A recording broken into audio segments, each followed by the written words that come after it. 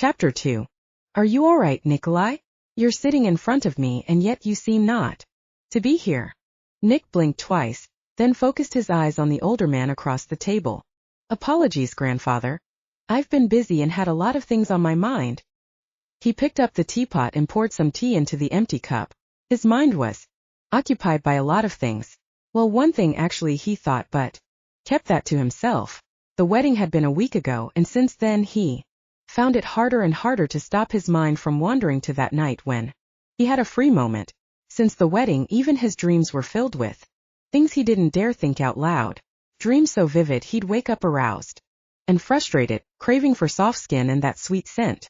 So, in true Nick Frost fashion, he plunged himself into work and avoided anyone except the Alpha and his security team. By the end of the day, he was so exhausted that he slept like a rock. Nikolai, let Garrett do that. Vasily Frost motioned to his butler, who had quickly stepped forward to try and take the pot of tea from Nick. The Lycan gave the distinguished older man a stern look, and the butler stopped halfway, seemingly trapped between the two men sitting down to tea. It's okay, Garrett, I've got it. Nick's face softened as he looked at the kindly old butler, who had been his favorite playmate when he was much younger. Will you please give my grandfather and me some privacy? We'll ring when we're done. Yes, Master Nick. The butler bowed his head and exited the library. I can't believe you're still having him serve tea. He must be over 60. Grandfather, Nick admonished. Well, the older man took a sip of the tea. And what would you have him do? Go back to the England or maybe retire in a cottage somewhere? He would grow old within months and wither away. Nick admitted silently to himself that his grandfather was right. Garrett was old school, educated in England. He had been with the Frost family since he was 18, and Nick perhaps saw him take a vacation only a handful of times, forcing him to retire, and that was the only way they'd get rid of him, would be an insult to Garrett and the equivalent of kicking him out into the street. Even with the generous retirement fund they would provide him, no, Garrett would probably die happily, shining the family silver or with a pot of tea in his hands. He and Vasily were cut from the same cloth. Even though his grandfather was 75, he was still managing the family estates and businesses in the US and in Europe. And stop changing the subject, Nikolai. Vasily put the cup down gently, but his voice was stern. What is on your mind that you can't even listen to an old man ramble on? Just a lot of work, especially since I'm down one man on my security force, and making sure the Alpha sister and her husband are secure while on their honeymoon, Nick supplied quickly. Ah yes, true mates. Fascinating, but more important, gives all of our kind some hope. He took another sip of his tea. Did you give my apologies to the Alpha for missing the wedding? Of course. He accepted your apologies gracefully and sends his regards. Nick replied. Now, what was so urgent that you want to ask me to tea in the middle of the week? You know that I never miss our monthly dinners. Though Nick was busy with his role as the Alpha second-in-command and Vasily split his time between Europe and the US, they always met for dinner at the end of the month, whether that meant Nick flew to wherever his grandfather was at the moment or Vasily arranged his schedule to be in New York. It had been that way since Nick left for college when he was 18, when his grandmother insisted on those monthly dinners. Even though she was gone, the two men made it a point to always keep that date. That's why he was surprised by the call from the older Lycan, asking him to tea at the Hudson estate in the middle of the month. Nick never denied Vasily anything, and he cleared his schedule so he could drive up to have tea with the man who practically raised him. Besides, he loved being at the old mansion, and it brought back a lot of good memories. Vasily took a deep breath. Nikolai, as you know, I'm getting old. Nick sighed inwardly. Not this again. Yes, grandfather, but you said during your last physical that your doctor pronounced you fit as a fiddle. Bah! He waved his hand dramatically. Yes, for someone my age. But I feel it in my bones. I can't recover as fast as I used to, and it's only going to get worse. I've already started reducing my travel schedule. I'd like to stay in New York for longer periods. It happens to everyone, even Lycans. Yes, and that's why I asked you to tea today. Nick's lips tightened, his jaw setting in a hard line. Losing his grandmother had been hard. He couldn't think of what it would be like to lose his last living relative and parental figure. Nikolai, please, I've been begging you for the past years. I want to see your children, my great-grandpups. I want to be strong enough to play with them, talk to them, and tell them about our family. Grandfather, I told you. And I've been telling you, Vasily interrupted, his voice quavering slightly, but gaining strength. I'm tired of waiting. Yes, you're the beta, a great honor for our family, the first to serve in any capacity to the clan, and you're busy, too busy to find a Lycan girl to marry. But the longer you wait, the shorter my time and my patience gets. You forced my hand. He was taken aback by his grandfather's words. Please, grandfather, calm down. No, you listen. The older Lycan was almost shouting. I've decided that if I don't see any progress in the next 2 years, I will leave everything to Dmitri, including this house. Nick's jaw tightened. Dmitri Karkarov was a distant relative, maybe a third or fourth cousin. He was a good man and actually helped Vasily run their Eastern European estates and holdings. But he was not of Rost. Grandfather, that's rather drastic, isn't it? Well, I'm getting desperate, Vasily declared. And in any case, he's married to that nice Lycan girl, and if you don't produce any offspring, most of the holdings would have gone to him and any heir he produced once you are gone. The younger Lycan balled his fists in anger, but kept his emotions in check. He wasn't worried about the money.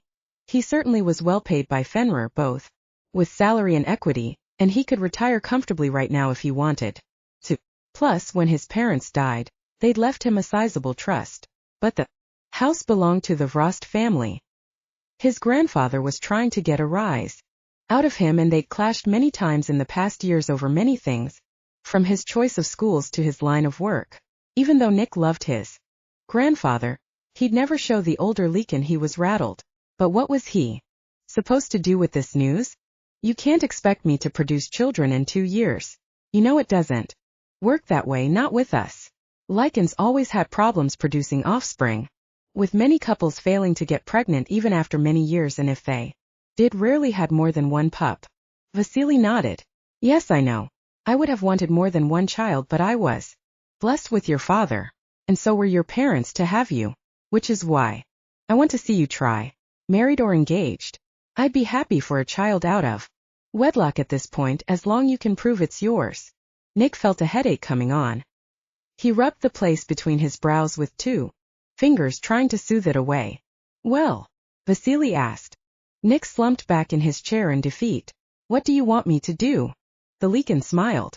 There are many eligible single young Lycan women in New York and all over America, many of them from great families, their lineage traceable back to the first wave of Lycans from the old country.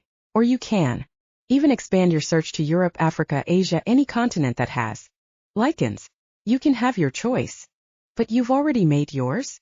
Nick asked, anticipating the answer. I've made a list. Vasily produced a piece of paper from his coat pocket. Let's begin, shall we? Nick groaned inwardly. This was going to be a long afternoon. Tea with his grandfather had turned into dinner, and after hours of talking, Nick truly felt exhausted.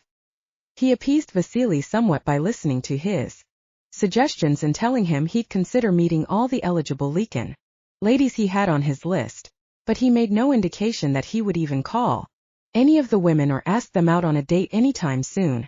Meanwhile, he'd bought himself some time, maybe enough time to convince Vasily to forget his plan, or what the alternative was, he wasn't quite sure. He drove his black Mercedes into his private garage at North Cluster in the enclave in one of the basement levels, where he kept his other vehicles. Walking into the elevator, he pressed the button for the penthouse. He scowled and crossed his arms over his chest when the elevator stopped at the ground floor. Maybe whoever was on the other side of the door would be intimidated and opt to take the next elevator. The doors opened and he breathed in a familiar scent, one he could never forget. Candy apples and caramels, favorite treats from his childhood, and a scent that was unique to Cady. Humans didn't normally smell so strong or distinctly to Lycans, but some did. Mostly humans smelled like sweat and certain pheromones, and most Lycans could tell a human apart from other Lycans because of their lack of a distinct scent. But maybe Cady had a Lycan ancestor, which was not unusual for someone in her position. Nick thought it was curious that she could smell like a Lycan and human at the same time, but Still, he never thought to mention it as that really wasn't his business. Mr. Nick. Cady's beautiful indigo blue eyes grew wide as she looked at the elevator car's occupant. Cady, good evening. Nick greeted and put his arms down to his sides. Working late. As usual, the redhead nodded as she stepped into the elevator. And you? Out on a personal matter, Nick casually mentioned. I see, Cady replied as the doors closed and she pressed the floor to her own apartment a few floors below his own. A heartbeat passed and car began to ascend. What have dash? Did you dash? Both of them stopped awkwardly as they spoke at the same time. Go ahead, Nick nodded. No, you go, Cady began. I just wanted to. She gasped and stopped suddenly. When the elevator car was plunged into darkness, Nick cursed softly, then reached out to touch Cady on the shoulder, reassuringly as his eyes quickly adjusted to the darkness. Are you okay? He asked as his hand tightened around her shoulder. He felt her shiver slightly as the lone emergency light overhead flickered. Yes, I'm okay, just startled.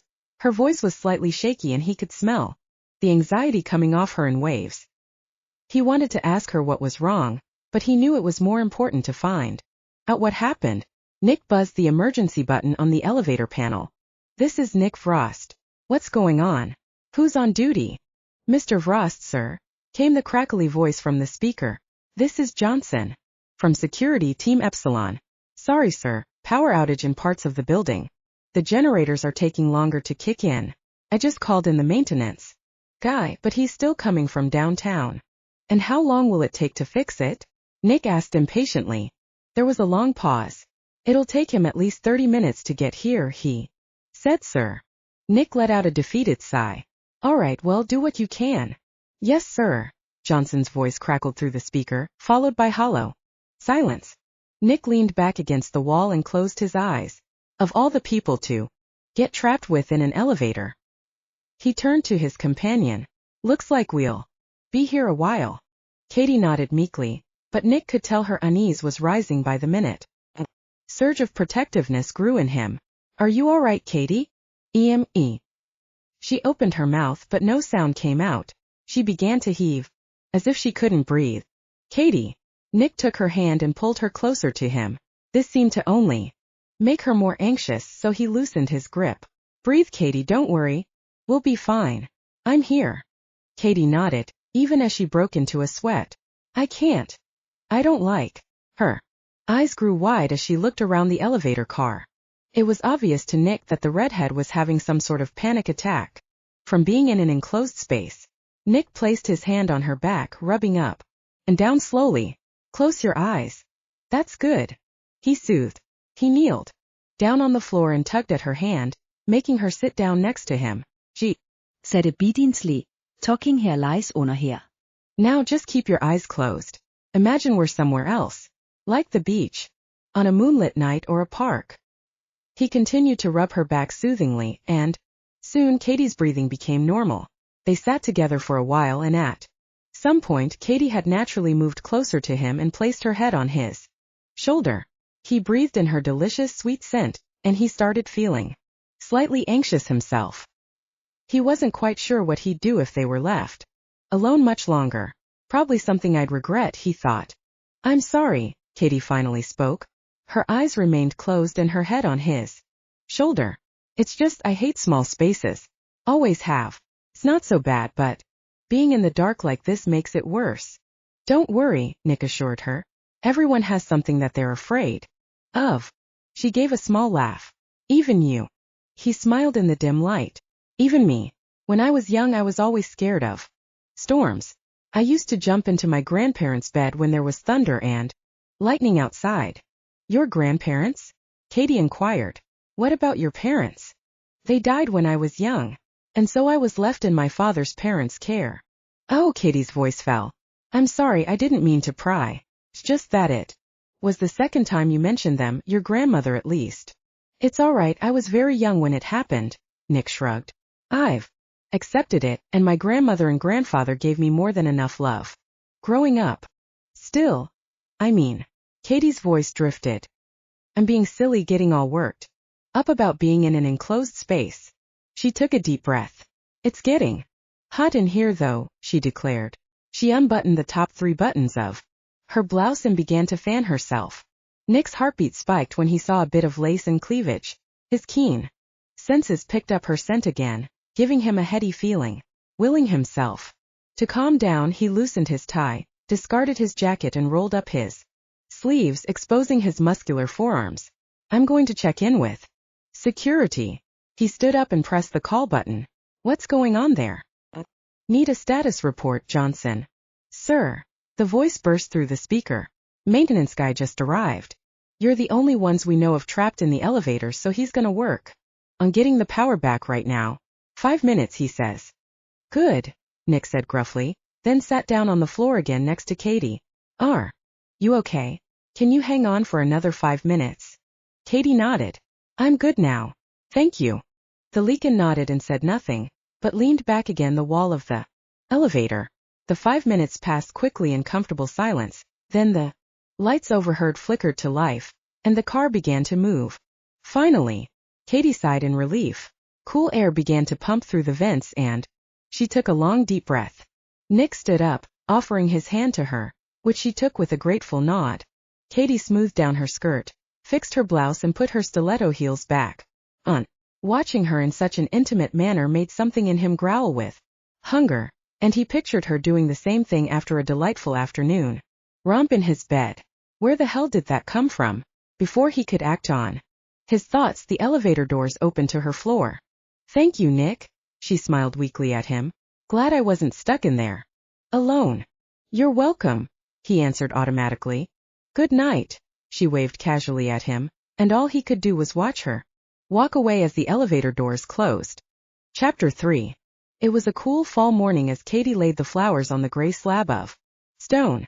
The marker wasn't fresh, as the elements had worn away much of the polish and shine it once had. It read Luther Gray, beloved father and loyal friend. The second date etched on the stone was exactly 9 years ago. Hello, Dad, she greeted as she touched the stone carefully. She never failed to show up on this date every year, and this was the one day she disconnected from Fenrir and the rest of the world, turning off her cell phone and tablet. Though the pain of his death had slowly reduced to a dull ache through the years, his last day on Earth was still fresh in her memory. 9 years ago. Cady wrung her hands nervously as she waited for her father to come home from work. She arrived late last night from Paris, so she barely saw her dad, only giving him a kiss goodnight before stumbling into bed and goodbye this morning. Before he went to work, she spent the day in their apartment, his apartment as she had left some time ago, unpacking and sleeping, but mostly practicing what she would say to him. Luther was a busy man, being human liaison to one of the most powerful Lycan clans in the world, but tonight he promised her that he had cleared his schedule so they could have dinner uninterrupted. So, after a quick trip to the market, she started making dinner. A simple salad, pasta, and steak, medium rare, her dad's favorite. Now this is a nice sight to see, Luther declared as he entered the kitchen. He was a tall, thin man with graying hair and blue-violet eyes, which he had passed on to his daughter. Cady ran up to her dad and gave him a big hug. Welcome home, she greeted. Welcome home, he greeted back and gave her a kiss on the forehead. Go and wash up and we can start dinner, she said, ushering him towards the sink. Soon they sat down to dinner, talking and catching up. They last saw each other 3 months ago, when Cady had graduated from Sorbonne. She was 18 when she moved to Paris, did a year in Oxford and then finished her studies back in Sorbonne, graduating with top honors 5 years later with an undergraduate in international business and a combination fast-tracked MBA. After the ceremony, they had dinner much like this one, but at her favorite bistro in the Latin Quarter not far from her flat. So Bug, he said, using his childhood nickname for her. You seem to have a lot on your mind. What's going on?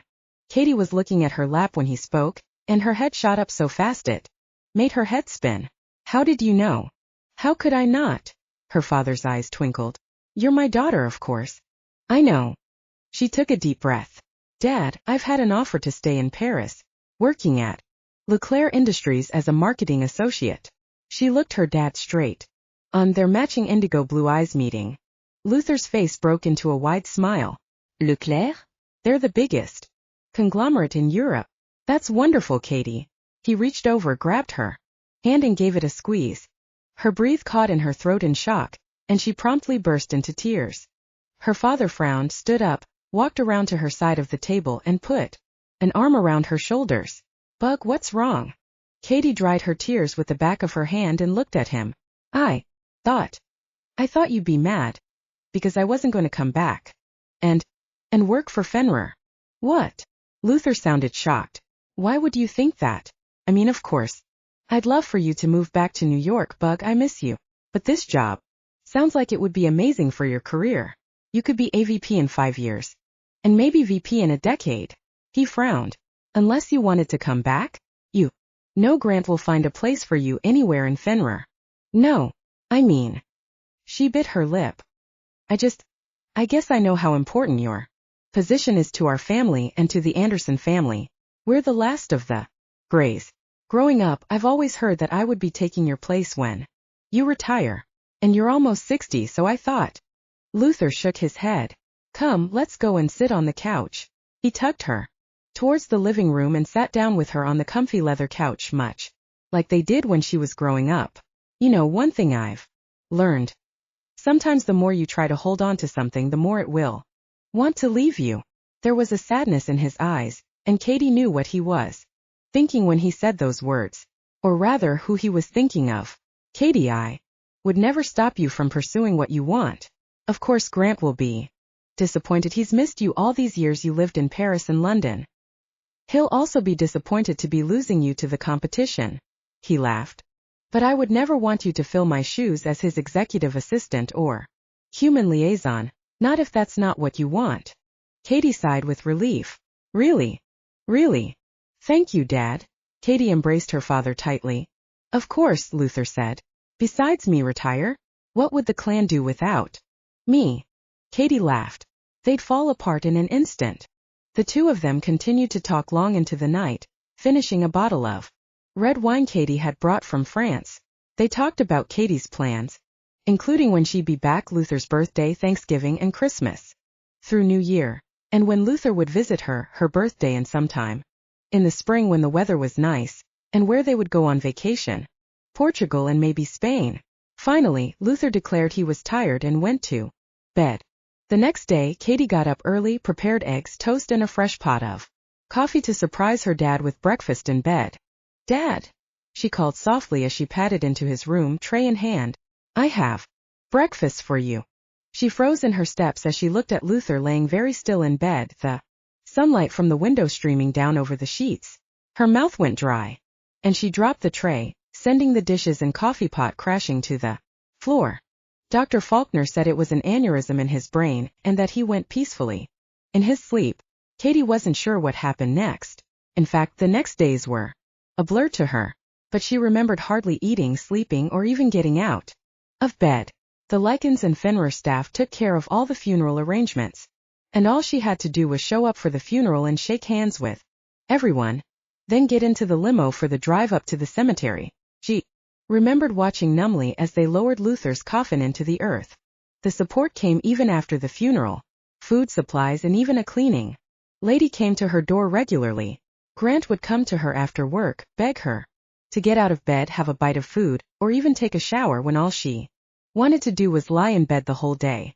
Dr. Faulkner and his wife came by to talk to her, and countless Lycans and Fenrir employees would knock on her door asking how she was or if there was anything they could do for her. Condolences from all over the country and the world came, and she read notes and letters from old friends and colleagues of her father, offering all kinds of support.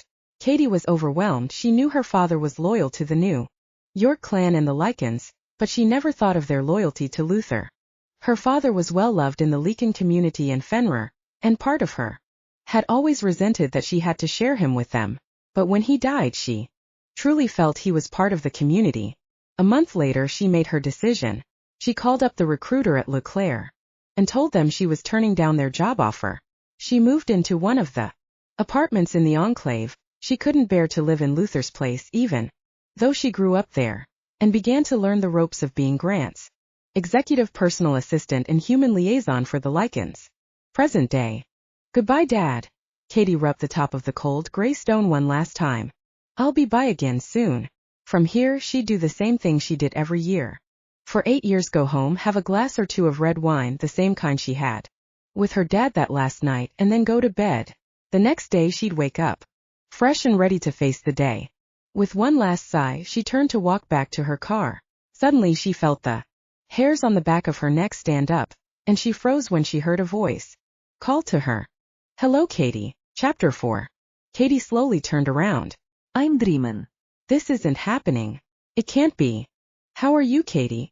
The woman who stood by her father's grave was wrapped in a long red coat, almost as red as her hair. Pale skin, green eyes, and only a little bit taller than her. She was almost Cady's doppelganger, though years older. Mother.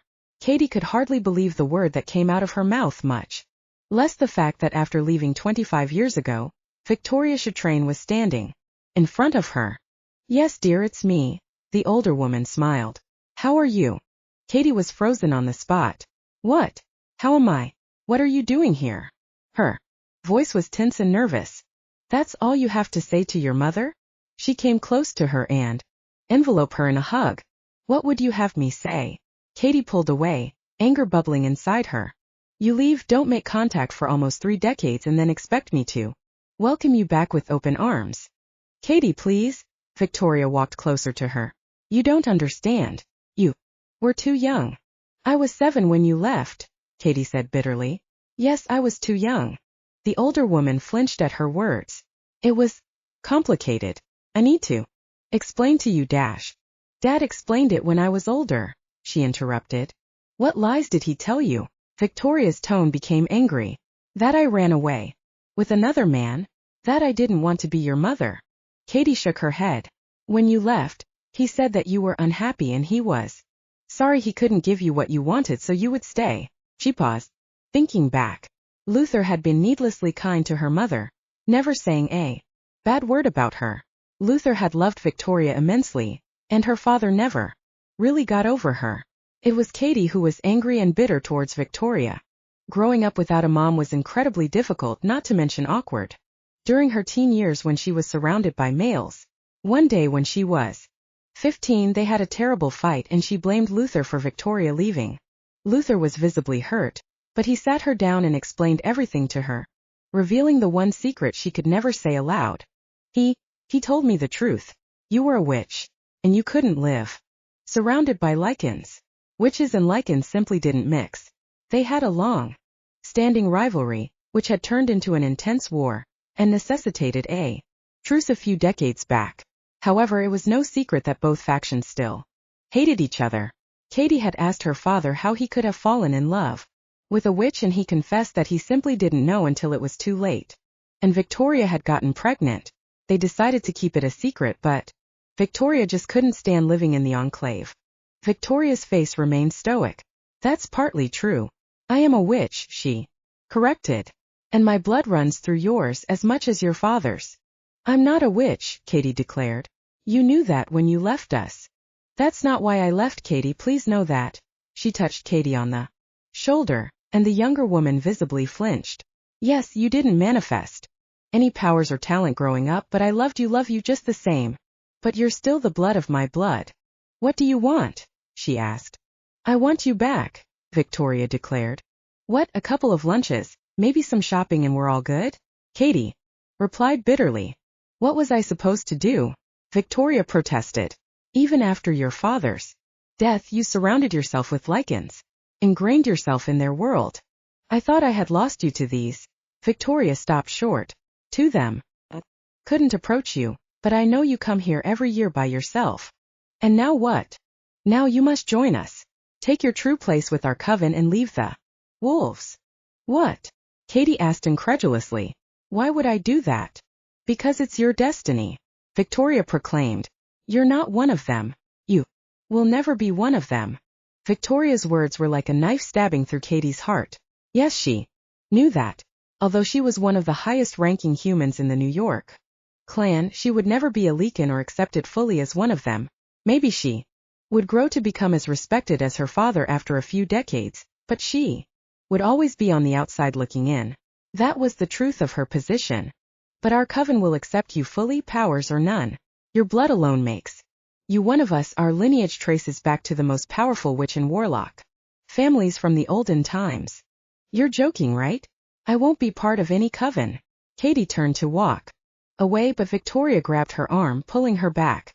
You will be one of us. One way or another, Victoria threatened. Real fear shot through her, chilling her blood. What do you mean?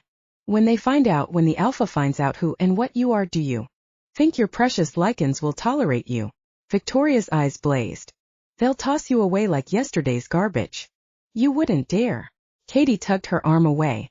She squared her shoulders and looked her mother straight in the eyes, but a pit was growing in her stomach. Besides, the witches and Lycans have had peace for decades. It was more of a tenuous truce, both parties having decided that with the world modernizing, neither side had anything to gain by continuing their war. However, the witch and Lycan world remained separate. I'll do anything to have you back, Cady, by any means possible, the older woman stated. And you'll understand when you join us, you'll find your real family. You will leave me alone and never come near me or the clan. Cady turned away and walked towards her car. She could feel Victoria's gaze following her, and she took a deep breath, trying to calm herself. Dear Lord, what was Victoria planning? Chapter 5. Cady couldn't sleep a wink that night. Victoria's words haunted her, and the fear of her secret coming out to Grant, to the rest of the clan, hung over her head. When she went to work that morning, she was unfocused, flighty, and even her assistant was flustered that the normally organized Cady couldn't concentrate on her work. Finally, the day was over, and while Cady normally worked late, she had enough of this day, and all she wanted to do was go home. Suzanne, she buzzed her assistant, who's available to drive me back to the enclave? Let me check, Miss Gray. There was a pause, and then Suzanne's voice piped back in. Greg will be waiting for you at the lobby, Miss Gray. Great, tell him I'll be down in 5 minutes. Cady grabbed her briefcase and purse, then shut down her computer. She rode the private elevator down to the lobby, where the Lycan driver was waiting for her. Good evening, Miss Gray. Leaving early tonight? The young man was 20 years old and had only been with Fenrir for 6 months, but he was bright and friendly, and Cady liked him. He was enthusiastic and was not shy about his aspirations to become part of Grant's elite security team, training with the more senior members whenever he had the chance. Yeah, just feeling a little under the weather today, Greg. Sorry to hear that, Miss Gray.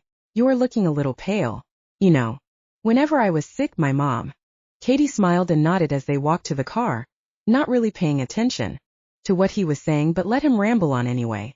Greg opened the door of the black town car to let her in and then walked to the driver's side. And so now when I'm sick, I make sure I always get myself some chicken soup. Of course, now that I live alone, it's not the same my mom used to make, but just the smell of it makes me feel better. You know? Greg looked at her through the rearview mirror. Sounds like a great idea, Greg, she replied. Want me to stop by a deli and get you some soup? The young Lycan asked brightly. I think I have some soup at home, but thank you, Cady smiled. No problem, Miss Gray, Greg nodded. I'll have you home in no time. As Greg kept his eyes on the road, Cady settled back into her seat. She closed her eyes, hoping to get a quick nap before they reached the enclave. She felt herself drifting off to sleep, but the car suddenly swerved and her eyes flew open. Greg, she called out, before a pain shot through her arm and the world went black. And how was tea with Vasily? Grant Anderson asked his beta as he leaned back into this chair. They had just finished their usual end-of-day meeting, wrapping up whatever business Lycan and Fenrir they had for the day. Nick frowned. Now that's not a good sign, Grant grimaced. What is it this time? More begging for you to get married and have a pup. You know me so well, Nick replied glumly. Aside from being his beta and right-hand man, Nick was also Grant's best friend, and they'd been inseparable since they met in college. Despite both of them being from prominent New York Lycan families, the two had never met before then, Nick having grown up in the Vross mansion on the Hudson, then boarding school in Connecticut and Europe, and Grant remaining stateside. The two had actually met in Harvard, of all places, and became fast friends when they discovered their connection. Nick was the natural choice for beta when Dr. Faulkner announced that he wanted to step down from the position once Grant had finished his MBA. Grant let out a laugh and stood up. He walked over to his bar and poured some amber liquid from a decanter into 2 glasses, then handed one to his friend. In front of other Lycans and Fenrir employees, they of course always projected pure business-like relationship, but when they were alone they were more casual and friendly. Thanks. Nick took the glass and downed it in one go. The alpha was taken aback. It's that bad?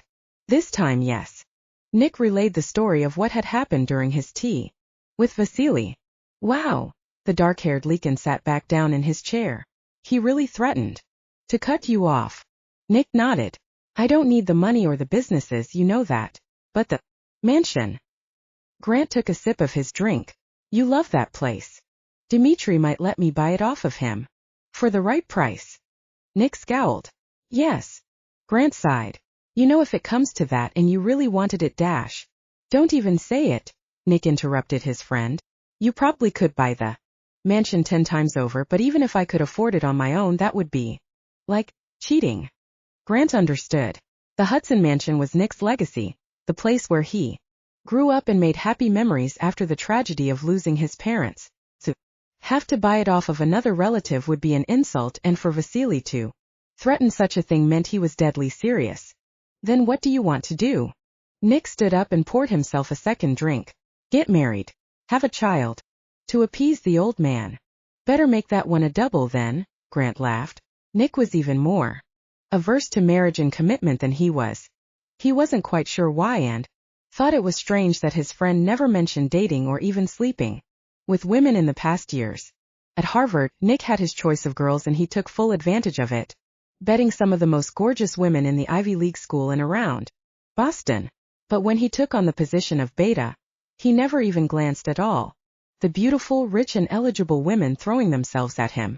Grant himself had no time for serious dating, but that didn't mean he didn't take advantage of the female company, both human and Lycan, his position afforded him. He wined and dined various women, took most them to bed, but never had a dalliance lasted more than a few weeks. Usually, his relationships ended with Jared or Nick letting the young woman down easy, maybe soothing hurt feelings with a nice shopping spree on Fifth Avenue, or even Rome, Paris, or London if needed. Few women could understand what his life was like and the tremendous responsibility of being a CEO and alpha to one of the most powerful Lycan clans in the world. But usually, betas had more free reign and time. Nick did date or sleep with various women. He was very discreet about it. A persistent knock on the door interrupted them. Is Jared knocking? Nick's brow furrowed. The normally reserved Lycan assistant was usually calm and reserved, and used the intercom to communicate with this boss. Grant shrugged and walked to the door. Primal, Jared called, using the honorific title for Lycan alphas. I'm sorry, but you need to take this. Jared practically shoved the cordless phone in Grant's face. It's Mercy Grace Hospital. Thank you, Jared. Grant took the phone from the younger Lycan. Hello. Yes. This is Grant Anderson. Yes, I'm her contact. Nick watched his friend's face change from confused to worry, and then turned pale. Grant's jaw set in a hard line. I'm headed there now. What about the driver? Yes, I know I'm not related to him, but he's my employee. At least tell me if is okay. Good. Yes, please go ahead and call them. You have their number? Good. And thank you. He handed the phone over to Jared. Call the garage and have whoever's on duty get the car ready. Now. His voice was pure power and command, and Jared nodded, rushing back to his desk. What's wrong? Nick had a terrible feeling in the pit of his stomach. It's Cady. She's been in an accident. The ambulance brought her to Mercy Grace Hospital. Nick shot up to his feet. I'll drive, it'll be faster. He didn't bother to wait for Grant, but instead darted towards the door. Grant followed his friend, stopping by Jared's desk, instructing him to call Dr. Faulkner and take care of Greg's family. When he got to the elevators, Nick was pacing impatiently. The doors dinged and he held the doors to let Grant enter first. Nick jabbed the floor to the private garage, willing the elevator to go faster. There was a buzzing in his head as anger, worry, and anxiety threatened to pour out of him, but he took control. Be calm, he told himself. It would serve no good if he got into an accident while driving to get to Cady. A deep, protective growl came from within him when he thought of her. He pushed back thoughts of what could have happened. Cady bloody and broken while she lay underneath twisted, burning metal. The elevator doors opened and Nick didn't bother to wait for Grant as he strode to his car. The car swerved and hit a barrier. Grant supplied as climbed into the front passenger seat. That's all they told me for now. Greg's pretty banged up with a broken leg and Cady's unconscious but only sustained minor injuries. Cady was alive. Nick felt some of the tension leave his body as he drove out of the garage and headed downtown. The trip to the hospital was quick, with Nick driving effortlessly through New York traffic, taking a few shortcuts here and there. After parking the car, the two men headed to the front desk, where the receptionist sent them to the East Wing. I'm Grant Anderson, Grant said to the nurse at main desk. Where's Cady Gray? The dar-looking older nurse clicked a few keys on the computer. Wait here. She eyed the notes on the screen. The doctor will be with you in a moment. What room is she in? Nick asked, leaning over the desk and staring down the woman. We want to see her now. The nurse stared right back at him, unfazed. I said you have to wait. The doctor wants to talk to you first. Nick opened his mouth to speak, but Grant clapped him on the shoulder. Come on, Nick, let's wait for the doctor. He nodded a small apology towards the nurse, who looked more bored than offended. The blonde Lycan deferred to his alpha and sat on one of the chairs near the desk. I'm going to make a phone call, Grant told his friend. Just wait here, okay? Nick nodded and watched Grant walk away. He crossed and uncrossed his legs, his hands unable to stay still, his eyes darting around the room, waiting impatiently. Finally, a tall, older man in a long white coat approached them. Mr. Anderson, I'm Dr. Marks. Please come with me. Both men stood up, but Dr. Marks shot Nick a stern look. Sorry, family or emergency contacts only. Before Nick could protest, Grant spoke up. Nick is my bodyguard and he needs to go where I go, Grant explained. And I just spoke with Paul Goldman, your hospital's CEO. We serve on a few boards together. He said he would extend every courtesy to me and my staff. I assure you we're all discreet. Dr. Marks looked conflicted, but relented. All right, come this way. The two men followed the doctor down one of the corridors, away from the main public area. Miss Gray was in a vehicular accident. As far as we could surmise, the driver suddenly swerved off-road, hitting a traffic barrier. It was a good thing that car she was riding was built like a tank and she sustained minor bruises and cuts, including one on her forehead. So far the MRI showed no signs of a concussion, but we'd like to keep her at least overnight. They stopped outside a door with the number 405 in front. She's in there resting now. Is she awake? Grant asked. The doctor shook his head. No, we had to give her some drugs for the pain, which is why she's out, plus she needs lots of rest.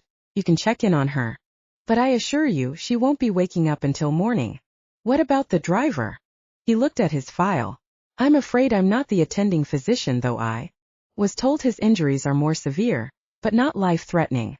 His legs, unfortunately, bore the brunt of the crash. Could you find out where he is? Grant requested. He's my employee and I need to meet with his family as well, to reassure them we will be taking care of him. All right, I'll check for you, Mr. Anderson. The doctor turned back to the nurse's station. We'll be right behind you, Grant called. When the doctor was out of sight, he turned to Nick. You know we have a big problem. Nick rubbed his forehead, another headache coming on. Once the doctors see Greg healing in a few hours, they'll know something's up. Right. Dr. Faulkner should be on the way. I'll do what I can with the administration to make sure we can take him back to the enclave as soon as possible. Grant ran his fingers through his hair. Can you check on Cady? I'm going to go talk to Greg's family. We'll have to get her out of here too and try to cover up any accident report. But she's human, so it's not a problem if they want to keep her for observation. Of course, Nick nodded his head. Call me when you decide what to do. He turned and walked back to room 405. Slowly, Nick opened the door and peeked inside. He walked towards the bed, where Cady was lying frightfully still, his heart stopping at what he saw. The overhead light did nothing for her complexion, which was even paler than usual, her cheeks marred with bruises that would surely turn purple by morning. Her red hair was pulled back and a bandage was plastered over her right eyebrow. Cady, he called softly, willing her to hear him. Her faint candy apple caramel scent played along his nostrils. He reached out and grabbed one of her small hands, wrapping his own larger one around it.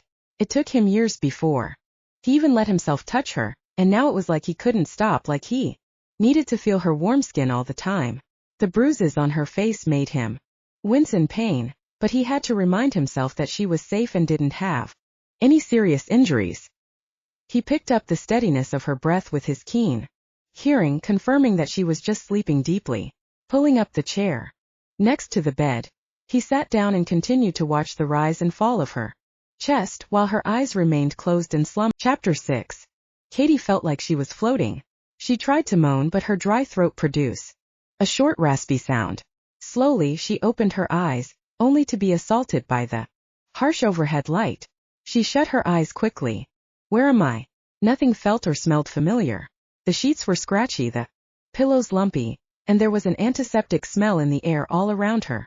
Hospital, she realized as she slowly opened her eyes. Her vision was blurry, and her lids felt heavy, but she forced them open anyway. It looked like a standard hospital room, white walls, fluorescent light. Overhead, a single window covered with a green curtain, the car spinning out of control, and then nothing. Why couldn't she remember? She was too sleepy and distracted. Her father's grave. Victoria. A chill went through her.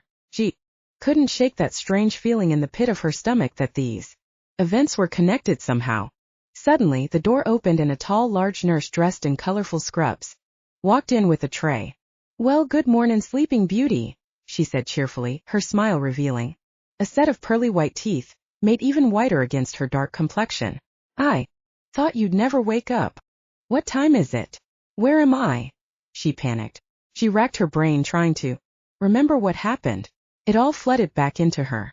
Greg. Where's Greg? She shouted, then winced when she tried to sit up. Oh God, it hurts. Calm down, Cady. The nurse set the tray down and walked towards the bed. You're at Mercy, Grace, and I'm Nurse Ellen. Is Greg that boyfriend of yours? No, he's the driver of the car I was in. An accident. Must have been an accident. Is he okay? Nurse Ellen patted her arm reassuringly. Ah yes, the other patient. She leaned down and lowered her voice. Now, I'm not supposed to be telling you this, but I heard he was being transferred to another hospital. They want to do some special surgery for his legs, some state-of-the-art procedure. Cady sighed in relief. Thank God. Now let me go get the doctor. Oh, and your boyfriend, I think he said he was going to make a phone call. He'll be glad to know you're up. Boyfriend? Cady looked confused. I don't have a boyfriend. The nurse frowned. You don't remember him, honey? How bad were you hit in the head? Nurse Ellen placed her hand on Cady's forehead gently. 'Cause if that tall blonde drink of water was my boyfriend, I'd never forget him. She joked. Tall, blonde. Yes, the one that likes to wear them tight suits and pants that show off his cute butt. She nodded to the empty chair beside the bed. Stayed here all night. Had one of the night nurses bring him a pillow and a blanket too. Nick Frost? Last week, he acted like he couldn't stand to be in the same room as her, and now he stayed with her the whole night? Maybe the nurse was mistaken, though she didn't know any other tall, blonde men who wore Italian cut suits. Can I have some water, please, Nurse Ellen? Of course, sugar. The older woman patted her arm. I'll grab a glass while I get the doctor. I think we might have to get you more painkillers too. With that, the nurse left the room. Cady found the controls to the bed and reclined it forward so she was sitting up in bed. She fidgeted for a while, trying to find the right position that didn't cause her any pain. What are you doing? She looked up towards the door, where Nick was standing regarding her with his usual cool stare. I'm trying to get comfortable, which is proving to be very hard considering I'm wearing and lying down on cold paper sheets. She fiddled with the controls again. Nick strode over to her, reaching her bedside in a few steps. He took the pillow he had been using and placed it behind her, then wrapped the soft blanket over her shoulders. Better? He asked, tucking her in.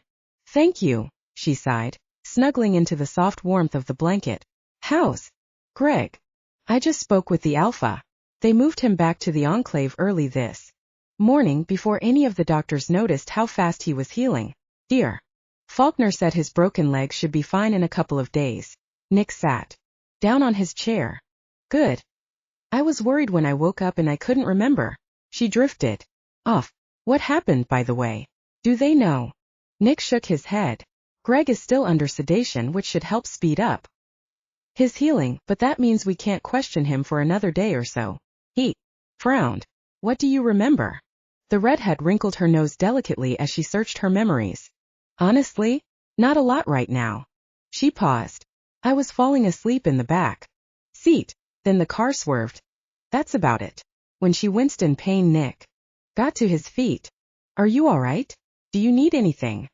She sucked in some air, breathing deeply. Meds are wearing off. Where's that doctor? Nick muttered. I'm fine, Cady protested. I shouldn't be having all these painkillers. They're making me feel sluggish and groggy.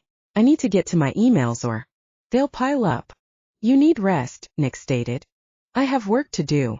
If you think Grant will let you go back to work in your condition, I'll work from home, she retorted.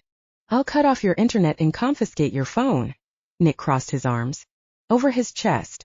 You wouldn't dare. Try me. Before Cady could protest any further, the door opened and Dr. Marks and Nurse Ellen walked in. How are you today, Ms. Gray? Dr. Marks asked. I'm Dr. Marks. Fine, Cady sulked. When am I leaving here?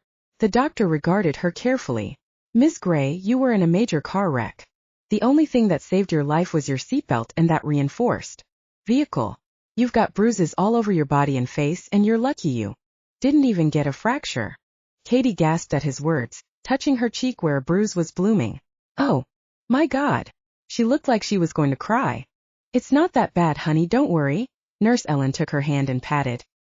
Nothing a little makeup won't fix. She looked knowingly at Nick. And your boyfriend doesn't seem to mind, right, sugar? The redhead opened her mouth to tell the nurse Nick wasn't her boyfriend, but before she could say anything, Nick took her other hand and kissed it. You look gorgeous, sweetheart. Tingles shot through her hand where Nick's lips grazed her bare skin. She was almost glad her bruises hid her blush. The doctor stayed a while longer, explaining what needed to be done and that she would need some serious medication in case her cuts became infected and of course pain meds. Cady said she wanted the least amount of pain meds possible, and the doctor agreed that they would dial back and eventually she would only need them to sleep at night and get rest. He ordered another night of observation and at least a week of rest at home. I can't believe they want to keep me here longer, Cady pouted as soon as the doctor and nurse left. I feel fine. Fit as a fiddle. I don't suppose you'd like to go dancing? Nick smirked. I'll take you out into the hallway right now and we can prove Dr. Marks wrong. Even thinking about getting up made Cady wince, and she fell back into bed. Fine. I'll stay another night. But I'll need my cell phone. Sorry, Cady, Nick said in a smug tone. Your phone and pad were destroyed in the crash. Cady groaned and pulled the covers overhead. This was going to be a long week. Chapter 7. Flour, gifts, and cards poured into Cady's hospital room. Tate Miller had brought over a bag with some clothes and personal items, telling her that Mr. Frost had asked Suzanne to pack the items which she thought Cady would need. She was practically giddy with relief when she saw her robe, favorite cotton nightgown, and face soaps and creams in the bag. Still, after getting cleaned up and refreshed, Cady had way too much time on her hands, and without her phone or pad, she pretty much didn't know what to do. She wished she could talk to anyone about what happened. Guilt consumed her at the thought of poor, innocent Greg. What if the accident was Victoria's doing? Was her mother attempting to kidnap her on the way home? The thought of the young Lycan in pain because of her was too much to bear. Grant came by at around lunchtime, checking up on her and giving her a status report on Greg, but other than that, he refused to talk Fenrir business with her, even ordering Suzanne to stay away. He assured Cady that everything would be taken care of and there was nothing urgent that needed her attention. Cady, meanwhile, begged them not to tell Alynna or Alex about the accident while on their honeymoon, since the couple would be returning in a week's time anyway, and there was no need to worry them. She also asked if she could do anything for Greg or his family, but Grant said they were taken care of. For the rest of the day, Cady drifted between sleep and lucidity, the drugs making her tired and loopy. Weird visions came to her, Victoria telling her she would do anything to get her back. Dark, swirling clouds consuming her. Frightful creatures surrounding her. Also, as she drifted in and out of consciousness, she could have sworn Nick was hovering around her, holding her hand, and then apologizing when he had to leave. The scent of his aftershave lingered, and she wasn't quite sure if it was all a hallucination, but sometime in the middle of the night, she woke up lucid and saw she was alone in the room. She was disappointed, but perhaps Nick found something better to do than play nursemaid to her. In the morning she woke up feeling much better, though very much alone. There's nothing more you can do, she told herself. Greg was recovering, no one else was hurt. Maybe it was the drugs that was making her paranoid. Had to have been an accident, right? Dr. Marks came by as well to check up on her, and when she said she wasn't in much pain, downplaying it as much as she could, he said she could switch to over-the-counter painkillers. He also had more good news for her. They were releasing her into Dr. Faulkner's care that day, but only if she promised to stay at home and rest for a week and follow all their orders. All right, honey, Nurse Ellen said as she helped Cady into a pair of loose black pants and a sweater. There, you look gorgeous. I'm sure that cutie of yours will be happy to take you home. He's not. Cady stopped herself short. Nurse Ellen seemed to be giddy at the idea of Nick being her doting boyfriend, and she couldn't bear to tell her otherwise. Thanks. Hope he doesn't give you too much trouble, though. I'm sure hussies are always throwing themselves at him. Nurse Ellen clucked. How long have you been together? Is he going to propose soon, you think? Not very long, she supplied, mentally crossing her fingers at the lie. Well, I'm sure it'll be soon. You know, he only has eyes for you, even with all the pretty nurses flirting with him for the past 2 nights. I know a man head over heels, and that boy's over the moon for you. Cady flushed at the thought. She wished she pushed away those thoughts and decided she should just be glad she was going home. Oh, speaking of which, the older lady nodded towards the door. Nick walked in dressed more casually today in a black long-sleeved shirt that molded to his toned upper body, dark jeans, and light fall coat slung over one arm. I'll go get the wheelchair. Nurse Ellen winked at her and left, but not before giving an appreciative glance at Nick's behind. What are you doing here? She asked. Why did Nick hover over her for hours and then just disappear? She suddenly felt irritated at the hot and cold treatment from Nick Frost. I'm taking you home, he stated. You didn't have to, Cady sighed.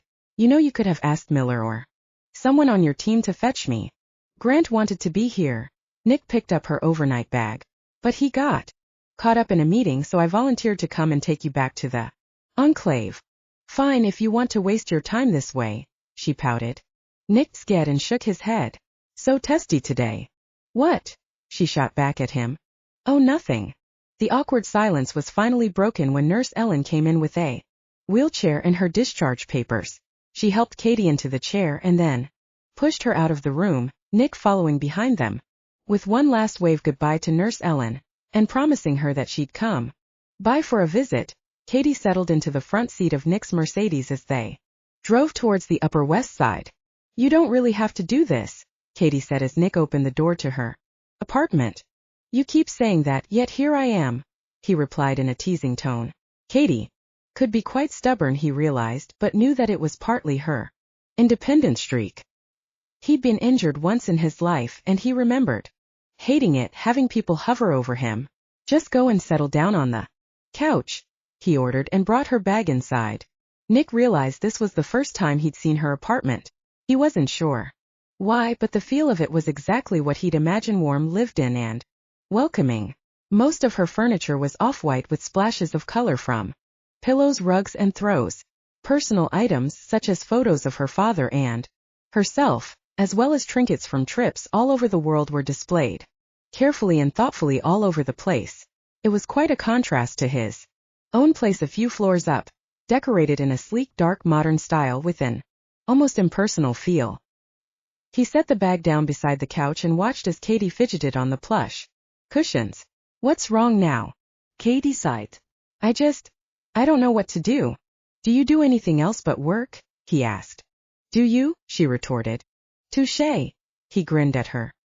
He looked around and found the remote for her flat-screen TV, then sat down on the couch beside her. What do you want to watch? She wrinkled her brow. How about some football? American or European? What do you think? She crossed her arms. He settled on the couch and switched the TV on, tuning it to one of the European sports channels. They watched in silence, Cady finally settling in on the other end of the couch, as far away from Nick as possible. After half an hour, Cady was starting to fidget again. She stood up but began to sway back and forth. She gave an unladylike yelp and prepared herself for a fall, but Nick's lightning-fast reflexes kicked in and caught her just in time. His arms came around her as her body fell onto his. "What do you think you're doing?" he whispered into her ear. "I was going to get a glass of water from the kitchen," she replied in an annoyed voice. "I just felt a little dizzy. Stood up too fast." He pulled her down on the couch on top of him. "You could have asked me." "You're not my nurse," she retorted as they lay practically nose to nose. "And you can let go of me now." Nick remained still, and he realized how much he enjoyed the feeling of Cady in his arms on top of him. His lips were inches away from hers and she was so soft and lovely, her slight weight and breasts pressed up against his chest made desire surge through him. He didn't want to let her go, but rather hold onto her tighter, roll her underneath him and pin her body down on the couch with his. Her sweet scent tickled his senses, and when he realized that his cock was straining against his pants, he reluctantly let her go in case she realized how much he wanted her. She quickly scrambled off of him and he watched as she darted off to the kitchen. Nick mentally slapped himself on the forehead. What the hell am I doing?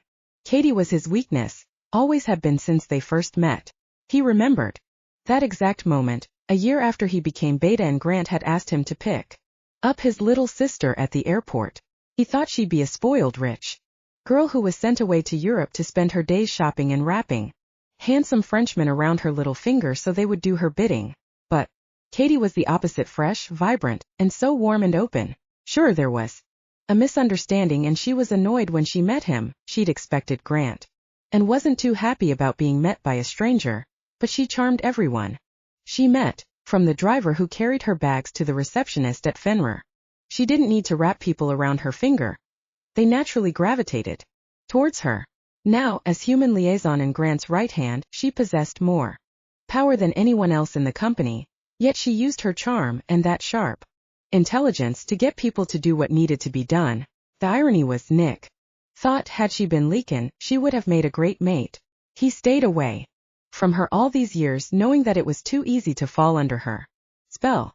When Cady came back from the kitchen with a glass of water, Nick settled back to his corner of the couch. She sulked back into her end and then pulled one of her throws over her legs. "Nice game, huh?" he asked when the football game had ended. He looked over to her side. The only answer to his question were soft snores. Cady had fallen asleep, her arm over the sofa's arm and her head laying down. He pulled her down so she lay on the couch and put the blanket over her shoulders. She looked like she was fresh out of school again, not that she hadn't aged well. Cady was more beautiful now than before, more mature and sure of herself. Stop. He would not let his thoughts lead him that way. There were things that needed to be done for him to get on with his life and ensure his legacy. Going down this path would only lead to heartbreak and disappointment. Now that she was safe, he could go back to the way things were and ignore Cady's irresistible pull. After a few more minutes of watching her sleep, he stood up and left her apartment. Chapter 9. Cady decided she needed another day to recover, which Grant was only happy to give her. She came back in on Wednesday afternoon and since she'd been following Dr. Faulkner's orders, was allowed a new phone and pad so she could continue her work. By 6 p.m. she had actually gone through all the important emails from the time she was away and she shut down her computer. "Good night, Suzanne, thank you again for your help," she nodded to her assistant. She once again took the elevator down to the lobby, but she'd be leaving alone tonight. Grant had a late dinner meeting, and though it took a lot of arguing, she convinced him to let her take a cab since they were already short one car and one driver. Cady didn't think she'd run into Nick again, but it was like déjà vu from last Monday. The beta was once again standing in lobby of the Fenrir building, but instead of his grandfather, he was talking to a woman, not human but Lycan. She seemed to have a sixth sense for telling, even from far away. The female Lycan was tall, lithe, with long brown hair that fell down her back. She was wearing a smart black suit that clung to her slim form which matched her designer bag and shoes. The woman threw her head back as she laughed at something Nick said, touching him on the arm lightly. Damn it, did Nick have nothing better to do these days than hang around Fenrir's lobby? There was no way she could sneak around them, so she just had to walk past them. Maybe Nick would ignore her or not see her at all.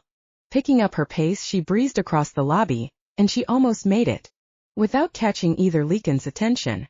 Unfortunately, the woman chose that moment to step back, bumping right into Cady. "Excuse me coming through," she said in a slightly annoyed tone. "Oh, sorry, I didn't see you," the female Lycan apologized. "Cady," Nick looked surprised to see her. "You're here?" "Yes, I am," she huffed. "I do work here after all. I mean, I thought you'd be resting at home." "I'm perfectly fine." "Even without your help," she added silently. There was an awkward beat before Nick spoke. This is Madison Crawford." "Madison, Cady Gray." The tall brunette offered her hand to Cady and smiled warmly. "Nice to meet you, Cady." Cady thought she was even more beautiful up close, with light hazel eyes, long lashes and sensuous lips. "Nice to meet you too, Madison. You're Senator Xavier Crawford's daughter, correct? I remember you from the Fenrir Foundation gala last year." "Oh yes, of course." Madison touched Cady's arm lightly, brushing away a lock of her hair, and leaned down closer to her. "I remember. You're the Alpha's liaison. You were wearing that gorgeous violet Vera Wang ball gown. I thought you looked divine." Cady gave her a tight smile. "Thank you. How is the senator?" "He's doing well, thanks for asking." She turned to Nick. "Shall we head out? Dinner reservations at 7 p.m. "We have a few minutes," Nick stated. "Cady, are you headed back to the Enclave?" "No," she lied. "I'm actually headed to Blood Moon, meeting a friend of mine there. Haven't seen him in a while. We're going to catch up." Nick visibly tensed. "Well, you have a good night then," he said coolly. "Let's go, Madison." The two Lycans headed out the door, though Madison turned around and waved goodbye to Cady. The redhead let out a breath as soon as they were out of view, but she suddenly felt out of breath.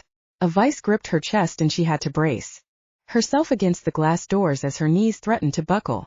Cady closed her eyes, opened her mouth, and forced the air into her lungs. What the hell was that? The physical reaction when she saw Nick with another woman was unnerving. And why did I lie? There was almost a perverse pleasure in watching Nick become uncomfortable when she told him she was going to Blood Moon, implying she'd be meeting a male companion, maybe even that guy she had met there weeks ago. But it wasn't like they were. What? Nick Frost was free to date whoever he wanted after all. She almost wished Madison Crawford was an awful, spoiled bitch rather than a perfectly pleasant young woman. Then it would have been easier to hate her. "Miss Gray," the receptionist rushed towards her. "Are you all right? Do I need to call Dr. Faulkner?" "No," she said quickly. "I'm fine, I just tripped. Could you call me taxi, please?" "Certainly." The young woman walked back to her station and picked up the phone. Cady sighed with relief. She needed to go somewhere, anywhere. Certainly not Blood Moon. She knew where she wanted to go, a place where she could find peace and calm and had nothing to do with Lycans.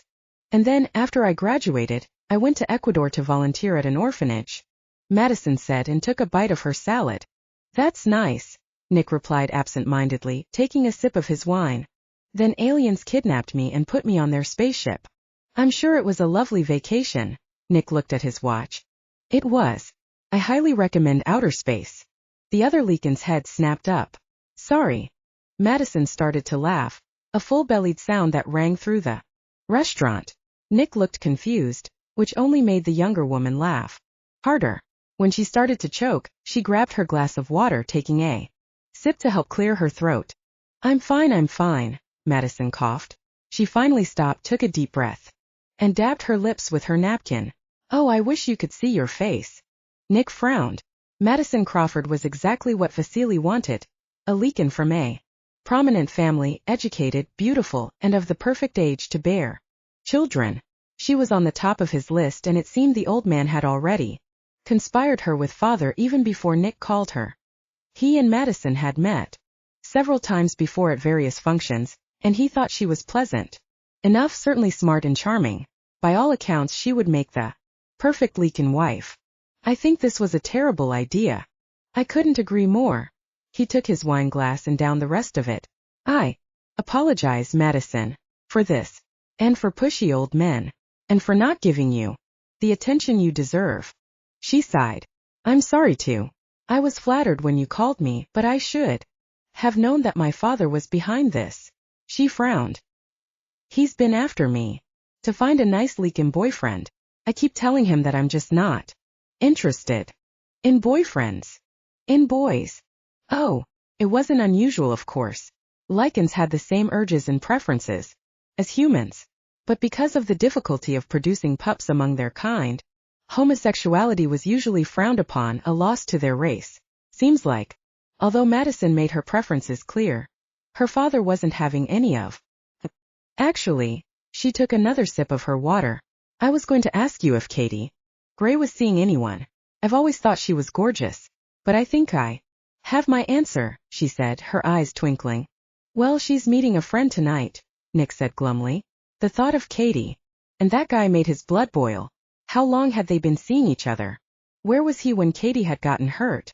You should go to her. Madison seemed to read his mind. If you wait too long, you might have to fight me off. I don't.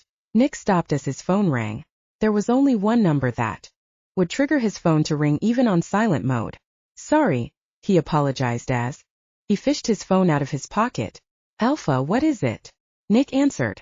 Nick, Grant's voice was grave. There's been an incident at Blood Moon. Nick froze. Cady, I'm on my way. Nick apologized to Madison, saying that there was an urgent matter he had to attend. Madison understood, of course, and offered her help. He declined and saw her off as she took a cab home. He felt relief as soon as Madison's cab zoomed away, not just because he was off the hook, but now he could get to Blood Moon and Cady as soon as possible. He probably wouldn't escape the night without at least one speeding ticket. But he didn't care. He drove like madman to Blood Moon, parking in the empty spot in front of the entrance to the club. He opened the heavy black doors and was surprised to see all the lights on and the floor devoid dancers. In fact, the club was practically empty, except for a couple of Lycans lying down on the floor and around the couches, being attended to by various medical staff from the Enclave. He recognized a lot of them, including Tate Miller.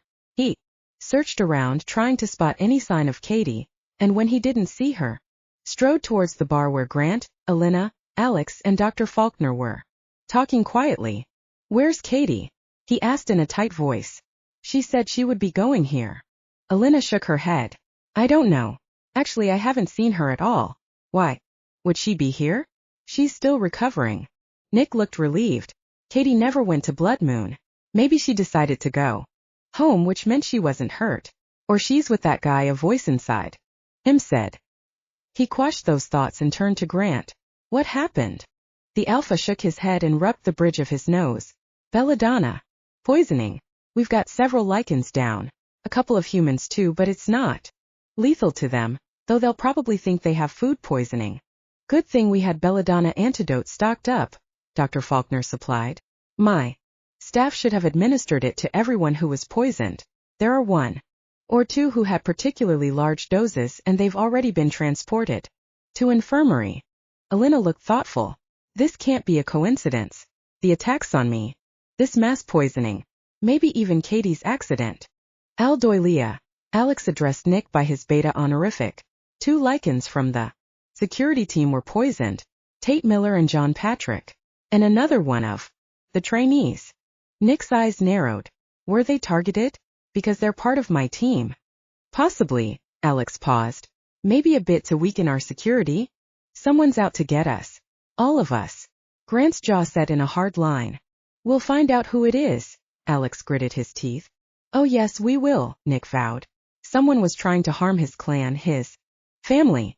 He was going to find them and stop them. Chapter 10. What did you find out? Stefan looked towards Derek.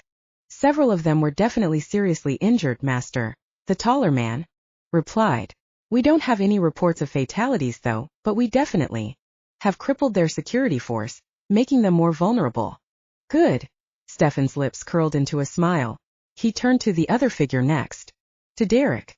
Excellent work. Stefan placed a hand on Victoria's head as she bowed down before him. Thank you, Master, Victoria smiled. I live to serve you, and it wasn't that difficult. She ran a finger over the empty glass bottle in her pocket. Those stupid creatures. A little charm spell here and there was all it took. They're none the wiser. At least not to your presence. Of course, the witch said smugly. But they'll piece everything together. At least the way we want them to. And the security footage? You're sure they'll see her? Yes, my glamour spell should work well enough on the cameras. Victoria tossed her hair over her shoulder. Besides, Cady and I look enough like each other that it shouldn't be too obvious. Perfect, Stefan boomed. We'll soon turn the Lycans against your daughter. And bring her into the fold, Victoria finished. Stefan turned to Derek. And as soon as you finish your part, you'll be on your way to becoming who you were meant to be, to fulfill your destiny. Yes, Master, Derek bowed his head. Miss Gray, line 2 for you, Suzanne's voice crackled through the intercom. Give me a minute, okay, Suzanne? Cady sounded frazzled. Yes, Miss Gray. The redhead huffed, blowing a strand of stray hair away from her face. She was in full crisis mode, and despite the protests from her overly protective Lycan friends, she insisted on going back to work. Cady was having breakfast at home. The next day when she received news, Grant had come by and told her. She was furious that he didn't call her the moment it happened, but he reasoned that it was already handled and that she needed her rest. Cady immediately went to work. There was much to be done, but for now she was now working with Alynna and Alex to find out how the poison had spread and how to track down any humans who might have been affected. Of course, she also had other things on her mind. Her blood ran cold when Grant told her the exact poison, belladonna, a favorite poison and drug among witches. Also the same poison that was given to Alynna at her coming out ball. It was a good thing the Lycan was already pregnant at the time she was poisoned, and carrying a true mate child gave her super invulnerability. So, was her mother's coven behind all of this? Can't have been a coincidence. Victoria's warning rang through her head. It seemed her mother really would do anything, even kill Lycans, to get her back. But what was Victoria's endgame? Threaten to kill Grant? Alynna? Nick? She bit her lip, contemplating telling Grant. No, she couldn't bear it, what it would mean. She'd just have to stop Victoria herself somehow. Miss Gray, line 2, Suzanne reminded her. Right. She picked up the phone. Cady Gray. Hi Cady, this is Claire Fenton, the director for Arch Manor Women's Shelter in Albany. I've been trying to reach you for days, but your assistant said you were unavailable. Hello Claire, she greeted. Cady had never met the woman, but they'd exchanged a lot of phone calls and emails. Yes, I'm sorry. I had a medical emergency. She gave the standard reason she'd been telling everyone. Oh no. I'm so sorry. Are you all right? Yeah, a minor injury, she explained. What can I do for you? Well, I just wanted to remind you that you and Mr. Anderson are set to attend our annual meeting next week up here in Albany. We still have you on our program to receive one of our awards for helping us raise all that money. We'll be naming the new halfway house after Fenrir, of course. Cady cursed in her head. Oh yes. If you can't make it because of your injury, Claire began. Oh no, of course not. Arch Manor was actually her pet project, a cause she had brought up to Grant, which he happily offered to fund through the Fenrir Foundation. They made Grant and herself board members because of their contributions. I'll be there. Of course. She felt a headache coming on. Can you send me the details, please? Yes, to Suzanne. Thanks, Claire. The phone clicked off as she hung up. Cady sighed. One more thing to add to my plate. Cady was swamped with work, so she actually didn't get to telling Grant about the event until the following Monday. Cady, what is it? Grant asked as soon as he picked up the phone. Grant, she began. I wanted to remind you about the Arch Manor event this Friday. We're still on for that, right? His brow wrinkled. Isn't that next week? No, it's this Friday. Did you forget? She asked. They're giving us an award. As I recall, Grant began. The award is for you, and you deserve it, considering all the work you put in. Well, it's for me and Fenrir, she said. But you did put up the money. Grant sighed. Can't we cancel? Or send our regards? Grant, Cady warned. Look, I forgot about it too, with everything going on. But we can't not go. They're also naming one of their houses after Fenrir. Why don't you go? Grant suggested. I mean, you did all the work. I don't have to be there, right? It's just way too busy and you know the security situation will be a nightmare. Cady paused. I suppose I could drive up. Not alone though, he said. I'll have one of our guys drive you up. Can you really spare them? I can always rent a car.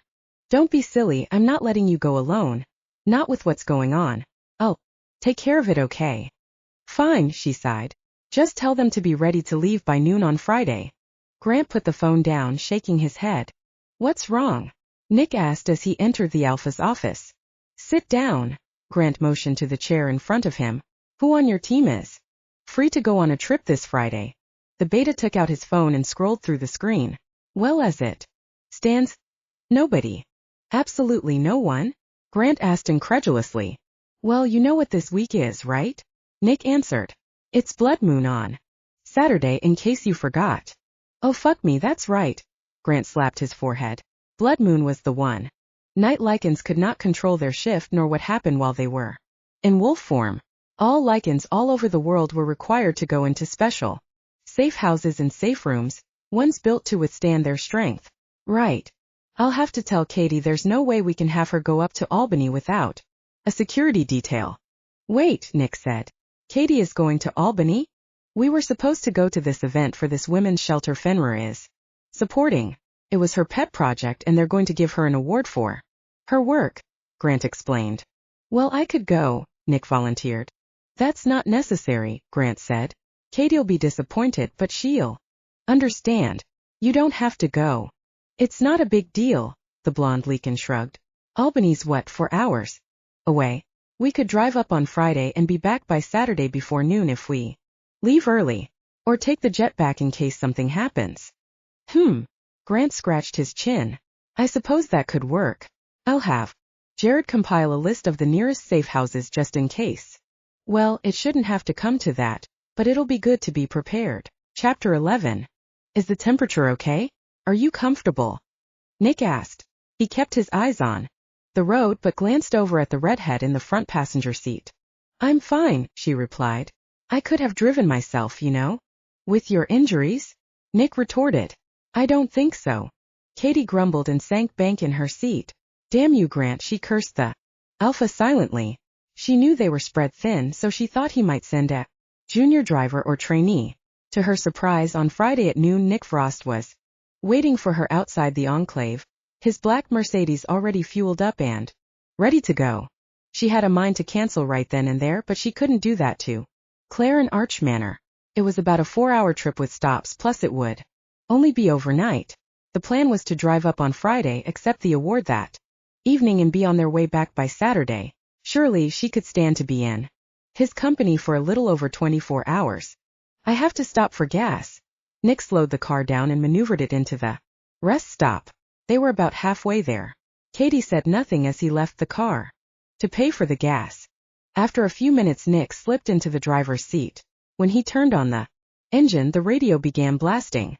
And in other news, some weather stations are reporting we might actually see some snow this weekend. The male anchor on the radio news program announced. Wow, James, this early? The female replied. No one knows yet.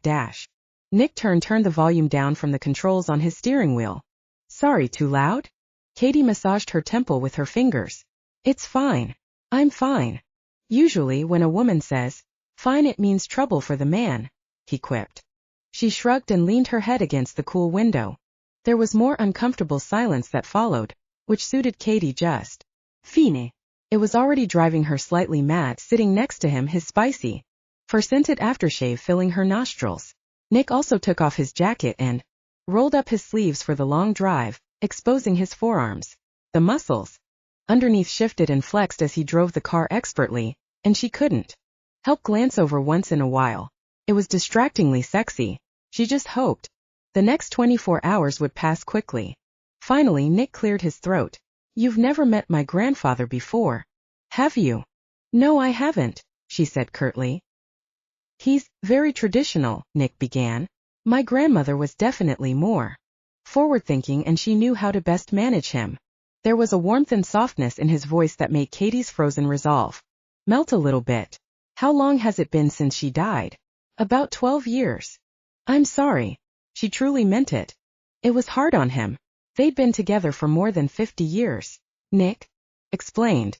And in the last couple of years he's been thinking a lot about family and legacy. That's normal. Cady shifted in her seat to face him. They both raised. You mentioned. He nodded. Yes, after my parents were killed. Was it an accident? Curiosity got the better of her. No, they were murdered. She let out a soft cry and covered her mouth. Oh my lord, I'm sorry, Nick. Not knowing what else to do, she put a hand on his arm. Did they find out who it was? Yes, they did. 3 rogue witches chased them down while they were on vacation. I was left at home with my grandparents. Cady's blood froze in her veins. Witches. Nick's parents were killed by witches. The words rang in her head over and over again, blocking out everything else. And so I lived with my grandmother and grandfather. What happened to the witches? Did she really want to know? The Lycan High Council wanted justice, of course, he said. But they weren't going to risk war, so they let the witch assembly deal with them. They were executed. My grandfather was there and Michael Anderson was one of the witnesses. Cady's vision swam in front of her, imagining what type of execution they used. I'm so sorry. I'm glad you got justice. Why was Nick telling her this? I was very young. I don't remember them. His voice was even but had an edge. My grandparents raised me and I owe them everything. Of course, she nodded. That's why. He hesitated. Well, my grandfather's getting older. He's been clamoring for me to settle down. Ah, I see. A strange pain ached in her chest at the thought of Nick settled down and married. That's probably normal, right? And well, he's gotten more insistent. He gave me an ultimatum a few weeks ago. Find a mate and have a pup or else he'll give away his fortune and the only home I ever knew. Cady's jaw dropped. He can't do that, can he? Nick nodded. Of course he can. He owns everything from the businesses to the Hudson house. I'm not strapped for cash, my parents made sure, but since he never passed it on to my father, the house is his to give away. She didn't know what to say. So many thoughts processing through her mind. Witches. His parents. Vasily.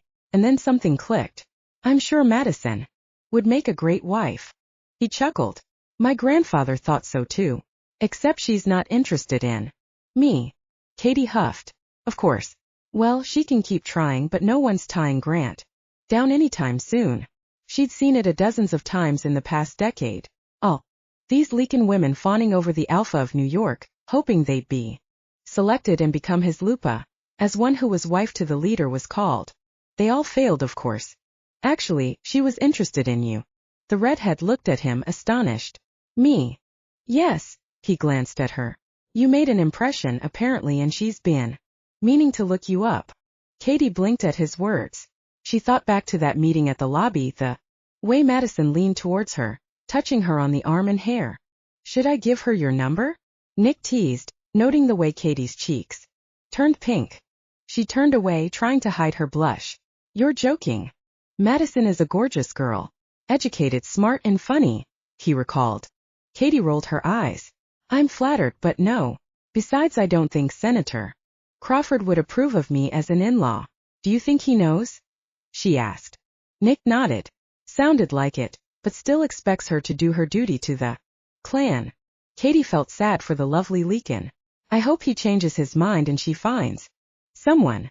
Not you then, he teased again. She laughed, and the tension around them seemed to ease. She and I could share clothes and bags, but other than that, I don't see any other benefits. The rest of the trip passed by in more comfortable silence, though they got by on some small talk. They arrived at the Albany Spa and Resort, where the event was taking place and where they were also checked in for the night. After settling into their individual rooms, Cady freshened up and changed into her outfit, which was a simple dark blue gown and pearl earrings. She didn't want to look ostentatious. After all, this was a charity event to benefit a women's shelter, and most of the people in attendance were also CEOs and business owners. Nick dutifully escorted her to the event, dressed in one of his gorgeous tuxes, and was as charming as he could be. Her speech was a smashing success, and many of the people in the audience came To her to congratulate her on the award. She could have sworn Nick beamed at her in pride, though she was too busy chatting with other guests and encouraging them to donate more for the next fiscal year to focus her attention on him. There was some dancing and music afterwards, and though she danced with a couple of CEOs and fended off some advances which she was used to, she never got a chance to dance with Nick. For one thing, he never asked, and he seemed busy networking in Grant's stead. Finally, when she had stayed an acceptable amount of time, she headed up to her room and got ready for Chapter 12. "Good morning, Cady," Nick greeted as she stepped out of her hotel room. Seemed like he had been standing there waiting for her. The redhead checked her watch. It was 8 a.m. on the dot. "Good morning," she greeted back. Before she could protest, Nick grabbed her wheeled bag. When they reached the lobby, Cady's eyes widened in surprise at the sight of about 30 people at the reception area. People were angry, pleading, and a woman was sitting in one of the chaise lounges, speaking frantically into her cell phone. "What's happening?" Cady asked.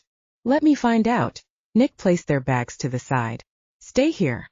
Cady stood in a corner, watching Nick make his way to the reception desk. When he got to the front, he spoke with the ragged-looking receptionist. After a few minutes, he made his way back to her. His face was dour and shoulders tense. "It's a freak snowstorm." "What?" Cady finally looked outside. She didn't get a chance this morning as her blackout curtains had been closed. Snowflakes whipped in the air, sticking to the windows, the trees, everything. It was a winter wonderland out there, but it seemed everyone inside the hotel was trapped in hell. "What are they saying?" "All the main roads are out. No one's driving out of Albany or even flying out today. Airports are closed too." Nick's voice was edgy and strained. "Shit," Cady cursed. She was stuck in Albany for at least one more night with Nick Frost. Squaring her shoulders, she decided to take matters into her own hand and whipped out her best weapon, her phone, and began to dial. Cady, being efficient and well-connected, exhausted all her connections. Luxury car rental place, a private jet company, even the local Albany government. But no dice. Snow was over 6 feet in some areas, and since no one was expecting this freak storm, the plows weren't prepared. They had only just began clearing the roads, but only for emergency services and routes to hospitals. Plus, the snow continued to fall. No one was getting out of Albany, at least not for another few hours. "Any luck?" Nick's face was pained. The redhead shook her head. "The best I can do is get us an empty suite here, since they've already begun giving out the rooms to guests who are stuck. It'll be ready in a few hours. It's a 1-bedroom, but there's a pull-out couch. I can sleep there. We'll figure it out later, okay?" Nick took their bags. "Let's eat some breakfast and go get settled in." As soon as they entered the suite, Nick went straight to the bathroom inside the lone bedroom, leaving a puzzled Cady in the main room. His hands were shaking as he turned the tap on. Rolling up his sleeves, he splashed his face with cold water. "Fuck," he cursed, wanting to punch the mirror. "Motherfucker."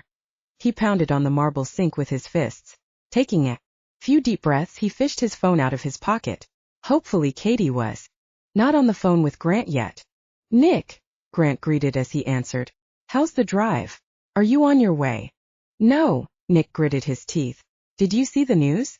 There's a freak snowstorm. All the roads are snowed in, and so are all the nearby airports." "Fuck. Nick, you can't possibly be stuck there today of all days." "I know." Nick rubbed his temples. "I know. Can you do anything?" There was a pause. "Hold on. I'll call you back." It felt like he waited an eternity before his phone rang back. "Anything?" "Sorry, Nick, all runways are closed. There's snow everywhere. I can't even send a chopper over." "God damn it." "Me?" Grant hesitated. "You need to put Cady on the phone." "No." Nick wanted to smash his cell phone. He knew what Grant would say.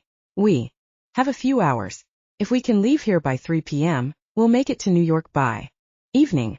And if not, well, there has to be another way. Swear to me on your father's grave, you won't call her until you find another way." There was silence from the other end. For Nick to invoke such a vow meant he was serious. As his friend and as a member of the New York clan, Grant could not deny such a request. "I'll talk to Dr. Faulkner, but for now stay away from her, okay?" the Alpha ordered. Yes, Primal.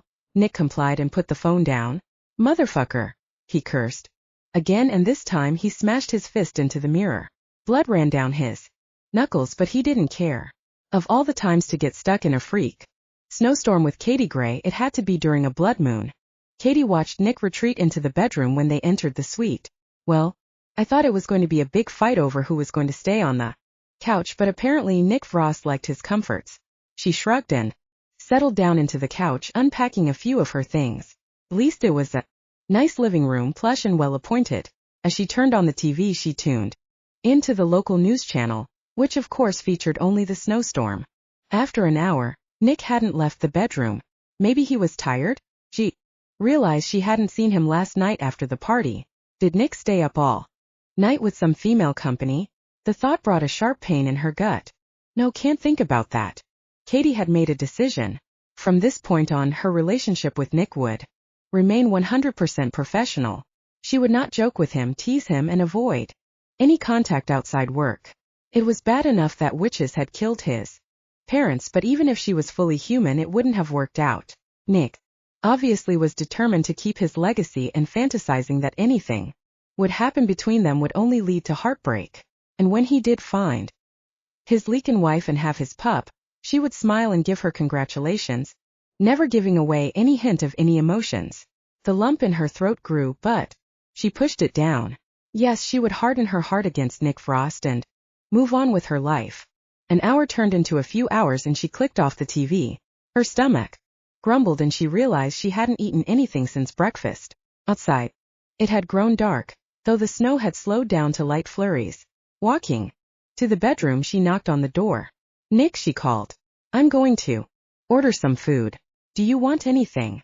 No, came the reply. I'm not hungry. His voice sounded shaky and Cady knew something was wrong. Nick, what's going on? Are you sick? Should I call a doctor? Don't, came the anguished cry. When Cady heard his voice, she began to panic. She grabbed the doorknob, but it was locked. Nick, open this door now. She rapped her knuckles hard on the wood. Stay away, Cady. For God's sake, leave me alone. And find another room. What in the world is going on? Open this door now, or... There was some rustling coming from the inside, and then she heard silence. I'm calling Grant, she threatened.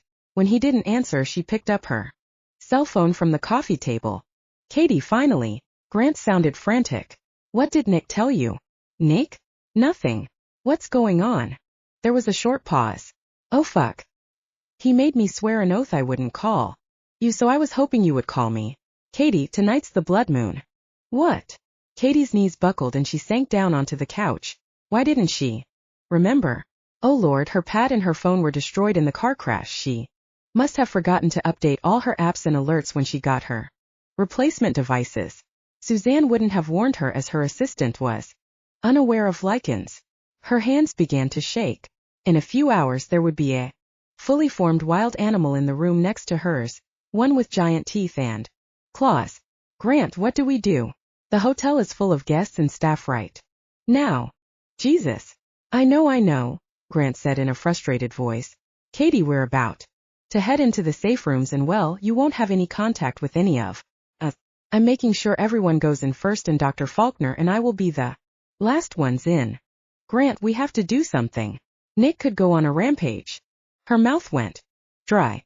She had never seen Nick's wolf form. In fact, she'd only seen Lycans shift a handful of times, but she knew it wouldn't be pretty. They were risking lives and their secret if Nick were to get out or hurt anyone in the hotel. Wooden doors and locks couldn't stop a Lycan. What can I do, Grant? Are there any safe houses nearby? The only thing that could contain a rampaging Lycan were safe house and safe rooms that were built to withstand their razor-sharp teeth and gigantic claws. Otherwise they would shred through wood, glass, and event drywall. We've been working on it all afternoon, Cady. The closest one is at least 2 hours away, and the roads are blocked there too, Grant explained. We thought. Well, Nick insisted on driving you and we put all these precautions, but we weren't prepared for a snowstorm. Oh God, Nick drove me because I wanted to go. It's all my fault. There must be something we can do. Cady panicked. There was a pause and Cady knew Grant so well that she knew he was holding back. There is something, isn't there? Tell me now, Grant, she threatened, or I'll call the police and have Nick locked up in the local jail because metal bars might be the only thing that can hold him. But that would mean exposing the Lycans, and you better be prepared to deal with that. Grant let out a defeated breath. I'll have Dr. Faulkner explain it to you. There was silence as he passed the phone to the older Lycan. Cady, Tom Faulkner's voice was grave. Dr. Faulkner, tell me what I need to do, she said in a determined voice. Cady, dear. Dr. Faulkner hesitated. You know what happens during the blood moon? Nick is going to start to shift soon. He'll probably try to stop it, which will cause him great pain. He might even go mad, or he could die, or attempt to kill himself to protect you, the people around him, and the clan. He's going to become a full wolf with no control, and he might not remember everything once the blood moon is over. How do I stop it? She bit her lip. Well, there is one sure way. You need to give him what he wants, what his wolf instinct wants, food, drink, and allow him to give in to his sexual needs. Her heart slammed into her chest and she sank back further into the couch. Dear. Faulkner didn't have to explain any further. And you're sure that will stop him from shifting? Yes, you might. And I'm sorry to say this. You might have to keep him, occupied throughout the night, until the blood moon wanes, which could be a few hours. But it was how our ancestors dealt with the blood moon before we had the technology to build safe rooms. Cady's mouth went dry. I understand. I'm sorry to ask this of you, Cady, Grant said as he came back on the phone. I'm really, really sorry. He sounded choked up. If there was another way. Please, Grant, don't. She wanted to cry as well. I'll take care of it, okay? Just go into the safe rooms. I know Alynna will need you now as well. She thought of the pregnant young Lycan. So please, and don't tell anyone. I mean, I know you won't. We'll deal with the aftermath later, okay? Grant promised. And whatever you want, whatever you decide, I'll make it happen. And Nick? He's stubborn as hell. He knew about it and refused to have you deal with it. We tried, we really did. Another stab of hurt went through her. Of course Nick didn't want her. She should have known, but hearing it cemented the realization. I know you did. Bye, Grant. She put the phone down. Cady pushed away all other thoughts. Right. Now she needed to focus to save the clan, the innocent people at the hotel, and Nick. Chapter 14. Cady couldn't wait to get home. Confused, tired, and overwhelmed, all she wanted to do was sit in her tub at home and soak for hours. Nick's scent seemed to permeate her skin, and it was driving her mad. Part of her still craved for him, for his touch. She had to wash it away, if only so she could think straight. As she sat surrounded by bubbles and her favorite scented oils, she contemplated the situation. What could she do? Pretend everything was normal? Quit? The best case scenario was maybe Nick wouldn't remember a thing and they could just go on as they did before. She sank into the bubbles further. Talk about being stuck between a rock and a hard place. She would just have to take it a day at a time. Monday came and she was actually glad to go to work and have something to do. The good news was, since it was after a blood moon, about half the Lycan staff would be gone. She didn't hear any word from Dr. Faulkner about Nick's condition, but she figured no news was good news. Grant didn't take the day off. He never did after a blood moon, and as alpha, it was luxury he couldn't afford. But she knew he was out of the office at meetings the whole day. Alynna and Alex had definitely taken the day off, but the young couple assured her in a text message that they were fine and so was the baby, but stayed at home as an extra precaution. The next few days were a bit tricky, but she managed to avoid Grant and Nick. The beta was probably back at work, seeing as she saw the new security rotation list. Since she had access to both men's schedule, she worked it out so she could avoid them. If Grant wanted to see her, he made no indication, only communicating with her through email, and she heard nothing from Nick at all. While she was disappointed, she was also relieved. Grant's avoidance, however, almost hurt. But what did she expect anyway? A clap on the back? An award? Of course she knew any meeting with Grant right now would just be awkward. In the middle of the week, when she knew both men would be at the office, Cady scheduled to work from home and then come in the afternoon. Before she stepped into Fenrir's building that day, though, she decided to take a walk around the block to the nearby coffee shop, where she knew the peppermint mochas were Most definitely in season even this early. She was about to push the door open when it swung out, almost knocking her to the ground. A strong pair of arms caught her before she hit the pavement. Apologies, the deep masculine voice said. Cady brushed her hair away and looked up into blue-green eyes behind a pair of glasses. No worries. No harm, no foul, right? When the man propped her back up, she realized how tall and imposing he was. He was probably 3 or 4 inches over 6 feet, with broad shoulders. His long, dark blonde hair was tied up in a fashionable man bun, showing off a handsome face for sure, if a little humorless. Are you sure you're all right? A slight accent, UK educated maybe, but he looked more like a Viking than a Brit. She was usually good at accents, but she couldn't place this one for some reason. He was also dressed like a hipster with ripped jeans, a tight shirt, suede jacket, and a checkered scarf around his neck. Yes, I'm fine. She brushed imaginary dirt off herself. Thanks for the catch. He nodded and said nothing.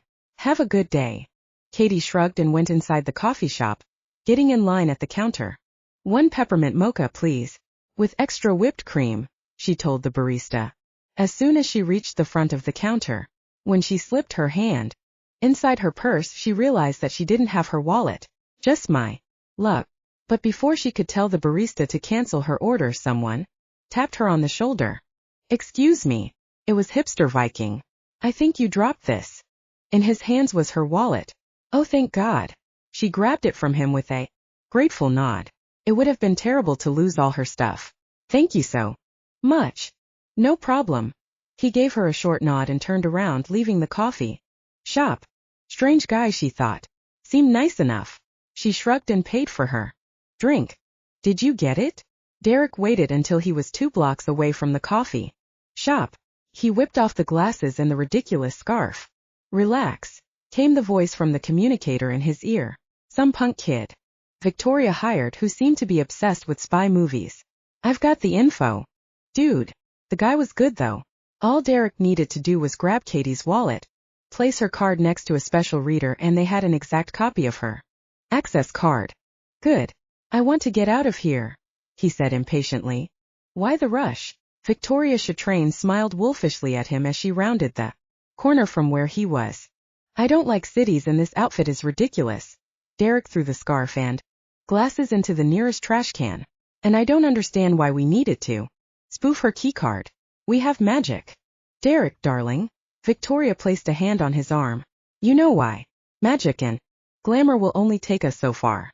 Anyone who's familiar with witches or another witch will be able to see through the glamour once they review security tapes. But, she paused, when they see the real hard evidence they won't be able to deny it. Humph. Besides, she drawled, what did you think of Cady? Will she do? Her bloodline is suitable enough, at least the master seems to think so. Derek replied. But do you think she's attractive? She asked, her bright red painted lips curling into a smile. That shouldn't matter, right? The blonde warlock knitted his brows. I mean, if you find her attractive. Victoria stroked his arm, her voice full of meaning. Derek's face was a solid mask of indifference. Let's go back, the master will want to know what happened. As soon as she thought the coast was clear, Cady returned to Fenrir. She entered the building, crossed the lobby and headed to the private elevators.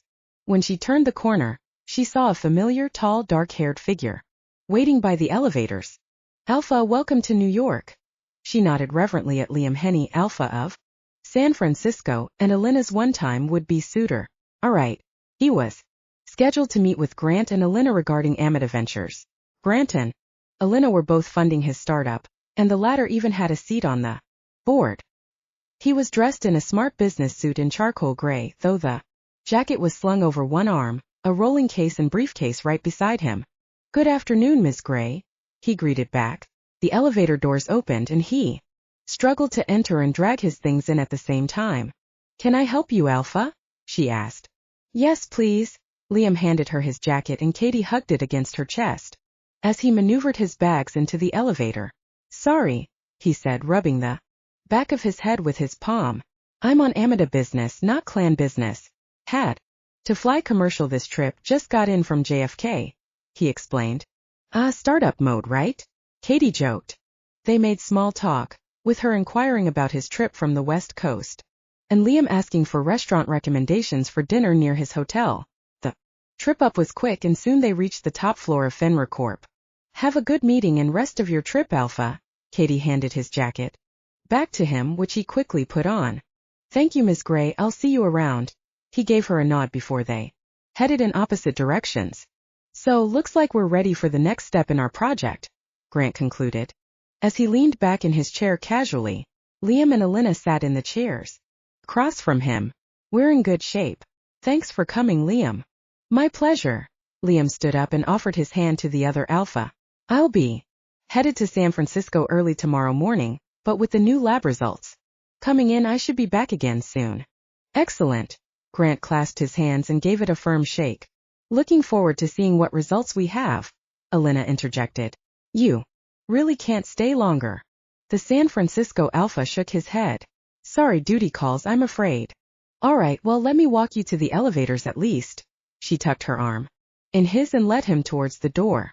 As soon as the door closed, Grant turned to Nick, who had been standing stiff as a board in his usual spot in the corner. Now, are you going to tell me why you look like you're going to murder Liam? Henny. The beta tensed, a tick in his jaw showing how hard he was trying to keep his anger in check. It's nothing. Nothing at all. Grant shook his head and went to his liquor cabinet, taking out a special key from the drawer and opening a secret compartment. Taking out a pure black quarter-liter bottle, he filled a shot glass halfway, then walked over and handed it to Nick. You never take out the good stuff. Nick sniffed the liquid. You look like you need the good stuff, Grant said. It was Torlinka, like a supercharged version of vodka, made in secret from the old country and infused with old magic, or at least that's what Lycans believed. Nick swallowed everything in one gulp, the liquor going down smoothly, smoother than any alcohol in the world. He felt his shoulders relax and he sank down on the nearest chair he could find. Now tell me what's going on, Grant said in an authoritative manner. Why are you so worked up? He couldn't exactly compel Nick to talk to him, but he hoped the liquor would help loosen Nick's tongue. He smells like her. I could scent it the moment he walked in the door. Nick wished he had another swig of that drink. Smells like her. Cady. You know, like caramel apples. Nick grunted in disgust. I don't know how, but it was like he had been all over her, touching her. Grant gave him a puzzled look. First, I don't know why you think Cady has a scent, and second, why would it be all over Liam Henny? I don't think he's the type to try and get over one woman by going after her friend. Although Liam had failed to secure his sister's affections, Grant thought the other Lycan took it in stride. He also never gave any indication he was interested in Cady. The blonde Lycan felt his head spinning. The Torlinka was taking its effect. But thank God that with the amount he drank, it would only last a few minutes. I don't know. Maybe I was imagining things. But goddamn it, he threw the shot glass to the ground, the pieces shattering all over the hardwood floors. Everywhere I go, I'm imagining her, seeing her, smelling her. I can't get her out of my mind. Sitting down across from his beta, Grant shook his head. Maybe this is a side effect of. I'm so sorry, Nick. I'm sorry. I'm not the one you should be saying sorry to. I know I should apologize to Cady, and I did, Grant bowed his head. She doesn't want to see me either. I talked to her assistant and it seems she's been keeping tabs on our schedules, working around it. Can you blame her? After what I did? Nick trailed. Did you hurt her? Grant's voice suddenly turned edgy. No, of course not. Nick stood up and walked towards the windows. There are certain things that are hers alone to tell you, but both you and I know she was pushed into this by circumstance. She was doing her duty and protecting everyone around us and the clan. If there had been another way. Grant was still obviously anguished by the decision. I know. You tried. Well, there wasn't, and we can't turn back time. Nick curled his hands into fists. I just wish it didn't have to go that way. He turned to Grant. But I don't regret a moment of what happened between us. I've wanted her from the beginning, since I saw her that first time. The Alpha seemed surprised at the revelation. Well, why didn't you do anything about it? Nick laughed sardonically. After you told me she was your little sister? Thought that was a warning. It was, Grant recalled. I know your track record and the effect Cady has. On men. The beta shrugged. And so, out of respect for you and the position you gave me, I treated her with the same respect as I would anyone in your family. Couldn't seduce her, no matter how much I wanted her. But all this time? You've never even slept with anyone else? Grant asked. Incredulously. Nick shot him a look. I'm your beta, not a monk, Grant. I've just been selective and very discreet. He never slept with the same woman twice in the last 10 years, all one-night stands and outside New York City if possible. Still, it's been a decade. You've changed and so has she. Grant paused. Why did you never go after her? Does it matter? Nick asked soberly, as the effects of the liquor began to fade. Maybe if I did from the beginning, things might be different. Maybe we would have gotten over it and moved on. Both you and I know, in my position, it wouldn't have been appropriate. We have to make this right somehow, Grant said solemnly. Before Nick could answer, Alynna burst into the room. I forgot my purse. She grabbed the black bag by Grant's desk. Whoa! She looked at the floor. Covered in glass. Who's the Butterfingers? I'll get someone to clean that up, Primal, Nick said before he walked out of Grant's office. Is everything all right? Alynna eyed her brother suspiciously. You two have been walking on eggshells around each other all week. It's all good, Grant lied and then changed the subject. Everything okay with Liam? She nodded. Yup, he says he's gonna head back to his hotel. Oh, and thanks for sending Alex off on that errand, by the way. He was driving me crazy ever since I told him about the meeting with Liam. She dug through her bag, her face lighting up as she found what she was looking for, a candy bar.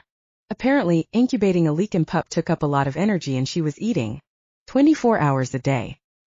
He was starting to mark his territory. She scarfed down the entire thing in 2 bites. Jesus, Alynna, Grant wrinkled his nose.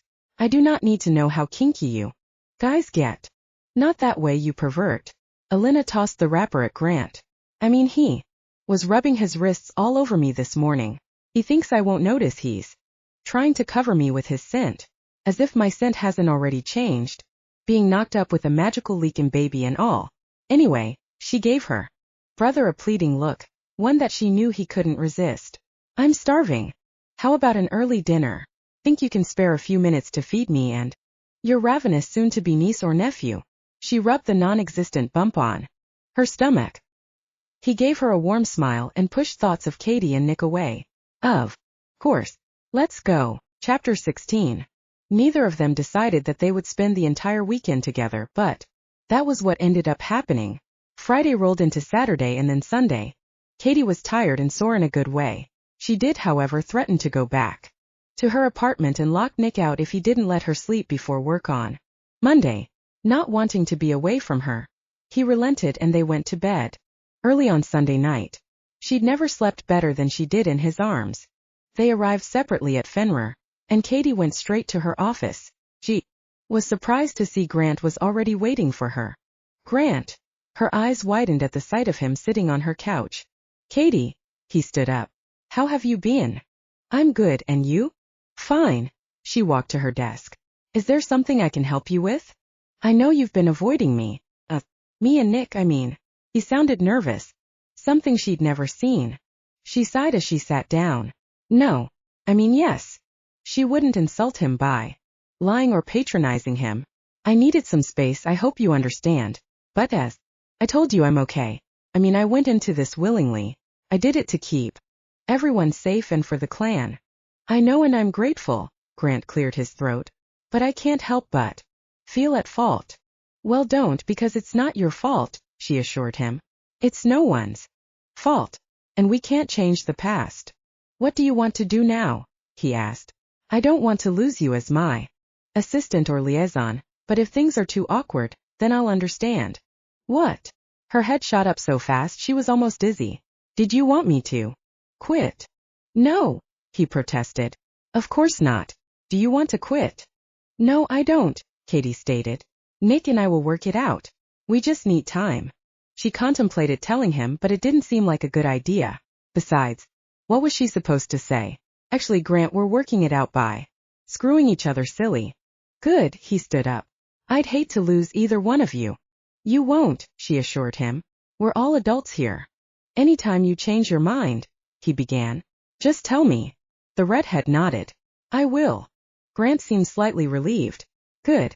Now let's go over the calendar for the next few days, okay? The footage from the accident is arriving today, right? Alynna asked her husband. Uh-huh. And the list of witnesses? Uh-huh. And the list of humans who got sick? And the footage from Blood Moon? Working on it. Alynna pushed Alex away playfully. Hey, what did I say about getting handsy? In the office. That you enjoyed it? Alex tickled her, eliciting a shriek from his wife. But. She stepped away from him and crossed his arms. Alex sighed. We need to stay professional while in Fenrir. Right. She pulled down her skirt, which Alex had raised up over her hips. She pointed to his desk. Back to work, mister. You're no fun. He mock-pouted and sat down on his chair. You know this is important, she said, her voice taking on a serious tone. I know, baby doll, but I don't want you to get too anxious and stress out the baby, okay? He replied. Plus, doesn't relaxing help you think better? Is sex the only way you relax? She raised an eyebrow at him. No, but it's the best way, hey. Alex ducked when she tossed a pencil at him. He picked it up, grumbling something about husband abuse. Alynna sat back down in her chair, staring at her computer screen trying to put together what they had so far. She frowned. How come we don't have the footage from Blood Moon? That was over 2 weeks ago. Well, they don't actually have in-house security. Grant is only part owner of the club, and the decision from the management was to outsource security. Alex explained. Still, Alynna narrowed her eyes. It can't be difficult to get the footage? According to the security company, all the footage is on an external server. And, Alex opened his email. Well, they sent me this email. Having trouble downloading the server. Sincere apologies, blah blah. Endeavoring to get it to you ASAP. He turned back to Alynna. I can see the wheels in your head turning. It seems all too weird to me. She was interrupted by a knock on the door. Come in. Mr. Westbrook, Miss Chase, Westbrook. It was Jared, Grant's admin. Since neither Alynna nor Alex had time to interview applicants for assistance, he was doing double duty, which was fine for the time being since they didn't have many cases yet. This came for you from the NYPD. The handsome young Lycan handed her a slim envelope. Thank you, Jared, Alynna nodded. And thank you, Lycan Connections. I would have had to break some laws if I wanted to get this on my own as a PI. Did you? Alex teased. Break laws, I mean? She tore open the envelope. I have to keep some secrets to myself. Right. Before Alex could answer, she popped the DVD into the drive of her computer and pulled him beside her. They sat in silence as they watched the grainy, black and white footage from the traffic cam. It showed a section of road on the West Side Highway, which was strangely empty for that time of the day. The black town car approached the traffic camera, which was probably mounted overhead. As it was halfway out of frame, the back end of the car fishtailed and disappeared from view. That's it. Alynna frantically clicked on the computer. That's all we have? Afraid so. Alex put a hand on her shoulder. The next camera was too far away to capture anything. So whatever caused Greg to swerve was in the one blind spot between cameras. Alex's brows knitted. Seems like it. And Greg still doesn't remember? Alex shook his head.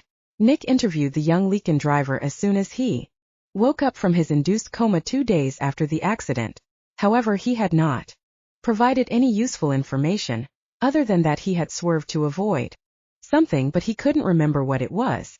An examination of the car showed that it was clean and had not been tampered with. This is all too fishy. Alynna tapped a finger on her chin. Could it be all coincidence? Alex suggested. You know I don't believe in coincidences. Finally, Grant said as he poured himself another cup of coffee. There's one more thing. Yes? Cady asked without looking up from her pad. I've been invited to a dinner party tonight for some visiting Lycans from Europe. Vasily Vrost is hosting. I'd like you to come as my date. I'm sorry to have to ask, but you know I don't have anyone else. It wasn't uncommon after all for them to go to business or Lycan-related functions together, especially since Grant had no lupa. Her breath caught for a moment, but she continued. Oh, I didn't realize you had that in your calendar. Nick hadn't mentioned anything, only that he wouldn't be home tonight. She had been planning to stay in, read a book, and drink some wine. It was a last-minute invite. It's a bit much to ask this of you right now, Grant said sheepishly. And I know you don't like Vasily. She thought about what he was doing to Nick, forcing him to do something he didn't want. Don't worry, it's fine. And I don't know him enough to like him. But he obviously doesn't like me very much. I think he underestimates you, he said. Why weren't these Lycan visitors cleared in advance? She asked, switching topics. Usually when you have some sort of delegation, it takes weeks to get everything together. Vasily requested it, and he said it would be to talk business too, but nothing formal. We've had some minor business in the past, but he's mostly in Europe. I have a feeling. Grant stopped short. Yes. Cady looked up from her pad. Well, I shouldn't be discussing this, but maybe he wants to solidify our partnership when Nick takes over. You're right, you shouldn't be discussing this, Cady interrupted. Grant would obviously know about Vasily's ultimatum to Nick, but didn't realize she did too.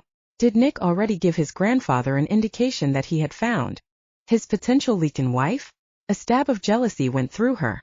If it's all too much right now, I can always beg Alynna to come, Grant offered. Don't be silly, Grant, Cady sighed. I'm an adult. We're all adults. Besides, I can't think of anything worse to put your sister through. Alynna hated any society-type event where she'd have to make small talk and pretend she was enjoying herself. She'd rather be at home eating pizza. Besides, if there's any Lycan or Fenrir business to be discussed, I should be there too. Great, Grant stood up. Pick you up at 5? It's a long drive upstate. Cady wasn't quite sure what to expect when she arrived at the Vrost family home, but it certainly wasn't a restored 120-year-old 25-room mansion sitting on 100 acres with spectacular views of the river and the Catskills. She exited the town car. Her breath caught as she stared up at the stately facade. All the lights were on and the mansion looked absolutely stunning. It was done in Beaux-Arts style with arched windows, cornices, and the front door was framed by 4 large columns topped a triangular pediment with tasteful ornamentation. This was where Nick Vrost grew up, the childhood home he was desperate to keep, and she understood why. Beautiful, huh? Grant whispered as they ascended the front porch. You should think about getting one, Cady joked. I think one mansion is enough, Grant replied, referring to the Anderson mansion in Long Island. In New York, you mean? Cady quipped. The Andersons own numerous homes, some of them mansions around the world. Still, she thought most of them, the one she'd seen anyway, didn't quite have the character of this one. They walked up to the front door, which was answered by an older man with white hair dressed in a tuxedo. Alpha, good evening. He greeted Grant with a bow. Welcome, please come in. Thank you, Grant greeted. This is my dinner companion for the evening. Cady Gray.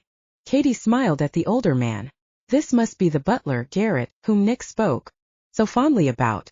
Good evening, Miss Gray, he said.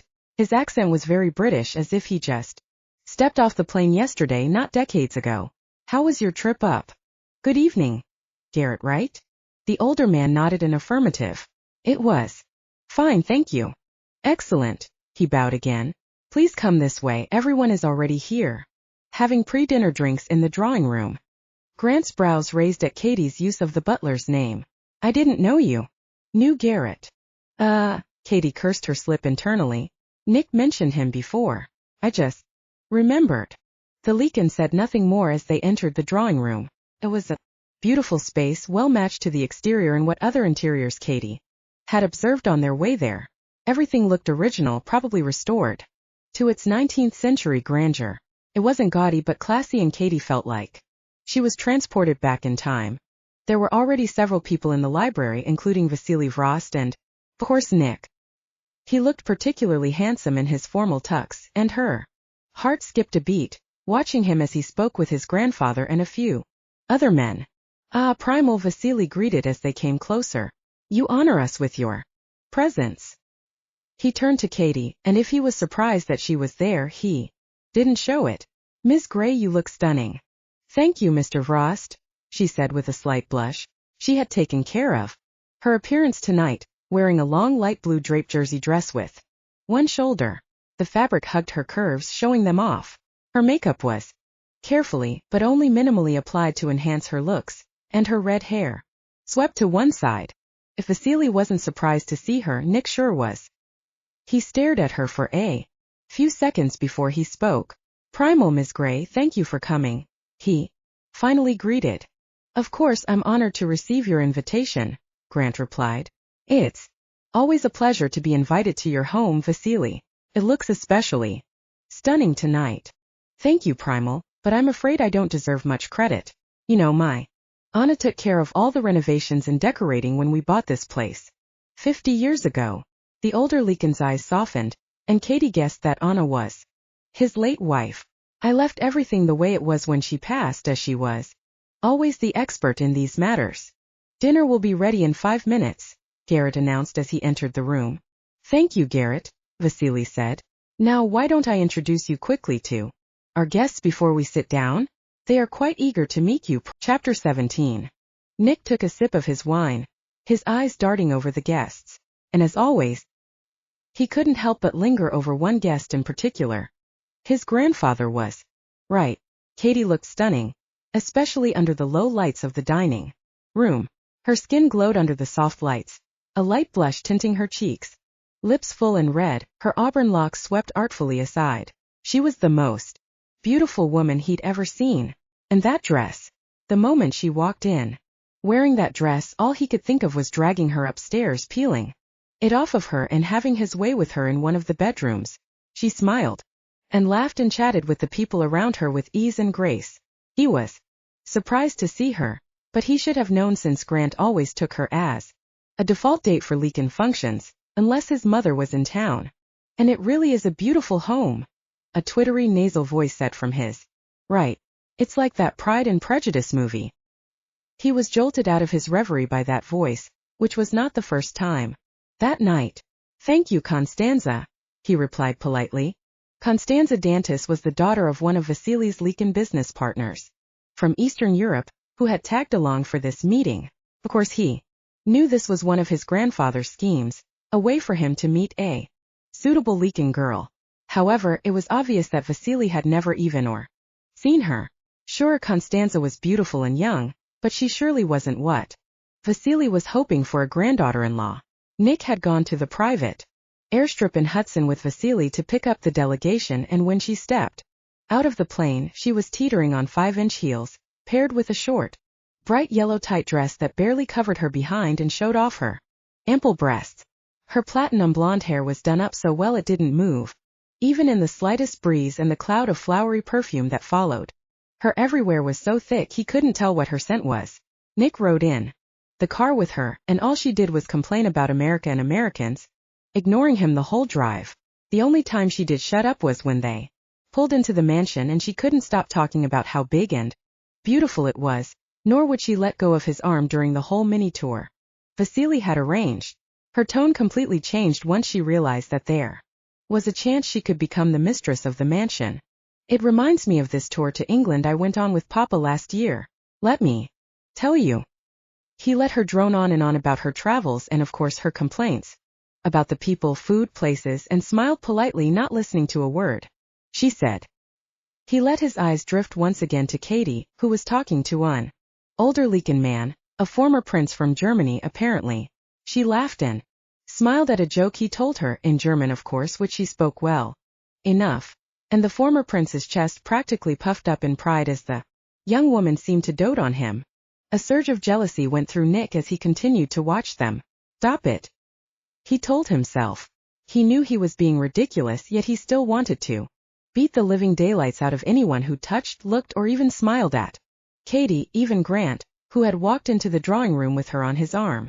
Finally, Vasily, who was at the head of the table, stood up. "And now that dinner and dessert are over, I'd like to invite everyone to the music room for coffee, more dessert, drinks, and some special entertainment I arranged for this evening." Everyone got up and filed out of the dining room and made their way to the music room. The German prince offered his arm to Cady and she accepted. Nick, in turn, offered his arm to Constanza, who eagerly wrapped herself around him. Vasily had invited a famous Japanese pianist to perform for them this evening, along with a string quartet. The musicians were already set up, and after a Few words from the pianist, they began to play. Everyone was seated on various chairs and chaises placed strategically around the musicians. Nick's eyes immediately zeroed in on Cady, who had chosen to stand near the fireplace all by herself. He turned his head back to the performers but kept Cady in the corner of his eye. The musicians were halfway through their second song when he noticed Cady slip away. He waited, then followed her quietly, hoping no one would notice. The redhead was halfway down the hallway leading to main receiving room when he caught up with her. Grabbing her hand, he pulled her quickly into the alcove under the stairs and pressed his hands over her mouth. Shook. "It's me," he said, removing his hand. As her eyes adjusted to the low light, her face lit up in a smile. "Nick," she said breathlessly. "I'm sorry, I didn't know. I should have texted or called. But it was last minute." "Sorry?" he asked, confused. "No, I'm glad you're here. I was surprised, but I should have known. Grant has no social life and no one else to take to these things." Alynna would have puked on his shoes before she let him drag her here. She laughed. "That's what I kept telling him." She stiffened when he drew her into an embrace, but then relaxed into his arms. "This feels so right," Nick thought. "Having her here. I missed you." He kissed the top of her head. "You just saw me this morning," she quipped, but moved closer into his embrace. "But I miss you too. I thought I wouldn't see you until tomorrow." "Well, this was kind of a last-minute thing. My grandfather conveniently forgot to tell me, until it was too late to say no." She pulled away and leaned back against the wall of the alcove. "Oh, right." Her face fell. "I'm sorry, I didn't want. Not that I didn't want you here, but I know what the old man is up to. She's barely left my side." Constanza. She had been introduced to the young Lycan earlier in the evening, who had merely given the redhead a cool nod and then dismissed her altogether. Yes, her. He almost shuddered. I don't know what he was thinking. Constanza had shown up in an even shorter silver dress, more suitable to a club in Ibiza than a formal dinner party. "He's thinking she's got the right childbearing hips," Cady joked. "Really? It's okay. This isn't what I mean." He looked down at her face, inscrutable, but there was hurt in her eyes despite her objections. "I don't want you to have to deal with this."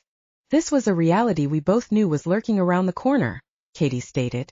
"We have to dash." Nick couldn't stand it anymore, and pressed his lips to hers.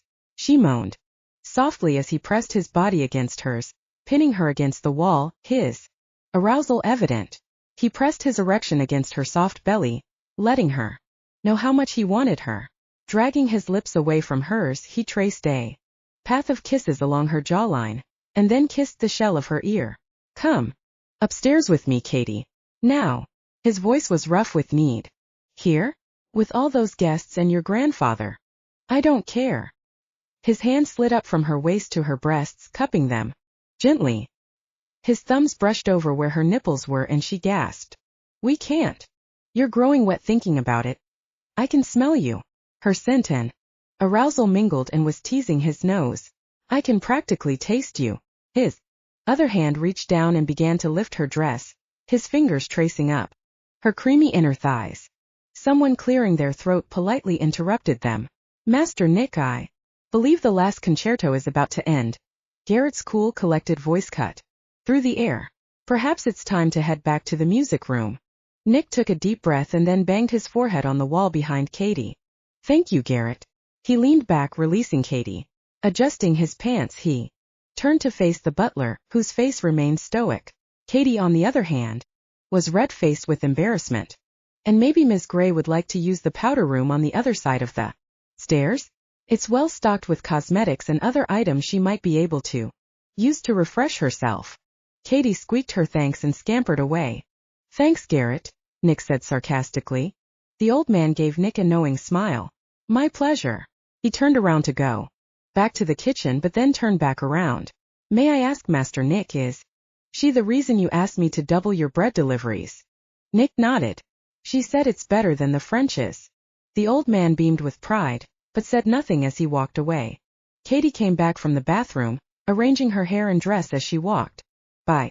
"Okay, I think the amount of perfume I put on could possibly rival Constanza's, but it'll have to do. Thank goodness Jersey doesn't wrinkle." Nick sniffed the air, disappointed that she didn't smell like him anymore. But they didn't have a choice. She couldn't walk into a room full of Lycans, smelling like sex and him. You go in first and I'll follow. I'll tell Grandfather I had to run upstairs to get something from my room. Thanks, she nodded. Wait, he grabbed her arm. I can't leave tonight, I don't have a driver. But I'll drive up early tomorrow. Breakfast at your place. Sure, she smiled and then turned to walk back to the music room and join the rest of the guests. What did you think of Constanza? Vasily asked. It was the end of the evening. All the guests had either left or retired to their rooms. The two Vrost men were sitting in the library, having a last drink before bed. What did you think of her? Nick threw back the question. She needs some polishing. The older Lycan took a sip of his scotch. She drinks and parties too much, but I think once she settles down she'll be a good Lycan wife. He emphasized the last two words. And her father is richer than Midas. Not as rich as Grant Anderson, but well, it's too bad you didn't swoop in and marry his sister before that other one did. Grandfather, Alynna is about 13 years younger than me. Besides, that other one foot is her true mate, Nick remarked. Thinking about Alynna that way, it would be like marrying a sister. He put down his own glass, losing his taste for liquor. Right. He's smart, getting her pregnant as soon as he could, Vasily remarked. The younger man could only shake his head, not wanting to engage him further. Good night, Grandfather. Nick stood up and headed towards the door. Nikolai, he called as Nick was about to cross the threshold. Nick turned. Yes. Vasily's tone changed. I don't like the way you look at the human woman, the way your eyes follow her every move. I don't know what you mean. I'm old, not stupid. He took another sip of the amber liquid in his glass. You will not pursue this further. You already know she won't be able to give you what you want. You don't know what I want, Nick thought, but bit his tongue to prevent himself from saying it out loud. He gripped the wood of the door frame where he stood. Once you have produced my great-grandchild, you can do as you please, Vasily continued. Sleep with her, keep her as a mistress, I don't care. But not until then. I won't risk a suitable mate or her family refusing you because you cannot control your lust for a human. Like I said, good night. Nick turned away and walked out on his grandfather. Cady. A gentle voice and hand shook her awake. She opened her eyes and yawned. We're back, Grant said. Good thing there's no traffic at this time. Cady glanced at the watch on her phone. It was 1:45 a.m. and they did make it back to New York City in record time. Oh, thanks for waking me up, I'm just so tired. She got out of the town car with Grant's help. They were stopped in front of North Cluster. Don't come in till after 10 tomorrow, okay? Grant ordered as he got back into the car. Work from home in your pajamas if you want, but I'll bar you from the lobby if I have to. Yes, Dad. She snickered and waved goodbye as the car drove toward Center Court. Walking into the building, she waved at the doorman and headed to the elevators. As she prepared for bed, she heard a chirping sound from her phone. Who could be calling me at this hour? Maybe it was Nick? No, he should be in bed by now if he wanted to leave by 5 a.m. Taking her phone out of her purse, she frowned at the number unknown on the caller ID. Hello, she answered. Cady, dear. Victoria greeted her. It's me, your mother. What do you want, Victoria? She asked impatiently. I don't have time for your games. Oh, but you have time for your precious Lycans coming home so late? Are you watching me? She asked in a venomous tone. How can you even get close enough? The enclave was guarded by magic, which made anyone who walked by simply ignore or forget they had even seen the Lycan stronghold. My dear, her mother sneered.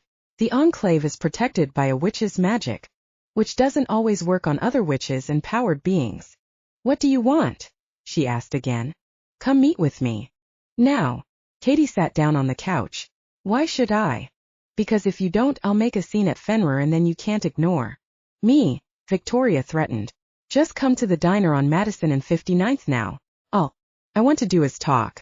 And if you don't like what I have to say, I promise it will be the last you hear from me. Her mother sounded strange, like she was sad or frightened. All right, Cady relented. If I listen to you, do you promise to leave me alone? I'll talk and you listen. After you hear what I have to say, you can decide if you want me in your life. She paused. Fine. I'll be there in 20 minutes. Thank you, Cady. And the line went dead. What could Victoria want? Why did she threaten to reveal her secret and then turn around and tell her she'd get out of her life? Cady shook her head and went to her closet to find something appropriate to wear. It didn't matter.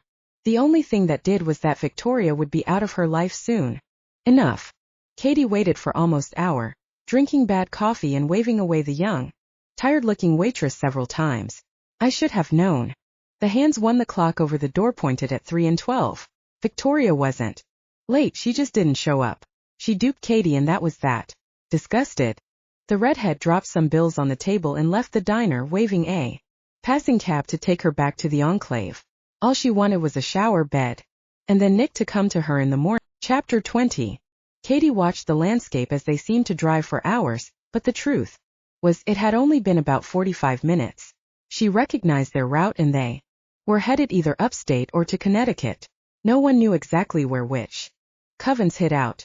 Their kind was more of a loose association rather than an organized community like the Lycans. Not that witches hated each other, it was just the way things were, at least that's what she remembered. Luther explained that Victoria belonged to a small coven from upstate, composed mostly of her own family members. The ride was silent and neither Victoria nor Derek had paid her much attention even when she asked them questions. They kept driving on further and further north until she couldn't keep track of where they were anymore. Only she had thought to slip her phone into her bra or something, but there was no time. Not when that blonde brute was ready to crush Nick's neck. Nick, oh God, she would never see him again. She didn't know if she wanted to weep with sadness or joy. The way he treated her those last moments was too cruel even for him. But couldn't she blame him? Those awful witches, what they said about his parents. Vasily must have told him, of course, as he witnessed the execution of his son and daughter-in-law's murderers. That bitter old man probably planted seeds of hate into the young boy. The car slowed down and they pulled into a gas station. I need to fill up, Derek explained. Don't be too long, darling, Victoria flirted. Derek ignored the witch, stopping the car in front of the gas pump. He opened the door and walked into the convenience store to pay. Cady's heart began to pound. Her mother seemed distracted, typing out messages into her phone. Glancing at the door, she realized that Derek had left it unlocked. Was this it? Would this be her only chance of escape? They were the only ones at this station in the middle of nowhere. I have to try. After hesitating briefly, she quickly grabbed the door handle, jerked it open, and jumped out of the car. Cady! She heard Victoria scream behind her, but paid her no mind. She ran as fast as her legs could carry her, in no particular direction except away from the car. A burst of speed propelled her across the gas station, but suddenly, an invisible force slammed into her. She flew high into the air and dragged back to the car, pinned against the metal body. She tried to wave her arms, but found herself unable to move. Where are you going, little one? Derek asked as he walked towards her. He had his hand up at her, as if he held her. Tsk. There's nowhere you can run to, don't you see? He moved his hand slightly and she felt the invisible grip loosen. Still, she remained rooted in the spot. Don't even try to escape. I may not be so merciful next time. Cady's eyes widened with terror and she nodded meekly. Now go into the car. He motioned to the car door, which swung open by itself. She meekly entered and the door closed, the locks clicking into place. With a wave of Derek's hand, I won't be making the same mistake. She slumped in the back of the car in defeat. Alex had to drag his wife to bed that night, but he simply couldn't stand by and watch while she ran herself into the ground. She ranted and raged against him, claiming that she needed all 48 hours Grant gave them, and didn't he think Cady deserved a fair shot? He reasoned that she needed rest and the only way to help Cady was to come back to the problem with a fresh set of eyes in the morning. Alynna was so angry at him, she slept in the other bedroom of their apartment. He lay awake in their bed, unable to sleep. He was conflicted. On one hand, the evidence was clear, but on the other, well, Cady was his friend and he couldn't believe she would do such a thing. And Alynna was his wife, but also a brilliant private investigator with sharp instincts. She saw something they didn't Sometime in the middle of the night, the door to their bedroom opened, and Alynna crawled into bed with him, seeking his arms and comfort, and cried into his chest. He felt his heart breaking for his wife and for Cady. They slept wrapped around each other, until the sun was peeking out in the sky. It was already fall, which meant it was late, but they needed all the rest they could get. They got up, got dressed, and went to Fenrir, which was deemed safe by the fire department since there was no structural damage to the building itself. The office was quiet despite being a Wednesday, but that was because Grant told everyone to take as much time as they needed to process the events. The first thing they did was track down Dr. Jade Cross. It was easy enough, since she actually worked in the building, as Jared informed them. He put in a call to her office and she replied that she would be up as soon as possible. Now, Alynna sat in front of her laptop, a cup of coffee in her hand. I think we should try to find out more about Victoria Chatrain, and what she's been up to between the separation and now. Can we track down the coven? Where are they hiding? And I should probably brush up on how witches work. We don't know much about them, unfortunately, Alex replied. We don't exactly keep tabs on them, but if Dr. Cross is our expert on all things magical, then she should be able to fill us in. Good, now we need dash. A knock on the door made her stop. Come in, she said in an annoyed voice. Alynna. Liam Henney walked in, briefcase in hand. I heard about the gas explosion. Are you all right? Alex shot up from his seat. My wife is perfectly fine, he said in a tight voice. Liam squared his shoulders. Well, good morning to you too, he said sarcastically. I don't think we've been introduced. No, I guess not, Alex sneered. Alynna rolled her eyes. Alex, Liam. Liam, Alex. All done now. Can we do this pissing contest later? Both men relaxed slightly, though Alex remained standing. Ugh! She let out a frustrated groan as she walked over to Liam. What are you doing here? Oh shit! She slapped her forehead. We were supposed to have that meeting today. Someone should have told you that we canceled. It's all right, Liam assured her. I assumed we wouldn't be able to meet, but I wanted to be here to come and see what I can do to help. That's sweet of you. Alynna was about to place a hand on his arm, but from the corner of her eye saw her husband tense. She put her hand down. We're kind of busy here with the deadline. I'm really sorry, Liam, for your wasted trip. Don't worry about it, it's not a wasted trip, he said warmly, which only made Alex growl softly. I had some excellent results to show you and I wanted to deliver them personally. But I'll leave you to your work. Thank you, Liam, she said gratefully. Why don't you head over to Grant's office? Or I can arrange lunch or something. Thanks, Alynna, I'll be fine. But I will pop in and see Grant if that's okay. I'm sure it'll be fine. Go ahead and talk to Jared. She led him to the door and closed it behind her. She sent her husband a warning look. Don't even start with me, she cautioned as she sat on her desk. I wasn't going to say anything. Alex gritted his teeth. You're going to have to learn to get along with Liam, Alynna said. A buzz rang through the room and Jared's voice came through the speaker. Mr. Westbrook, Ms. Westbrook, Dr. Cross is here. The Alpha saw her waiting outside and he asked if he and Mr. Vrost could sit in on your meeting as well. Of course, Jared, she answered. Give me a second and send them in. No problem, I'll get some coffee as well. When Alynna pictured Dr. Jade Cross in her mind, she imagined an older, matronly lady, maybe a female version of Dr. Faulkner. She didn't expect it. Pretty young Lycan who was maybe a year or two older than herself, with brown hair tied back into a ponytail and deep green eyes hidden behind glasses. She was dressed like a prim librarian in a long-sleeved polka-dot shirt, a gray tweed jacket, a pencil-cut skirt and ballet flats. You're Dr. Cross? Alynna couldn't contain the astonishment in her voice. Sorry. The other woman laughed. Don't worry, I get it all the time. Dr. Cross spoke with a slight posh English accent. I graduated university at 18 and then took another 2 years to finish my 2 PhDs. Biochemistry and bioengineering. Why have I never heard of you before? Alynna eyed her suspiciously. And I haven't seen you around, even at the Enclave. She's kind of our secret weapon, Grant explained. Dr. Cross is officially employed as a scientist in Fenrir's Food R&D division, Nick clarified.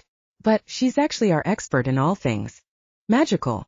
We've been funding her research and studies for 2 years now. Secret, so no one knows Lycans are studying magic?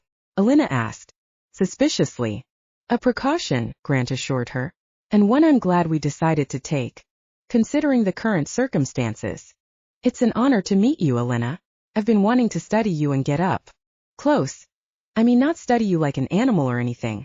Not that I think you're a zoo animal. Dr. Cross turned beet red. Sorry, you're not the only one who tends to put her foot in her mouth, but the fact that you're a true mate Lycan offspring from a human Lycan pairing and a true mate yourself, it's a fascinating study. I've been asking Dr. Faulkner for samples from you to study any possible magical properties but Dr. Cross, please, Grant interrupted, barely hanging on to his patience. I'll let you have any sample you want, Alynna joked. If you can tell us more. Right. She took out her tablet and opened up her files. I just finished my examination of the mailroom and the device itself. I can say with 90% certainty that it was Ognavea. Only 90%? Alex asked. Yes, well, Ognavea leaves no traces, so I can't be 100% sure unless the maker of the bomb confirms it. But all the signs are there, the relative size of the device and the blast, the green color of the flames reported by some of the eyewitnesses, and I've basically ruled out all other possible explosive chemicals the bomb maker could have used. I could, examine the bodies as well, but I don't think it's necessary at this point. What else can you tell us about the bomb itself? Alynna asked, staring at Dr. Crosspad. Well, nothing more than you already know, given the video evidence. The subject entered the premises sometime around 2:30 a.m. and planted the bomb on the southeast corner of the mailroom. The device was rigged with a timer, not a remote, to go off at 8 a.m., perhaps to coincide with the morning rush into work. Right. Alynna tapped her fingers on the pad to get a closer look at the remains of the device. Satisfied, she continued. What about witches? What can you tell us about them? Could they have done this? Dr. Cross took her glasses off. Well, we don't know a lot about how their society works, I'm afraid, since they don't keep records and they don't exactly talk to us. But I thought that you studied magic, and magic comes from witches? Well, I study magic itself, not witches in particular, Dr. Cross explained. It's kind of a broad subject what I'm researching, and the Alpha has given me free rein to learn as much as I can without sticking to one particular topic. Witches and warlocks are the main magic wielders in our world, dealing with nature magic, but there have been studies and research that suggests we Lycans held magic once too. But again, I'm still working on a few sources, but know which will talk to a Lycan about these things. What is nature magic? Alynna asked, curious. Well, it's difficult to explain in one sentence, but take Ognavea for example. This substance comes from nature, a mixture of various ingredients, like herbs and elements like wind, water, fire, earth. The substance itself is inert, but once it's powered by a witch's magic, by saying the right spell or incantation, that is, it becomes a powerful potion. So anyway, aside from their general hatred of us, Alex changed the subject. What motive could the witches, or whoever these people are, have to bomb us? The scientist shrugged. I'm afraid that's not my area, Mr. Westbrook. I'm not very good with people and their motives. I think we know why, Nick finally spoke up. They want to destroy us, of course. But why us? Alynna asked. Why the New York clan? Why not the High Council? Or even start small. Witches don't have a centralized organization, right? Dr. Cross shook her head. How could one coven even begin to mount an attack on a clan, and so sloppily too? Poisoning with belladonna, then a bomb? Doesn't make sense to me. Maybe they're just trying to scare us, or get ready for bigger things. Nick countered. Primal, this is a waste of time. We need to alert the High Council, and we must all prepare for the next attack. I know how you feel, Nick, Grant sympathized. But Alynna is bringing up good points. But the council we will tell them we needed time to gather all evidence before causing a panic, Grant said in a firm voice. Primal, this is no time to let personal feelings If anyone is letting their personal feelings get in the way, it's you. Alynna lashed. I can't believe you wouldn't even give Cady a fair chance. What happened to innocent until proven guilty? That belongs to the court of humans, Nick blurted. Primal, I have more things to attend to. I'll take my leave.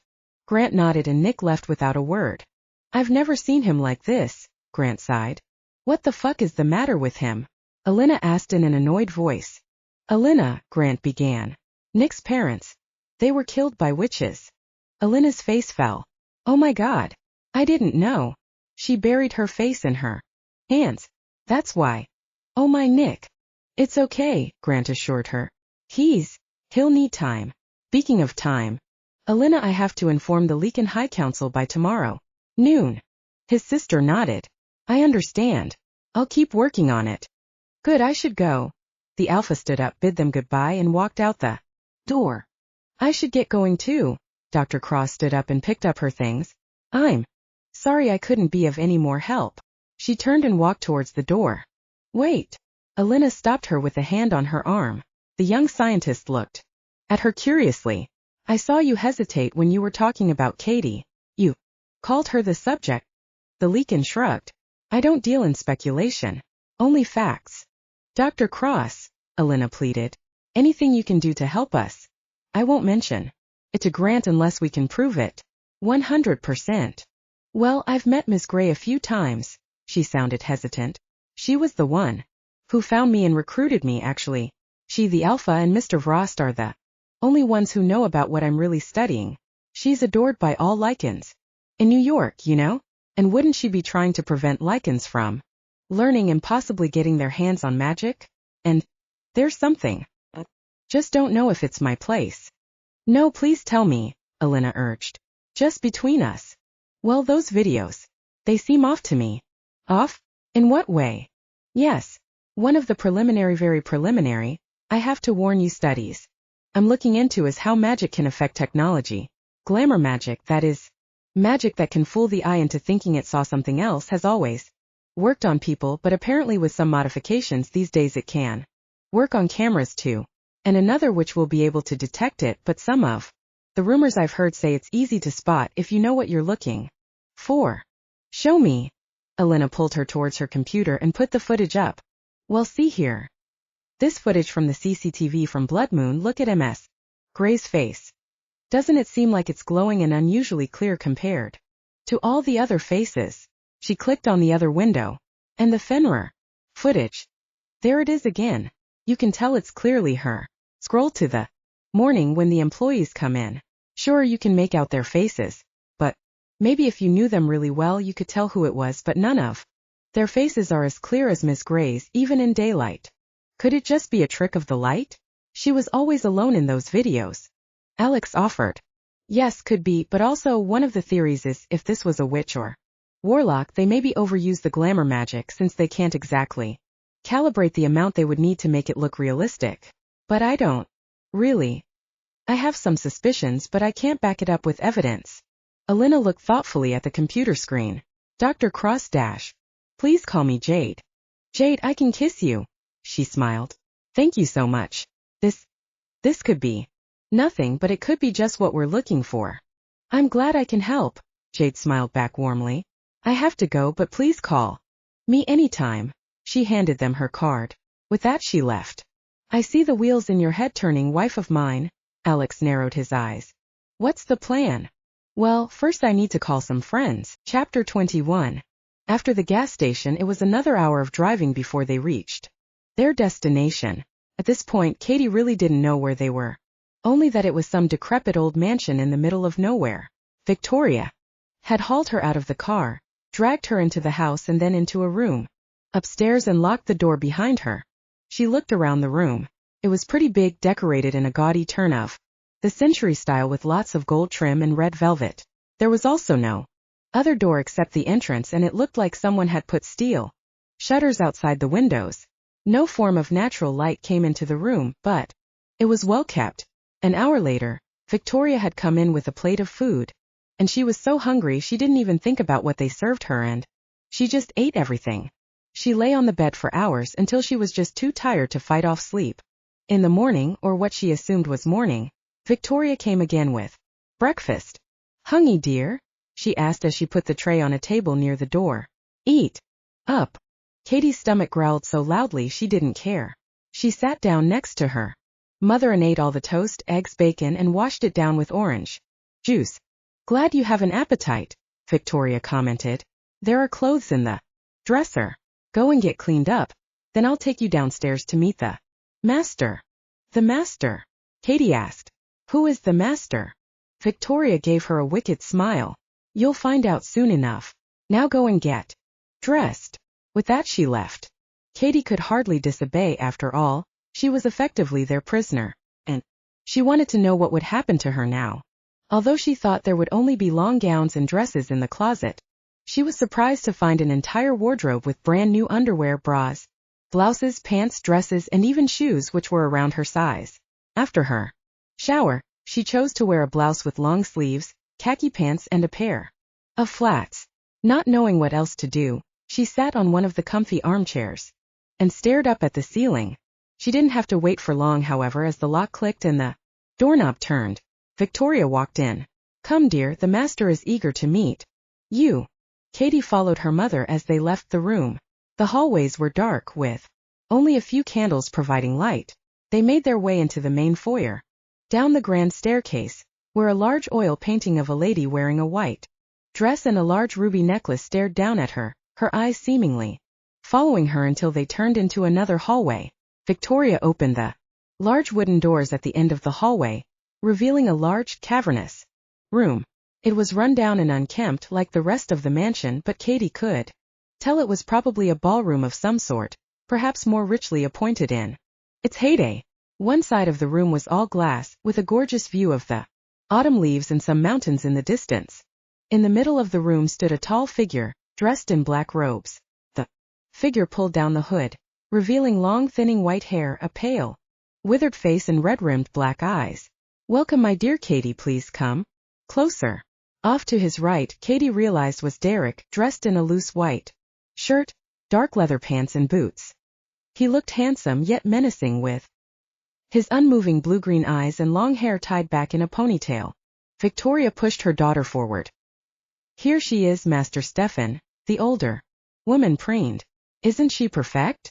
Dark eyes looked at her, almost piercing right into her. She is exquisite.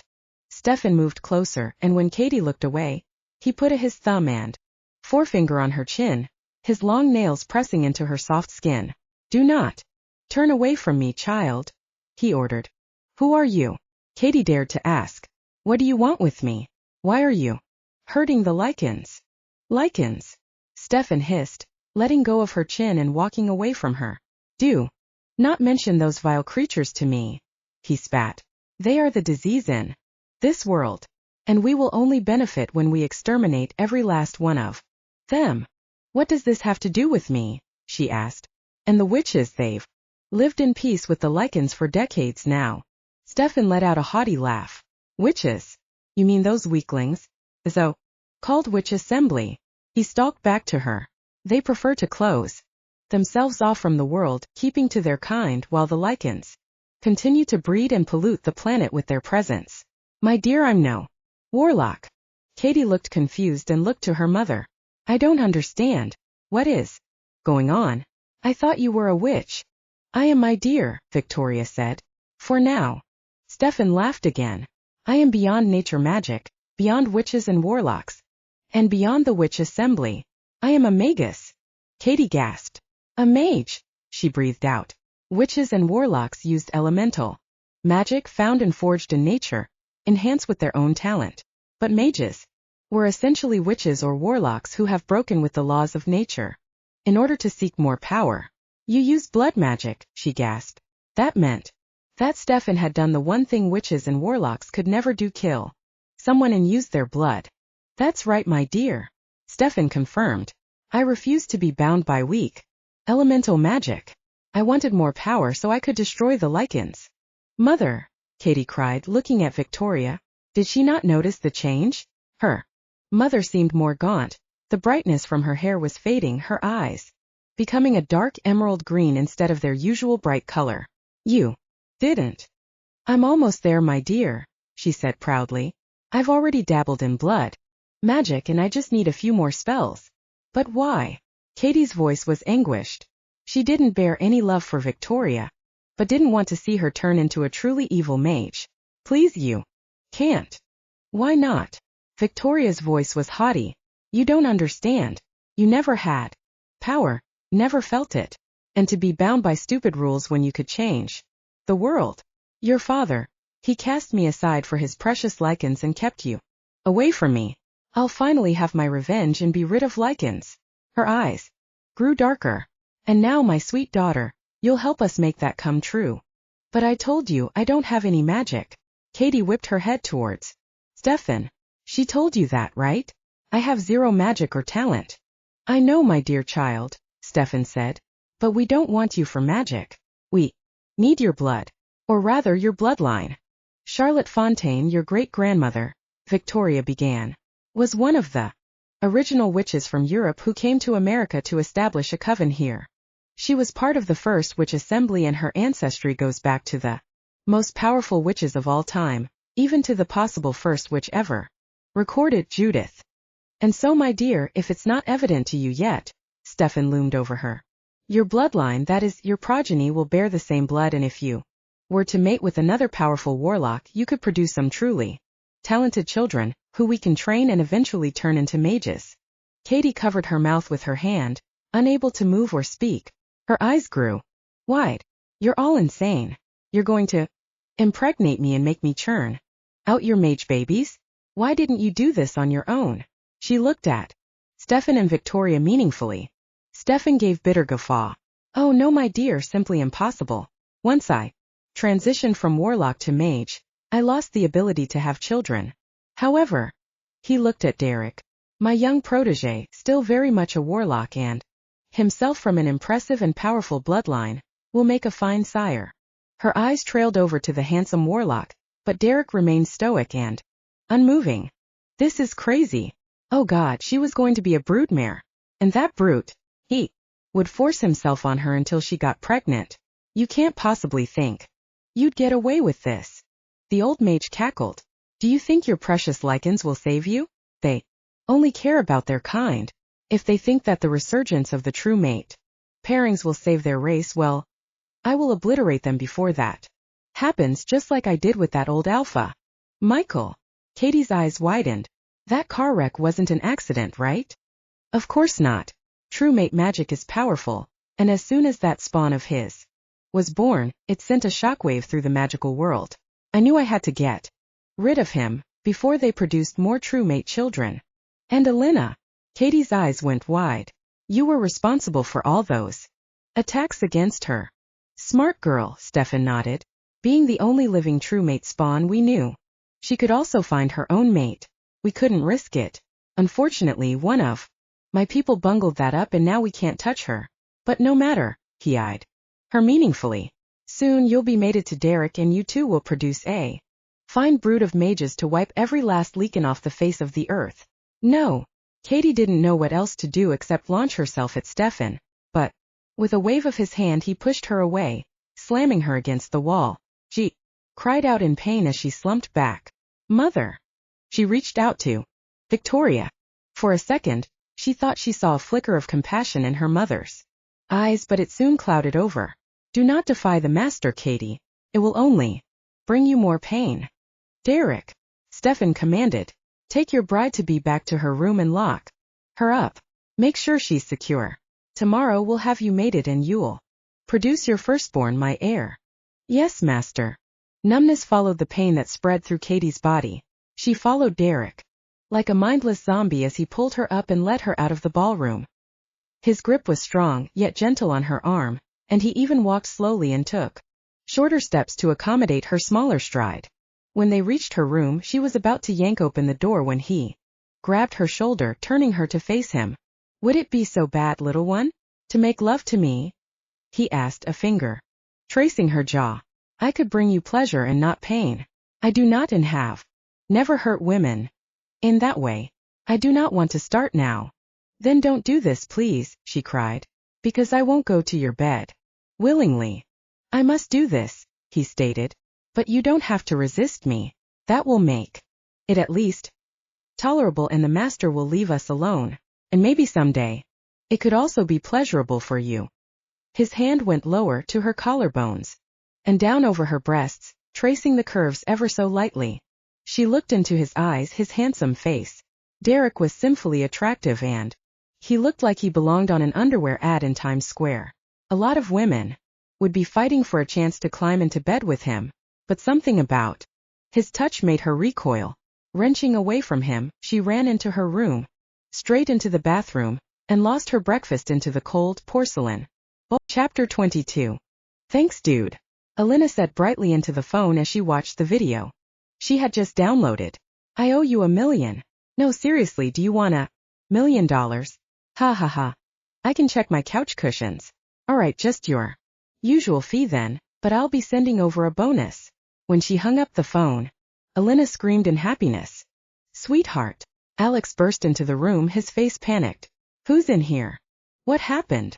Alynna launched herself into her husband's arms, toppling him over until they were rolling on the ground. She leaned down and planted a long, passionate kiss on his lips. I'm sorry. I'm sorry I've been acting so mean and moody. Alex laughed. It's okay, baby. He pulled her head to her chest. Now, tell me what happened. I found it. Not just that, but I found 3 things that clears Cady. Really? Alex sat up, nearly knocking over Alynna. Show me. I will. But we need to go get Jade and get this to Grant now. Cady may be in danger. Grant sat across from Liam Henny, trying to concentrate on what he was trying to say. He nodded and smiled, but really none of the words were processing in his brain. He was worried about that call to the Lycan Council he would have to make as soon as the San Francisco Alpha left. He could feel Nick, who stood in his usual corner, even more tense than himself. The usually well-kempt beta was looking worse for wear, with dark circles under his eyes and his normally clean-shaven face showing some stubble. So as you can see, we're ready to move into clinical trials sooner than expected. Grant! A voice boomed from the door of his office as it burst open. 3 figures strode in. The one leading them was a bundle of energy Grant recognized as his sister. I need to see you now. You haven't made that call to the Lycan High Council yet, haven't you? I found it. Cady is innocent and she's in danger. Dr. Cross here, Willow. Hey, Liam, she greeted sheepishly. I didn't know you were still here. Grant couldn't see me yesterday, but he said this morning would be good. Liam's brows knitted. What's this about Ms. Gray and the High Council? Grant slapped his forehead. Can't this wait? No. Alynna dropped her laptop in front of Grant. I'm sorry for bursting in, Liam, but this is life and death. Maybe you should go. This is Lycan business. Liam crossed his arms. If this involves the Lycans and the High Council, then I'm obligated to know this. The other Alpha groaned. He's right. And now he'll have to report whatever we talk about here, Alynna, and I won't be able to protect anyone, he said meaningfully to his sister. You don't have to protect her from the High Council anymore, Alynna said in an excited voice. She noticed that Nick moved closer to them. All right, Liam. If you need to know, then here's the short version. The explosion at Fenrir wasn't from a leaky gas line. Someone planted a magical bomb in our office and made it look like it was Cady, but she's innocent. Really, she is. Dr. Cross, please show Grant what you found. The young scientist came forward. Primal, I've been doing some research about how magic affects technology. See, the way that magic affects the electromagnetic fields have always been a source of Jade, please. Grant cleared his throat. Can we skip the science speak? Air, right? Yes, let me move on. Jade opened the laptop Alynna had placed on his table. Now, only a reel which will be able to tell for sure, but I believe with about 80% certainty that these tapes have been affected by glamour magic. You can see how bright and clear her face is. Now I was able to dig up some videos from past investigations where witches used glamour. She pulled up a different file. See, in this convenience store robbery? As from a few years ago, back before any such research was started. According to my sources, the perpetrator was a warlock. He put glamour on his face to make seem like he was a rival warlock. However, once other witches and warlocks saw the footage, they immediately recognized the spell. She put the 2 pieces of footage side by side. See? Same clear face despite all other faces being fuzzy and that slight glow around the edge. We know she's working with witches, Grant reasoned. Of course they would use some type of magic. That's not all, I have 3 more pieces of evidence to prove she's innocent. Alynna took some paper she had printed out and handed them to Grant. I had some of my hacker friends check out Cady's keycard. They said that on the surface it certainly looked like it was her card used to enter the building, but it was obviously spoofed. Spoofed? Someone made a copy of the card and then used it to enter Fenrir. She pointed to the paper. I had our IT guys double and triple check it. They confirmed it was definitely a spoofed card. They said something about the codes being different, but something that would only be picked up if we were looking for it. So she made a copy and gave it to someone. What are your other pieces of evidence? This time it was Nick who spoke up. Alynna looked at the beta's face, which looked conflicted. Good, she thought. I hope he grovels and begs her for forgiveness.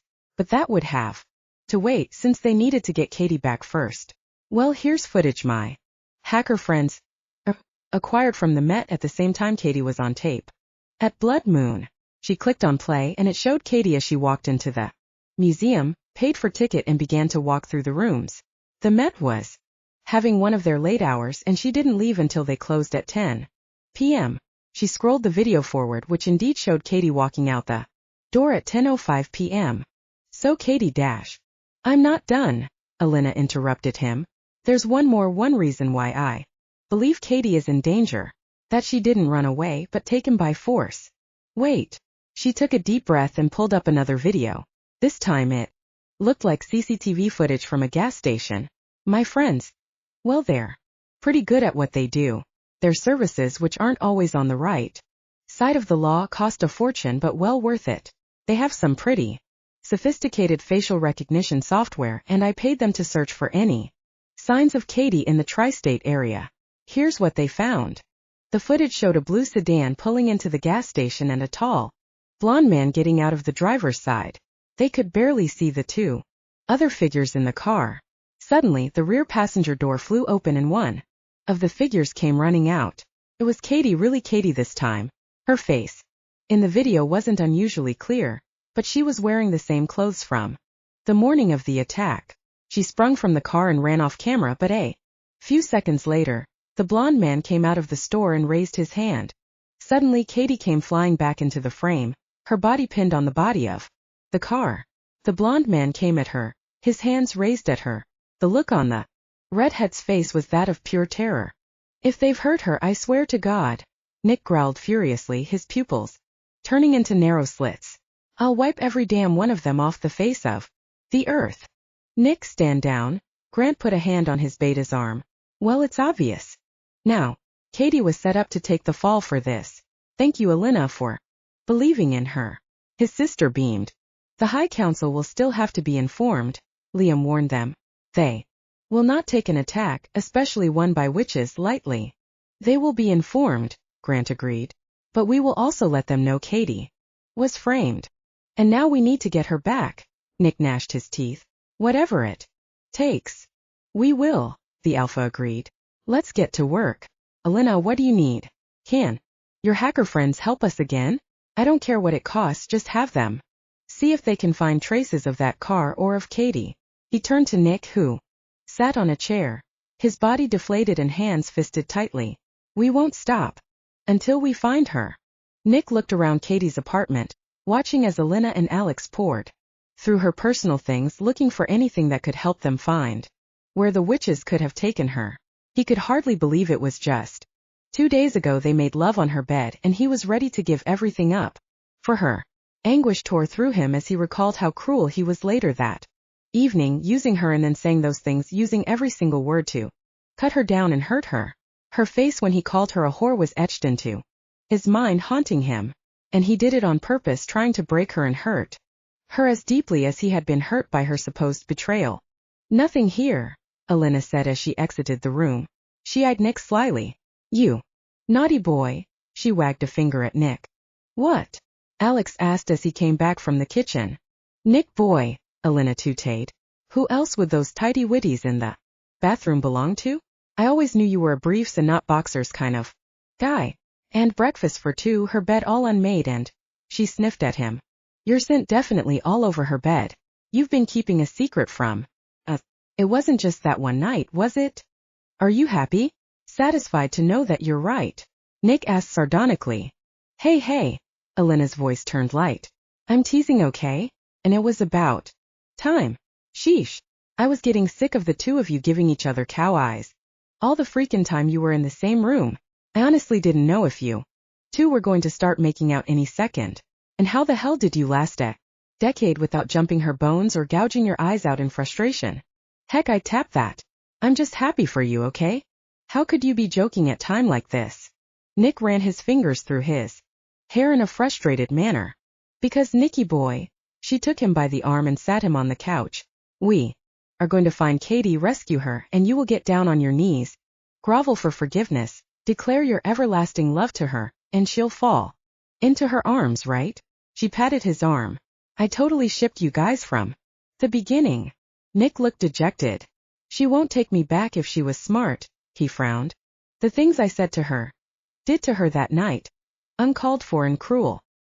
He stood up and walked over the one of the shelves of personal trinkets Cady liked. He stared at one of the pictures, the one of her and Luther at her graduation, her smile bright and her father standing proudly beside her. I appreciate the thought, Alynna, and I know we'll find her. But whether she falls into my arms is another matter. Is that the reason for your glum face? She asked. Well, I know, Cady. She'll forgive you for anything if you just ask. Right, well, he gave the place one last look. If we can't find anything here, we may as well go back to Fenrir. The trio left the apartment and back to the garage. They climbed into Nick's car and drove back to Fenrir. They went straight to Grant's office, and to their surprise there was someone waiting there. It was Vasily Vrost. Nikolai. Vasily called as soon as they entered. Where have you been? Why, haven't you been answering your phone? I've been worried sick. I was on my way to London when this happened, and then I see the news as I got there. I flew back as soon as I could. I'm sorry, grandfather. Nick hugged the older man. I've been busy. Apologies for worrying you. The older man sighed. Things like this are dangerous. I know they are. Part of your job, but if something happened to you. I'm fine, grandfather, Nick reasoned. Please. We have business to attend to, urgent business. He began to lead Vasily to the door. Nikolai, let go of me. The older Lycan jerked his hand away. I will not be ignored. You didn't like Madison, you didn't like Constanza, and now you are in danger. I insist you start courting the next eligible mate I send your way. Grandfather, Nick's voice lowered. This isn't the time. He glanced at everyone in the room. Grant, Liam, Alynna, Alex, and Dr. Cross. They stood rooted in their spots, afraid to move as they watched the scene unfold. No, now is the time. What is this business you are going about? I demand to know. We are under attack, Vasily, Grant revealed. I just got off the phone with the Lycan High Council. Attack? By whom? Witches, possibly, Alynna offered. Witches? Vasily's eyes widened. No. Yes, I'm afraid it's true, Grant said with a nod. We are under attack and they've taken one of our own. Miss Gray. They're holding her somewhere and we mean to get her back. I forbid it. Vasily shouted at his grandson. You will not risk your life and face the witches for that human. I told you to stay away from her.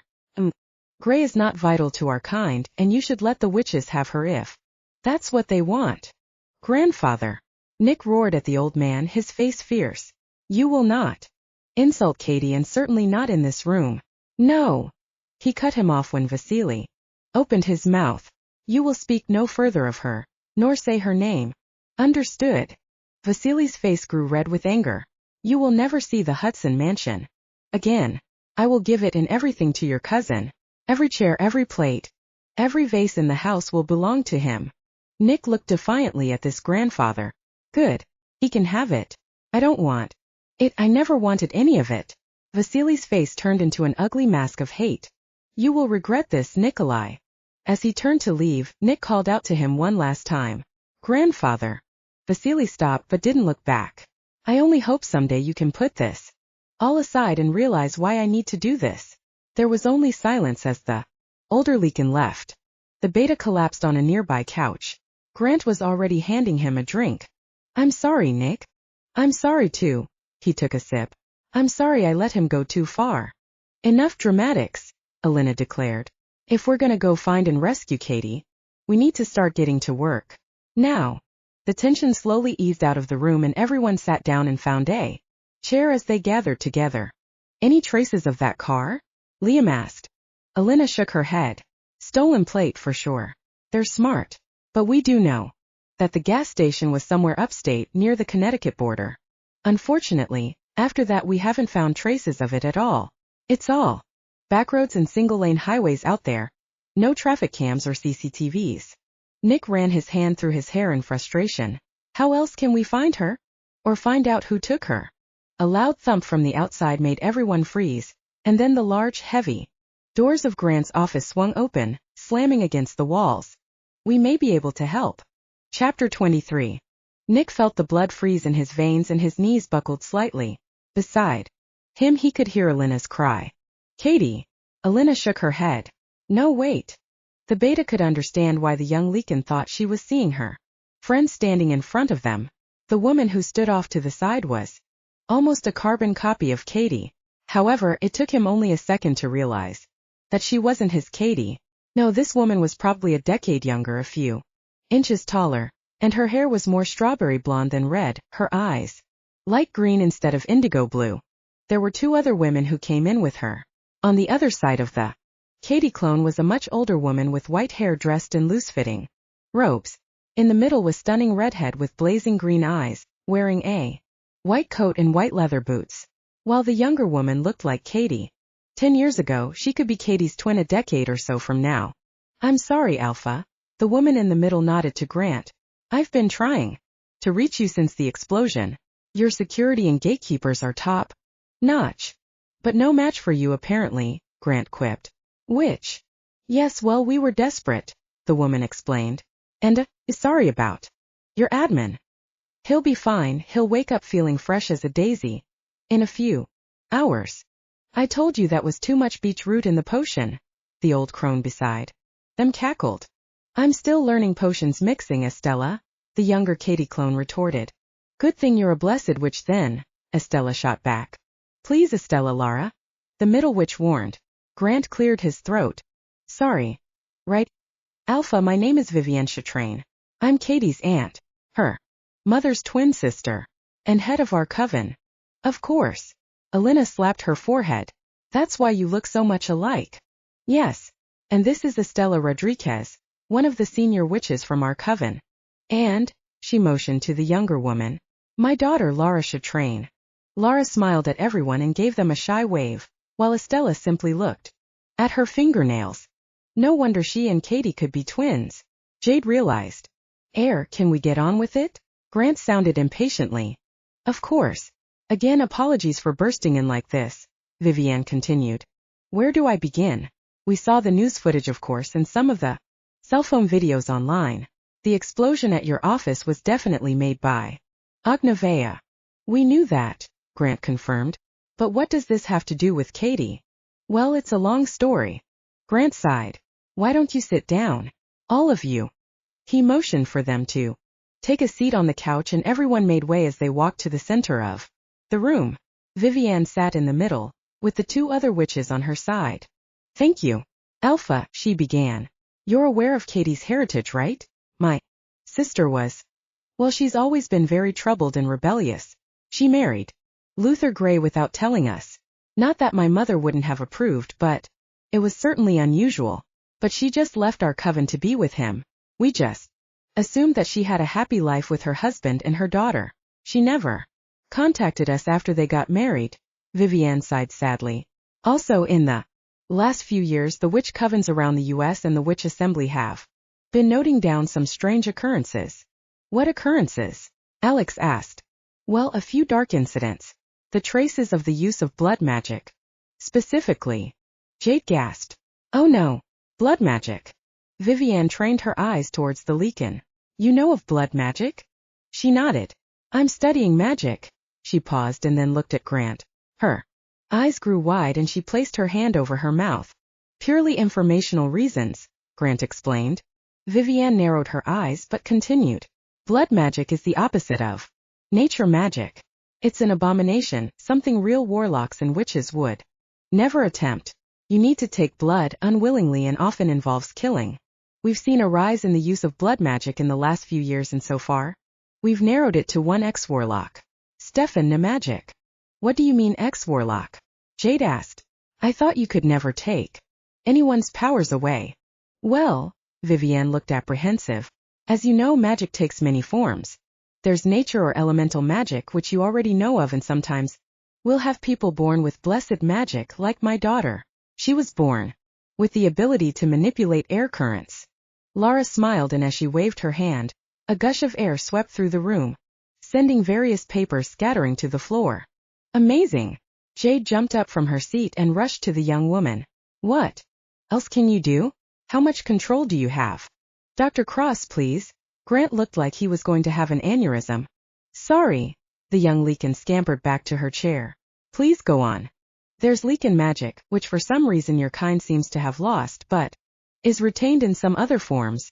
She turned to Alynna. Like when true mate children are born.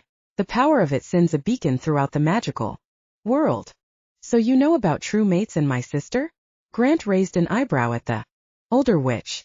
Purely informational reasons, Vivienne replied with an impish smile. Anyway, when you use blood magic, it takes its toll on you. You become something different, and you lose your humanity, and some say your soul. You also lose all connection to the rest of the magical world, becoming what we call a mage. Or in the case of Stefan, a magus or a master mage. He's the only one we know of that has reached that status, but we're quite sure he's turned a few other witches and warlocks into mages as well. Victoria too. Possibly, as we believe she's been working for him for the last 5 years, at least. How do we Lycans fit into all this? Nick asked. And what do they want with Cady? Vivienne narrowed her eyes at Nick. Her face suddenly changed, then she smiled, her eyes sparkling. Estella and Lara also looked at one another. Mother, Lara began. Later, child.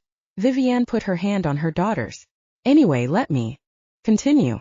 Our kind and yours have never had easy peace, but to tell you the truth, many of us now simply prefer to live our own quiet lives. Not all of us were taught to hate Lycans, but Stefan was part of a coven that always despised your kind. They see the Lycans as a threat to us, and he was obsessed with destroying all of you. We believe that when the first true mate pairing of the last generation came about, he plotted to stop it, and also the beginning of his rise to mage and magus status. There was no way he was going to let Lycans increase in numbers again. Wait, you mean? Grant's voice dropped. I'm sorry, Alpha. Vivienne nodded. He was threatened by Alynna and Alex, and as well as your father and her mother. Now that we witches have begun to connect the dots, recent evidence we uncovered suggests that he likely caused the death of your father. I knew it wasn't an accident. Grant gritted his teeth. Alynna grew pale. So the mages hate us, Grant said in a steely voice. They killed my father and tried to kill Alynna. But what about Cady? Why her? Several reasons. One was because she was so close to you. Stefan loves to play mind games, cruel as he is evil. He wanted you to believe she had betrayed you to catch you off guard and confuse you. Next, Vivienne's voice croaked slightly. This is difficult to say, but there's no other explanation. Stefan wants our bloodline. We are descended from the Fontaines, a powerful and old witch family. Victoria, myself, Lara, and Cady are the last carriers of Charlotte Fontaine's blood. They're going to take her blood? It was Alex who asked the question. If only handsome. Estella chortled and winked at Alex. The young Lycan blushed, and his wife tried to hide a smile, amused by the cheeky old witch. Vivienne cleared her throat. Not just her blood. Her bloodline. They want her children. They will make her breed as many witch and warlock children and turn them into mages as soon as they manifest any power. Nick shot to his feet. I'll kill them before they lay a hand on her, he roared. This time, Alex and Grant had to hold on to him, as his eyes began to change and the muscles underneath his skin began to shift. Nick, please calm down, Grant soothed. We will find her before they do anything. He turned to Vivienne. What do you know? How do we rescue her? Where is she?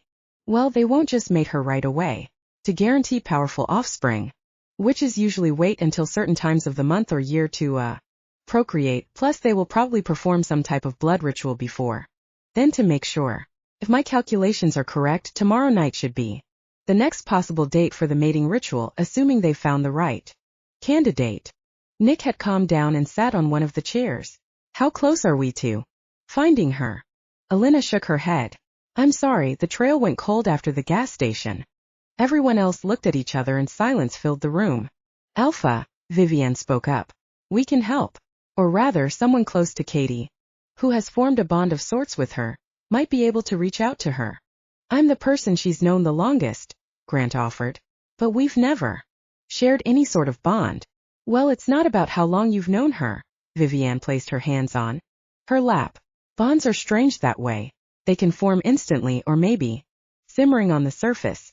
It could be something as simple as knowing how someone feels without saying it, or she looked slyly at Nick. Sharing dreams, perhaps. Nick shot to his feet. I think I can reach her through dreams. All eyes turned to him. Vivienne looked like the cat that ate the cream. Good. Beta, she looked at him, her green eyes piercing into hers. Both you and Cady must be asleep for this to work, so we'll assume that she'll go to sleep sometime before midnight. We can help ensure you do reach her in the dream state if you don't mind us performing a ritual of our own. Whatever it takes, Nick answered. If it means getting her back. Cady was lying in the most amazingly soft bed, the linen soft and smooth. Cady, a voice called her. Cady, please. She opened one eye. She smiled as Nick's handsome face looked down at her. He was sitting on the bed. Nick, where did you go? She stretched and yawned. Come to bed, make love to me, she purred. Later, love, he said, stroking the side of her face. I want to. Promise I will, but I need you to tell me where you are. She sat up and looked around her. I'm at home, of course, she smiled dreamily. Everything was beautiful and perfect and white. This is our home. The way I've always imagined it to be. Isn't it perfect? Yes, Cady. He touched her cautiously, as if he was afraid she would vanish. But you need to tell me where they took you. Them. Her eyes suddenly cleared. She looked at Nick and then scrambled to the edge of the bed away from him. You, she hissed. Cady, love. I'm so sorry for all the things I said. If I could take them back. But you can't, she shouted at him. I never want to see you again. Those things you called me. Tears began to fall down her cheeks. I swear I will make it up to you. Or leave you alone if that's what you want. But only after we rescue you.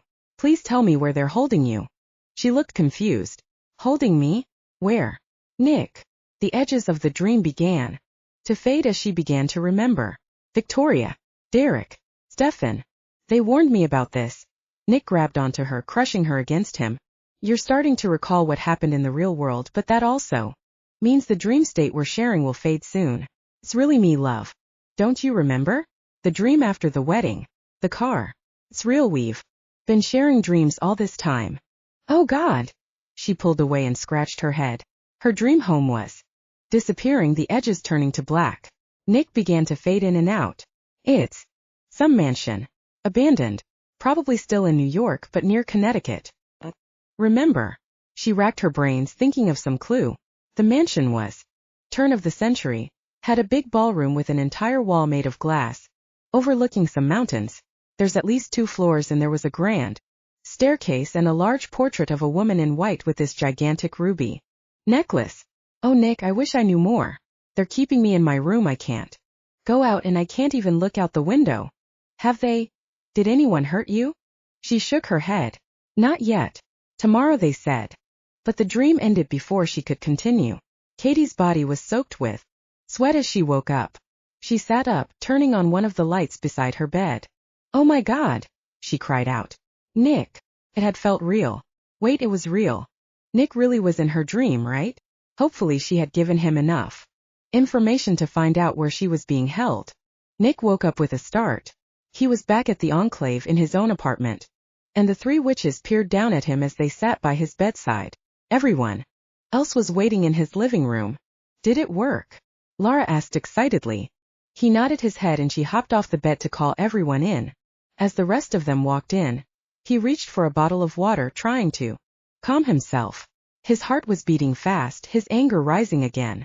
It was his wolf wanting to be released. He had never felt like this before. She's unharmed for now.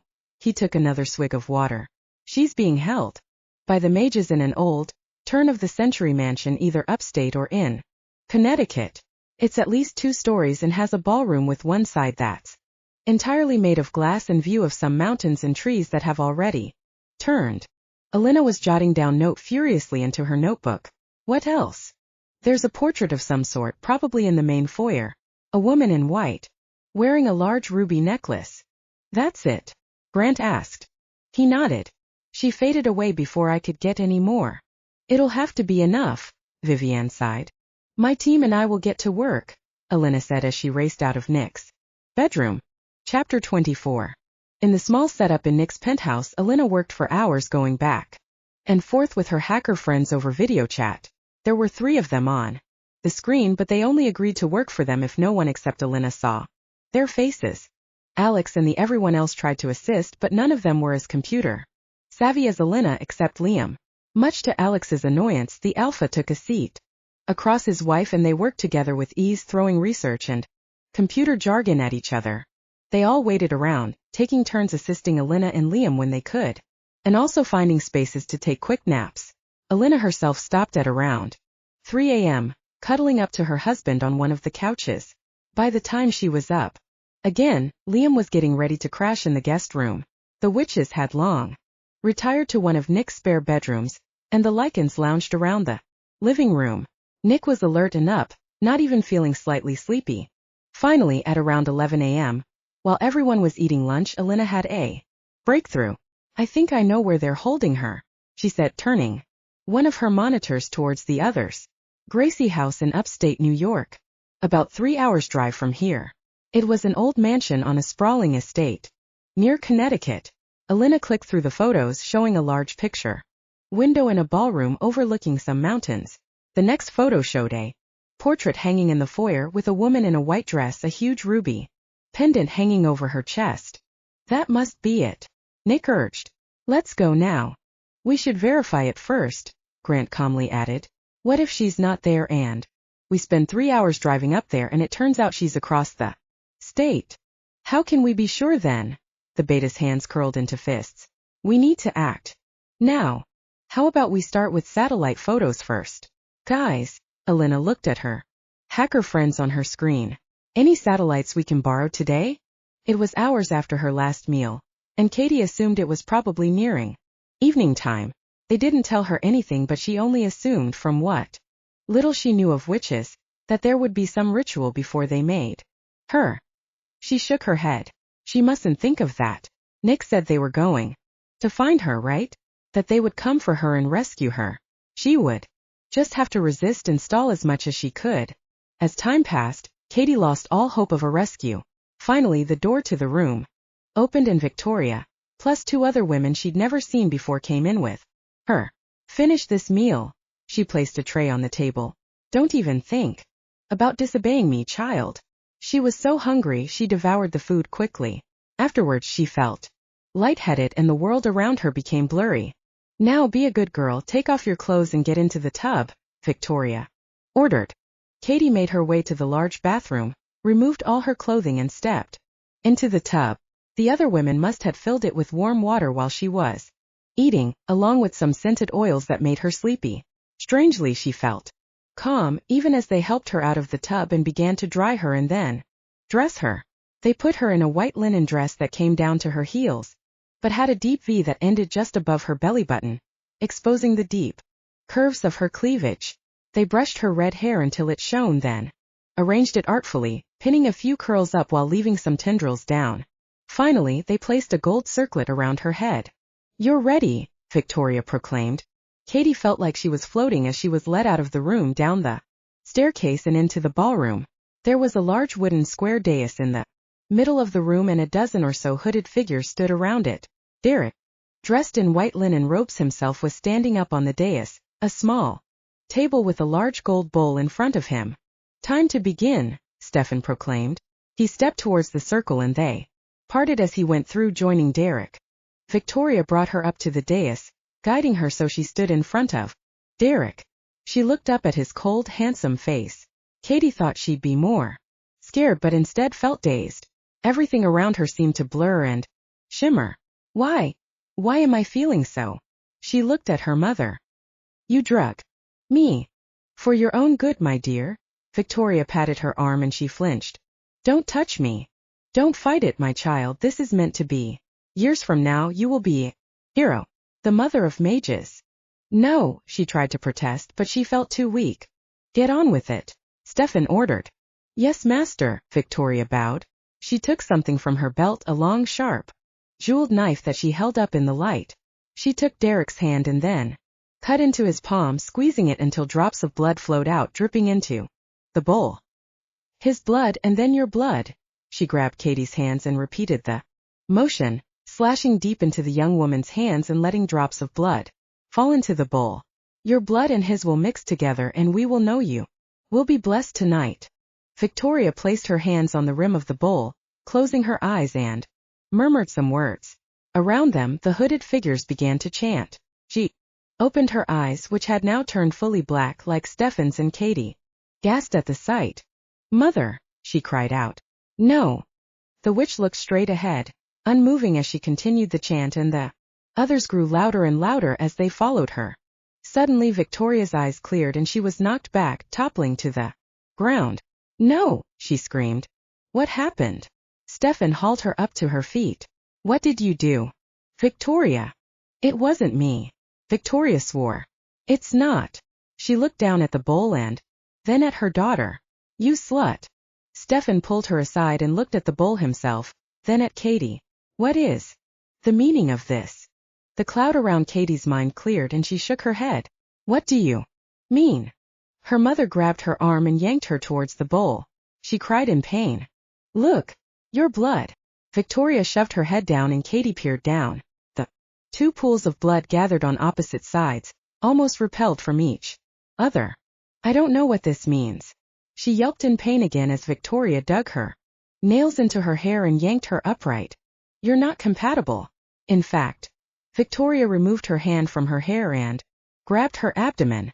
Her eyes grew wide. You're already carrying a child. Stefan roared, sending the house shaking. You slut. You whore. Victoria screamed at her daughter as she dragged Cady out of the ballroom. She shoved her against the wall. Did you know you were pregnant? No, obviously not. A loud crash came from the ballroom. Cady felt the wind knocked out of her and her first instinct was to place her hand on her belly. How can you be sure? She asked. She can't have been more than 2 weeks pregnant. Oh God, was it the night of the blood moon? I took precautions. The morning after pills, she took them as soon as she could. Was she too late? Not good enough, I guess. Magic doesn't lie, your blood wouldn't mix with Derek's because you're already pregnant. Her mother spat. Who is it? Is it that alpha? You dare let a Lycan defile you and put a pup inside you? Oh my God. A child. A baby. Nick's baby. A rush of emotions went through her. She had to escape, do everything she could to protect it. No, she denied. It was a human lover, someone I met at a bar.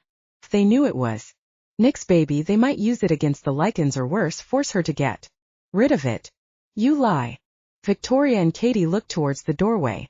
Derek stood there, his arms crossed. It's the beta's child, isn't it? You lay with him just before we arrived at the hotel. You've been with him for a while now. No, she protested. It's not his. I've had dozens of human lovers, it could be any one of them. Derek walked to her and peered down at her. Oh no, little one, another lie. You've only been with him.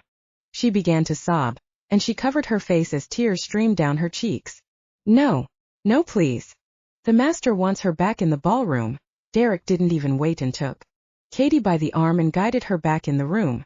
The ballroom was empty, though the wooden dais lay in the corner, smashed to pieces. Stefan stood in the middle, his arms crossed. Bring the filthy Lycan whore here. I will take care of her. He pointed a finger at her.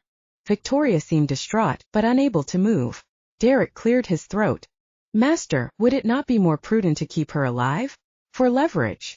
Stefan put his hand down. What do you mean? If she does carry the spawn of the Lycans as beta, we can use her as leverage. No, she protested. And Nick, he won't want me or the baby. He hates witches. His parents were killed by witches and he'll never recognize any child we had. His grandfather would disown him. Stefan looked from Cady to Derek. You're sure she's carrying the Lycan's child? I can't be sure until we see the child, but what would we lose if we waited? Derek shrugged his shoulders. We're already prepared to house her here until a child comes. Besides, it's early yet, we may still be rid of the child. Cady gasped at his callousness. You son of bitch, she cursed. Stefan looked thoughtful. Take her away for now and let me think on this. Yes, master. Derek bowed his head. He made a motion to grab Cady but stopped as a loud crash came from outside. What was that? Victoria whipped around. Master. One of the mages wearing a hood rushed into the ballroom, shutting the door behind him and bracing against it. They're here. Who? Stefan asked angrily. The Lycans. And they've brought witches. The mage cowered, then was thrown towards the wall as the doors flew open. Chapter 25. Stefan. Vivienne shouted as she entered the ballroom. Lara followed behind her and the Lycan force filed in. Grant, Nick, Liam, Alex and Alynna stood behind the two witches as Lara waved her hand, the door slamming shut behind them. Witch!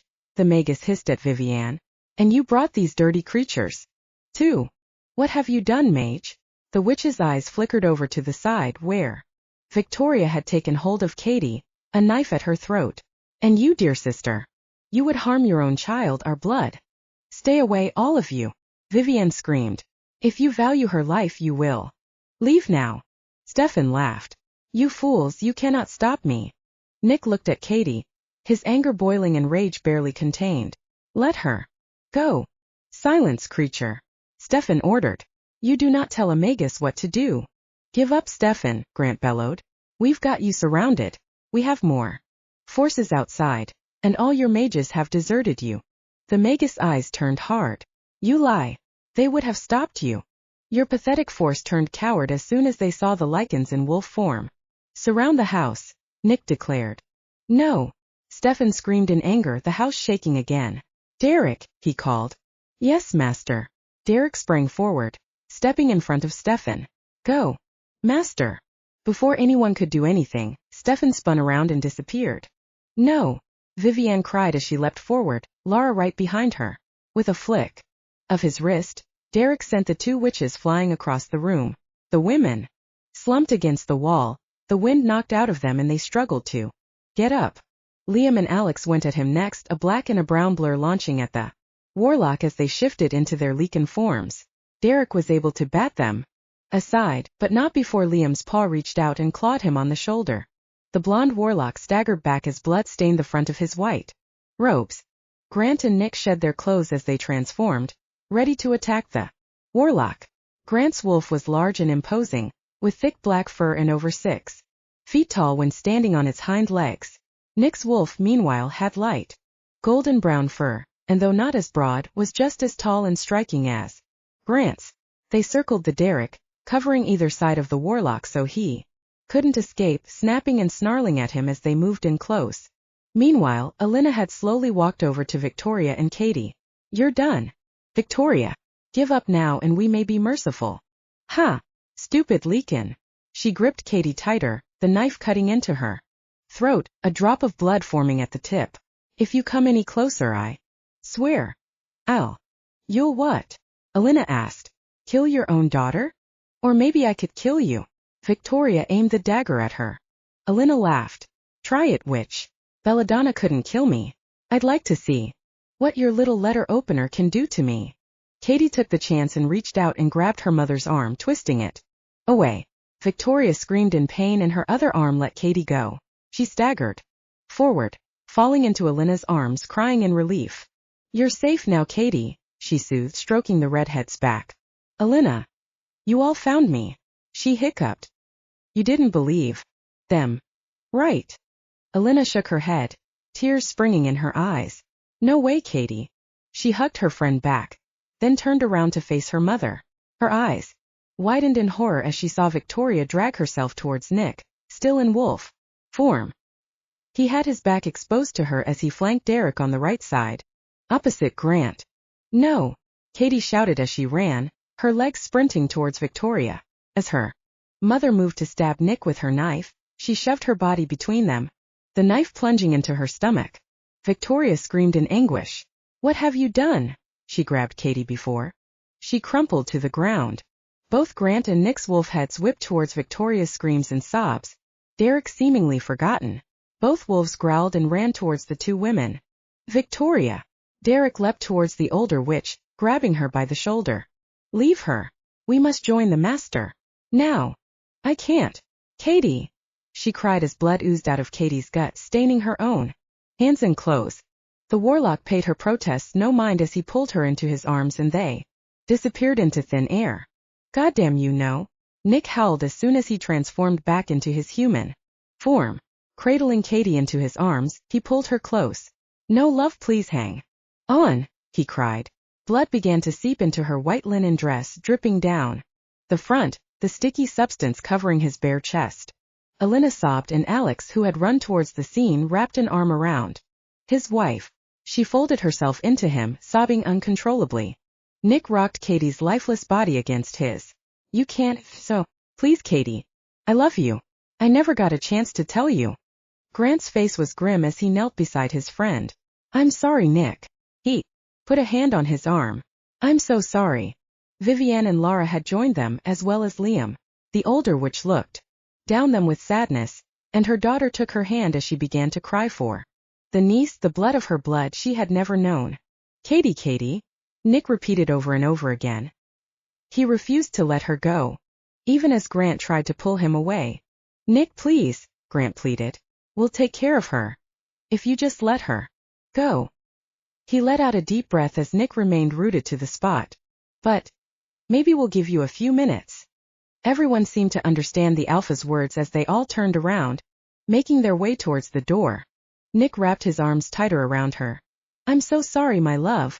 His anguished words echoed in the room. "I'm so sorry. For not believing you. For not telling you sooner. How much I love you, and I always have since that first moment I saw you." A loud gasping sound suddenly filled the room. The Lycans and the witches looked at each other in surprise, then sprang back towards the couple. Nick scrambled away as Cady's body convulsed, and she sat up, coughing and gasping for air. He knelt in front of her, stunned as Cady parted the front of her dress. Though covered with blood, the skin under her ribcage was completely healed. "Nick!" She looked at the Lycan kneeling across from her. "Why are you naked?" She looked around and her cheeks grew pink. "Oh my God, you're all naked." Nick half laughed and half sobbed as he pulled her towards him and kissed her fiercely on the lips, tasting her as if he'd never get a chance to kiss her again. Cady squeaked in surprise but moaned as he continued to devour her lips. A cough interrupted them and the couple looked up at the others, watching them. Alynna and Alex were grinning at them. Grant looked relieved while Liam and Lara seemed embarrassed, both of them suddenly finding the moldings on the wall interesting. Vivienne, meanwhile, had a knowing look on her face. "What are... Oh my God." Cady looked at her mother's twin. "You're Vivienne Chatrain," she introduced herself. "I'm Victoria's twin sister. Your aunt." Cady's eyes swung to the other redhead. "And you?" "I'm your cousin, Lara." With Nick's help, Cady stood up and then walked towards mother and daughter. "You're my family," she declared. "Yes," Vivienne smiled, her eyes shining with tears. "We are your family." "Hold on, this is great, but..." Alynna interrupted. "Cady, what happened? Are you really a witch? Do you have magical resurrection powers?" "I thought this would be quite obvious, especially to you." Vivienne looked at the young Lycan woman. "Cady and Nick are true mates. And she's carrying his child, and now nothing can harm her." Nick turned to Cady, his face in shock. She smiled and nodded and he hugged her to him.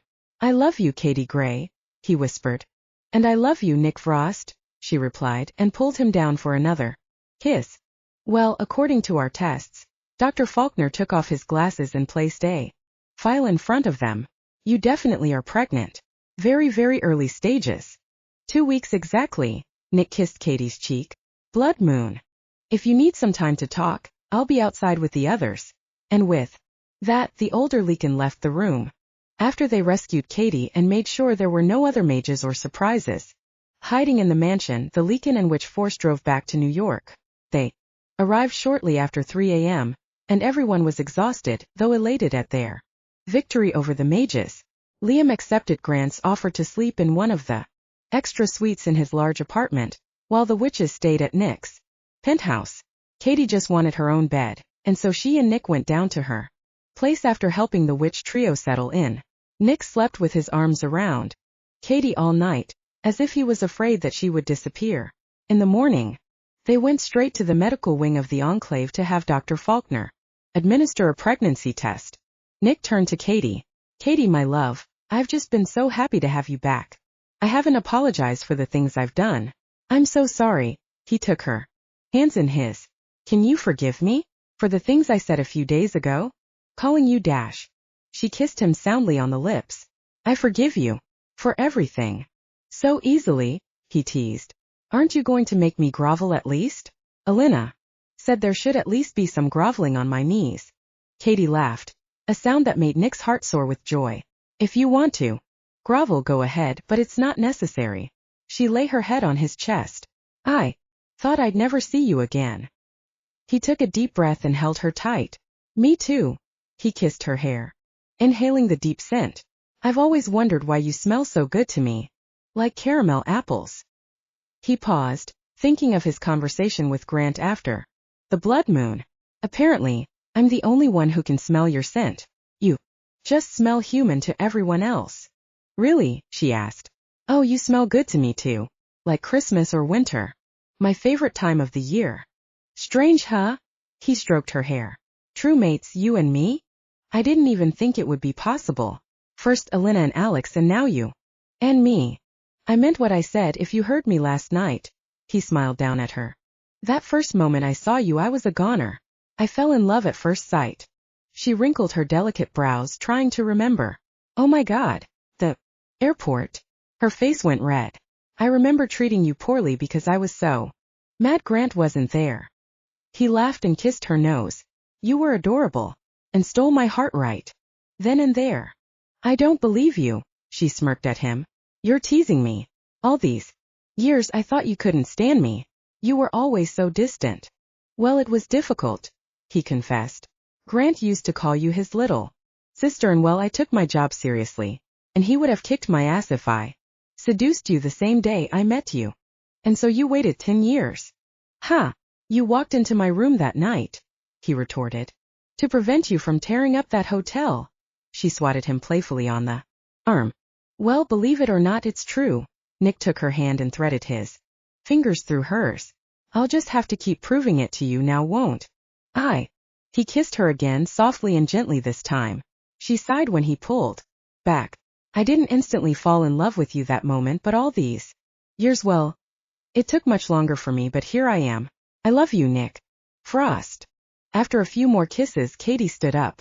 Come on, let's go and join everyone. She turned towards the door, but felt a tug on her hand. When she looked back, Nick was down on one knee. I said you didn't have to grovel. The blonde Lycan smiled up at her and took something out of his pocket. She gasped. What? Cady Elise Gray, love of my life, my true mate, and future mother of my pups. Will you marry me? Her jaw dropped, and it wasn't just because of the huge rock sparkling in front of her. How did you? It was my mother's, he explained. I took it out of the safe before we came. To get you. Just in case. Just in case. Just in case you maybe hit your head and got amnesia when insane, or got hit with confusion potion and agreed to take me back. He said sheepishly and pushed the ring closer to her. I mean, I knew it was a small chance you would forgive me, but still. What do you say, Cady? Yes. She choked as he slipped the ring on her finger. Yes. Always. After a few minutes, the couple went out to the waiting room where everyone was waiting for news, including Estella and Jade, who had stayed behind in Manhattan during the attack. The raid on the mage lair was relatively easy, with Nick bringing most of his security forces as backup. Aside from one minor injury, everyone was safe and unharmed.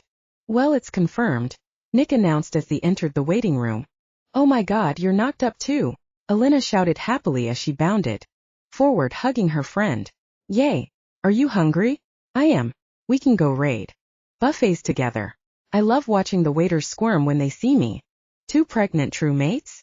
Alex slapped his forehead dramatically and looked at Nick. Hope you're ready to have your food budget go up. Alynna punched her husband on the arm playfully. And, holy smoking cracker jacks. Alynna took Cady's left hand and held it up to the light. I hope you have an armed guard for that thing. Cady blushed. And Nick put an arm around his new fiancée. There was some excitement and confusion, but when everyone realized what was happening, they all came forward to offer their congratulations to the happy couple. Wait a minute. Alynna looked at Vivian. You knew, didn't you? About them being true mates? I saw you looking strangely at Nick. I knew that Nick had a special bond with my niece. The witch smiled mysteriously at Nick. We all felt it. She motioned to the other witches. But how? Nick asked. Well, most magic is connected in some way, Vivian explained. When major events happen in the magical world, it sends a kind of shockwave sometimes. Small, sometimes big. I felt this major shift about a month ago. Think it was when your bond as true mates began to form. She looked at Nick and Cady. The wedding, Cady remembered and looked at her mate. You asked me to dance. It was the first time we ever touched. Nick nodded. Yes, and after that night we started sharing dreams. What kind of dreams? Jade asked in a curious voice. Cady blushed and Nick grinned. Nothing we can share, unfortunately, Dr. Cross. At least not in polite society. Jade herself turned red when she realized what he meant. I felt a magical shockwave once before, Vivian continued. Over 21 years ago when you were born. She looked at Alynna. The magic of true mates is quite distinct, I can tell you that. Nick and Cady finding each other, though. That's what brought me here. You see, when Victoria began her transformation into a mage, one of the effects is that she severed her connection to the rest of the magical world. Nature magic and blood magic are incompatible after all. I lost all connection to her about 5 years ago, she said with sad eyes. But the moment the two of you touched, I felt a new connection to you, Cady. You are the blood of my blood, after all.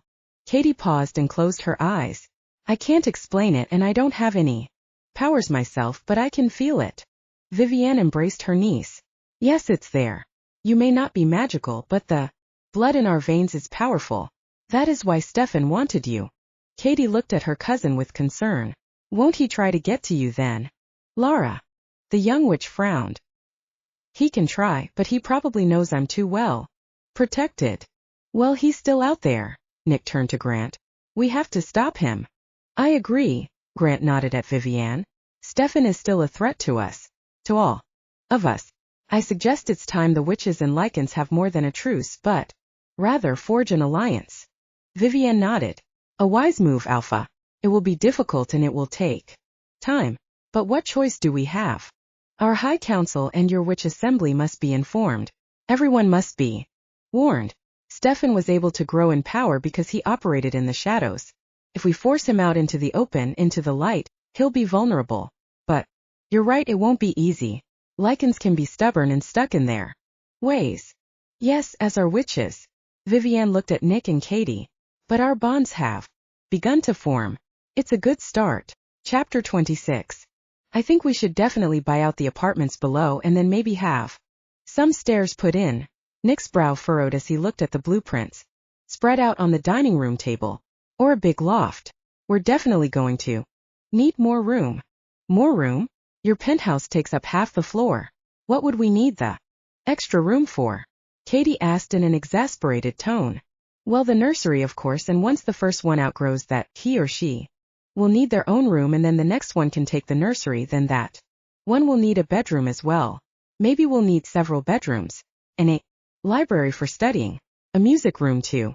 My grandmother was an amazing piano player. I'm sure 1 or 2 of our children will inherit that. Exactly how many babies do you think true mates can have? I don't know, but we'll have to try for as many as possible. Nick gave her a lascivious smile. For the good of the species, right? She smirked. Of course. For the good of the species. We'll have to try real hard then. Nick gave a growl and stood up, then took her hand. Come on, and we need some practice. Let's take a break. Oh no, mister. She swatted his hand away. You said we'd do some wedding planning after looking at the blueprints. Nick groaned. Let's elope, please. Grant will let us borrow the jet. How about Vegas? Or Paris? Cady laughed. Don't make me sick Callista on you.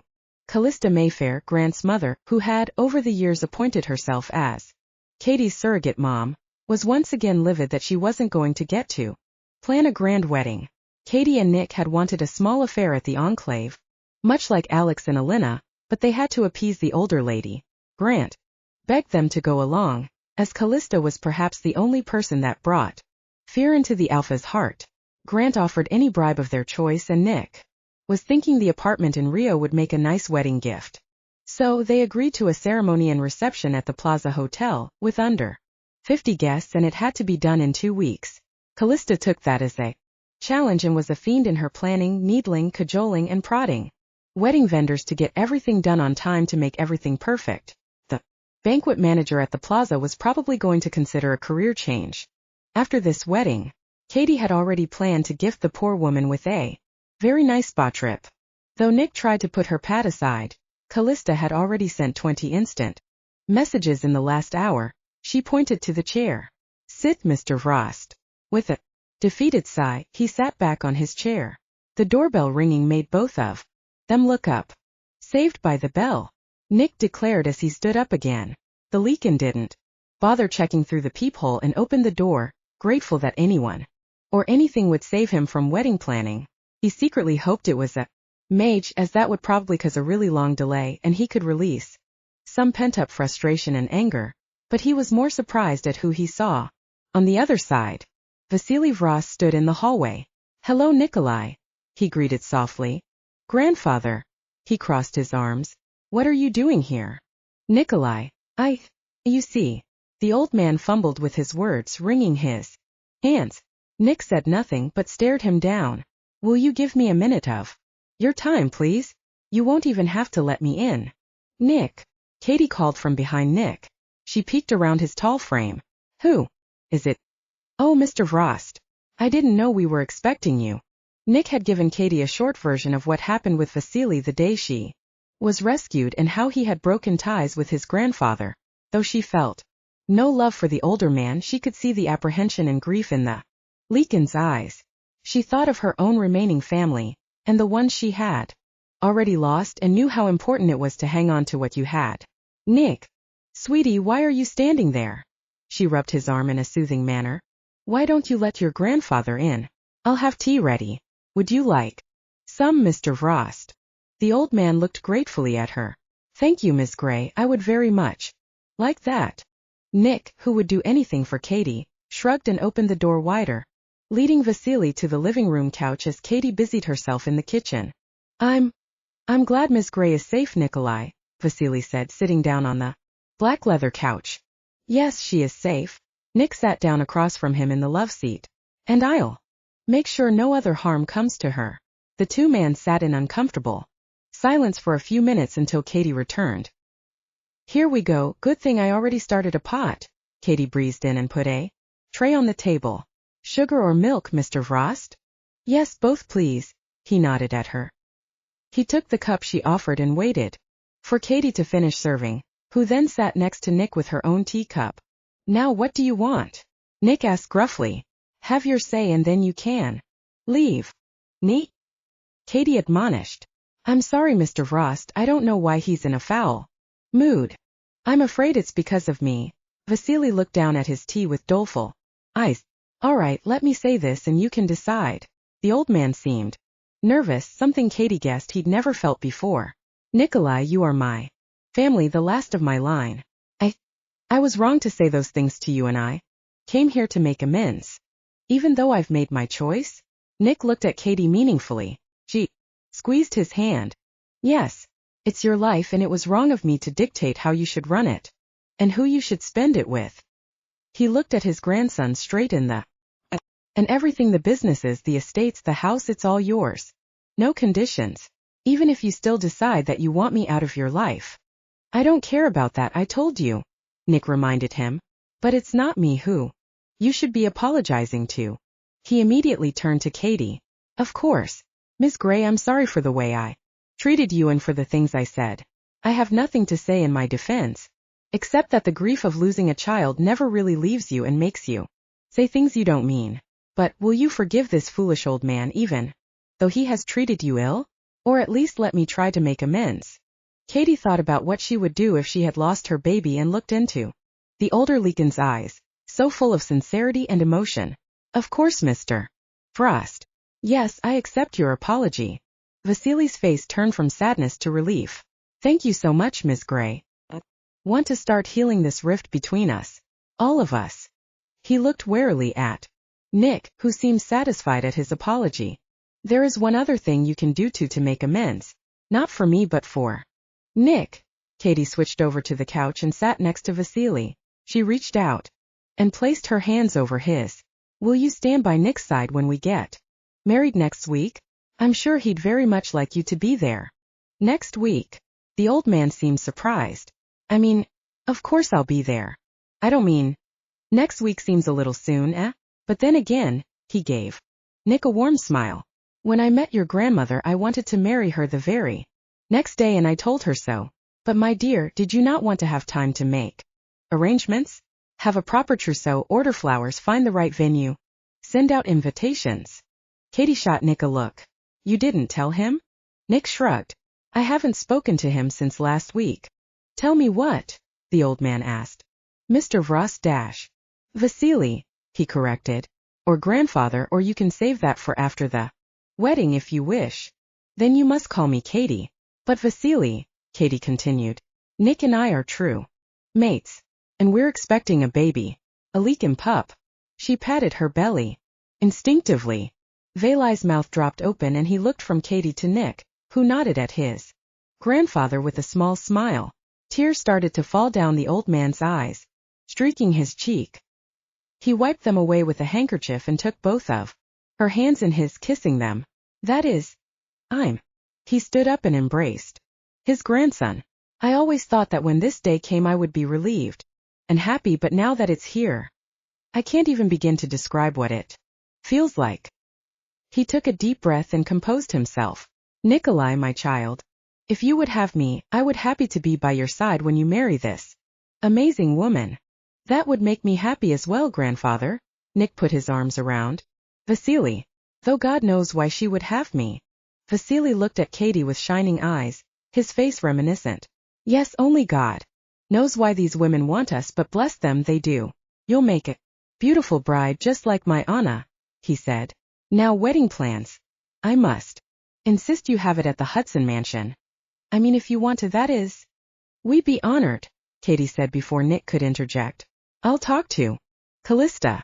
She's been fighting the plaza coordinators all day. Believe me, she'll be over the moon. And we don't have to pay for therapy for their banquet manager. Good. Now your pup. Do you have a doctor? Are you talking vitamins? When is your next appointment? And what about your nursery? You can't be raising a child in a place like this. Vasily looked around. This is good enough for a bachelor, but look at these sharp edges. All this glass. Not good for the baby. Grandfather, the baby's not going to be walking anytime soon. Nick slapped his hand on his forehead. But it's never too early. Vasily stood up and looked around Nick's apartment, carefully examining anything that could harm a baby. Actually, we're making renovation plans. Cady took the blueprints from the table. Would you like to see them, Vasily? And I suppose we'll have to make another addition. A larger guest room so great-grandfather can visit anytime. Vasily's face lit up even more. And then maybe in a few years when more pups have arrived, you'll just have to move into the Hudson Mansion. We'll get you both a chopper so you can get to work on time and be back by supper. Cady laughed. Sounds like a plan. Now Nick thinks that this wall should go down, but I said. Nick watched his grandfather and future wife pore over the plans in his heart. Soared. The two of them talked excitedly about the blueprints and, much to his relief, forgotten about wedding planning, and he joined them as they sat at the table making notes on the blueprints. Epilogue. It seemed like it was just yesterday the New York clan was celebrating a wedding, and now they were having another one. The Vrost Hudson Mansion and the river provided a beautiful backdrop to Nick and Cady's wedding. Callista Mayfair had taken up residence in the Hudson Mansion as soon as possible, making sure every detail was perfect. She also found an unlikely ally and assistant in Garrett, the Vrost's faithful butler, who was just as ruthless as the Lycan lady in making sure all the arrangements were suitable and perfect. He also supervised the dinner service, inspecting everything to ensure every piece of silver was perfectly polished and every table napkin was pressed and folded. When the day of the actual wedding came, some people thought Callista and Garrett probably controlled the weather too, as even Mother Nature seemed to cooperate with them, providing a crisp and clear day with no sign of rain. Clouds. The lawn was bursting with the gorgeous reds, oranges and yellow of fall. 2 groups of white chairs in rows of 10 were set up on the massive space, and an aisle covered in a rust-colored rug ran down the middle. At the end was a beautiful fall-themed trellis made of fir branches, pine cones and apples, swathed with caramel-colored ribbons.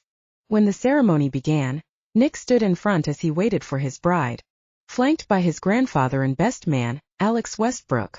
As the music started, the lone bridesmaid, Alynna Chase, walked down the aisle, followed by the maid of honor, Alynna Chase Westbrook, both of them wearing rust-colored gowns.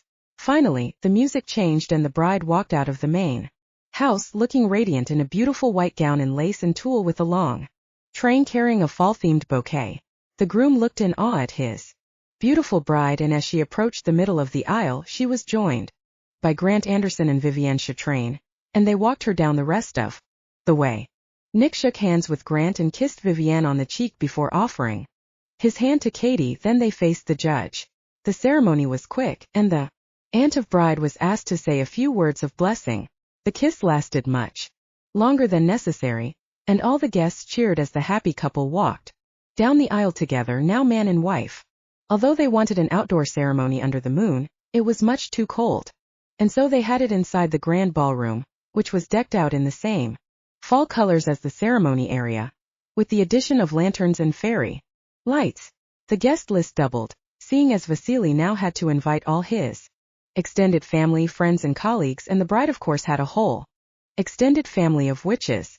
Nick and Cady opened the dance floor, impressing everyone with their dance moves, though the bride had to give most of the credit to her groom. They danced 2 more songs together and switched to other partners, Cady dancing with Grant, then Vasily, and finally Alex before she was back in her new husband's arms. Nick himself had danced with Alynna, Vivienne, and Nurse Ellen, who was one of their special guests. Although Cady wasn't been able to visit Mercy Hospital since she was discharged, she personally delivered the invitation to her former nurse, who was thrilled that Nick had finally popped the question. "Aren't you glad we didn't elope?"